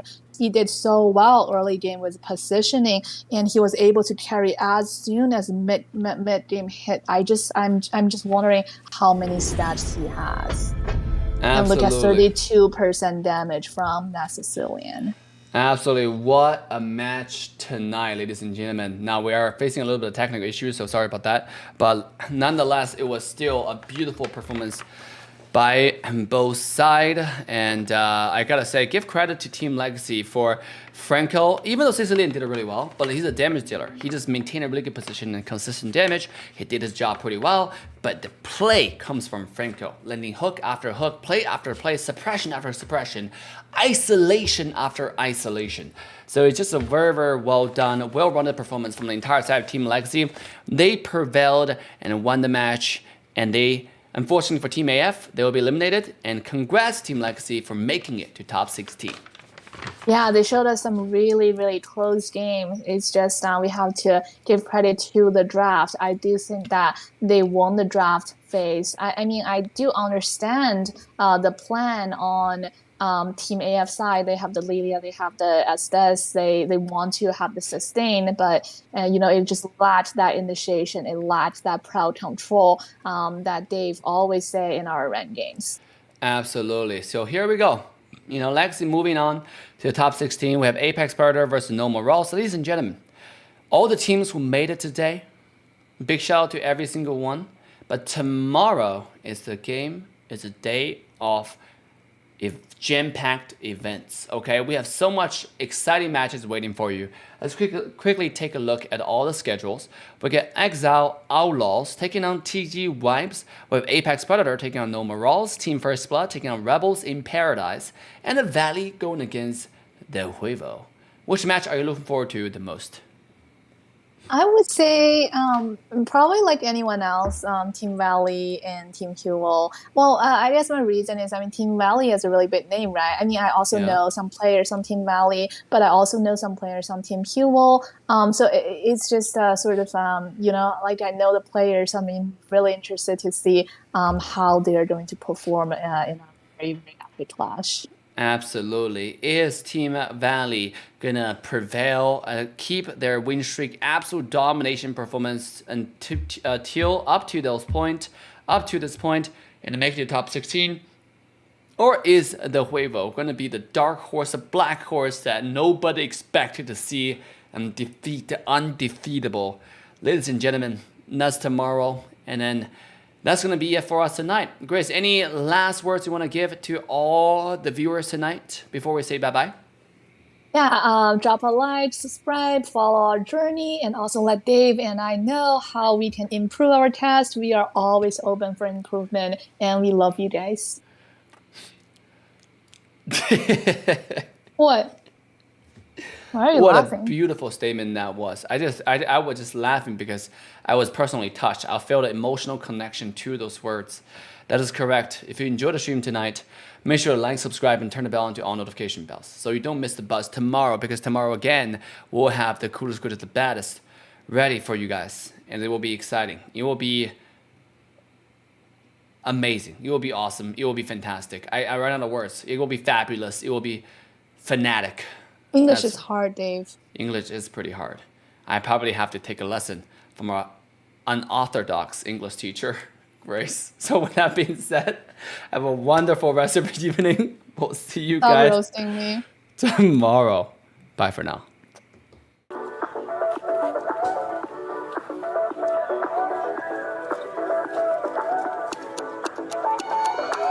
My car don't look like a phantom. I don't own that house in the Hamptons, and my 2 chains ain't gold at all.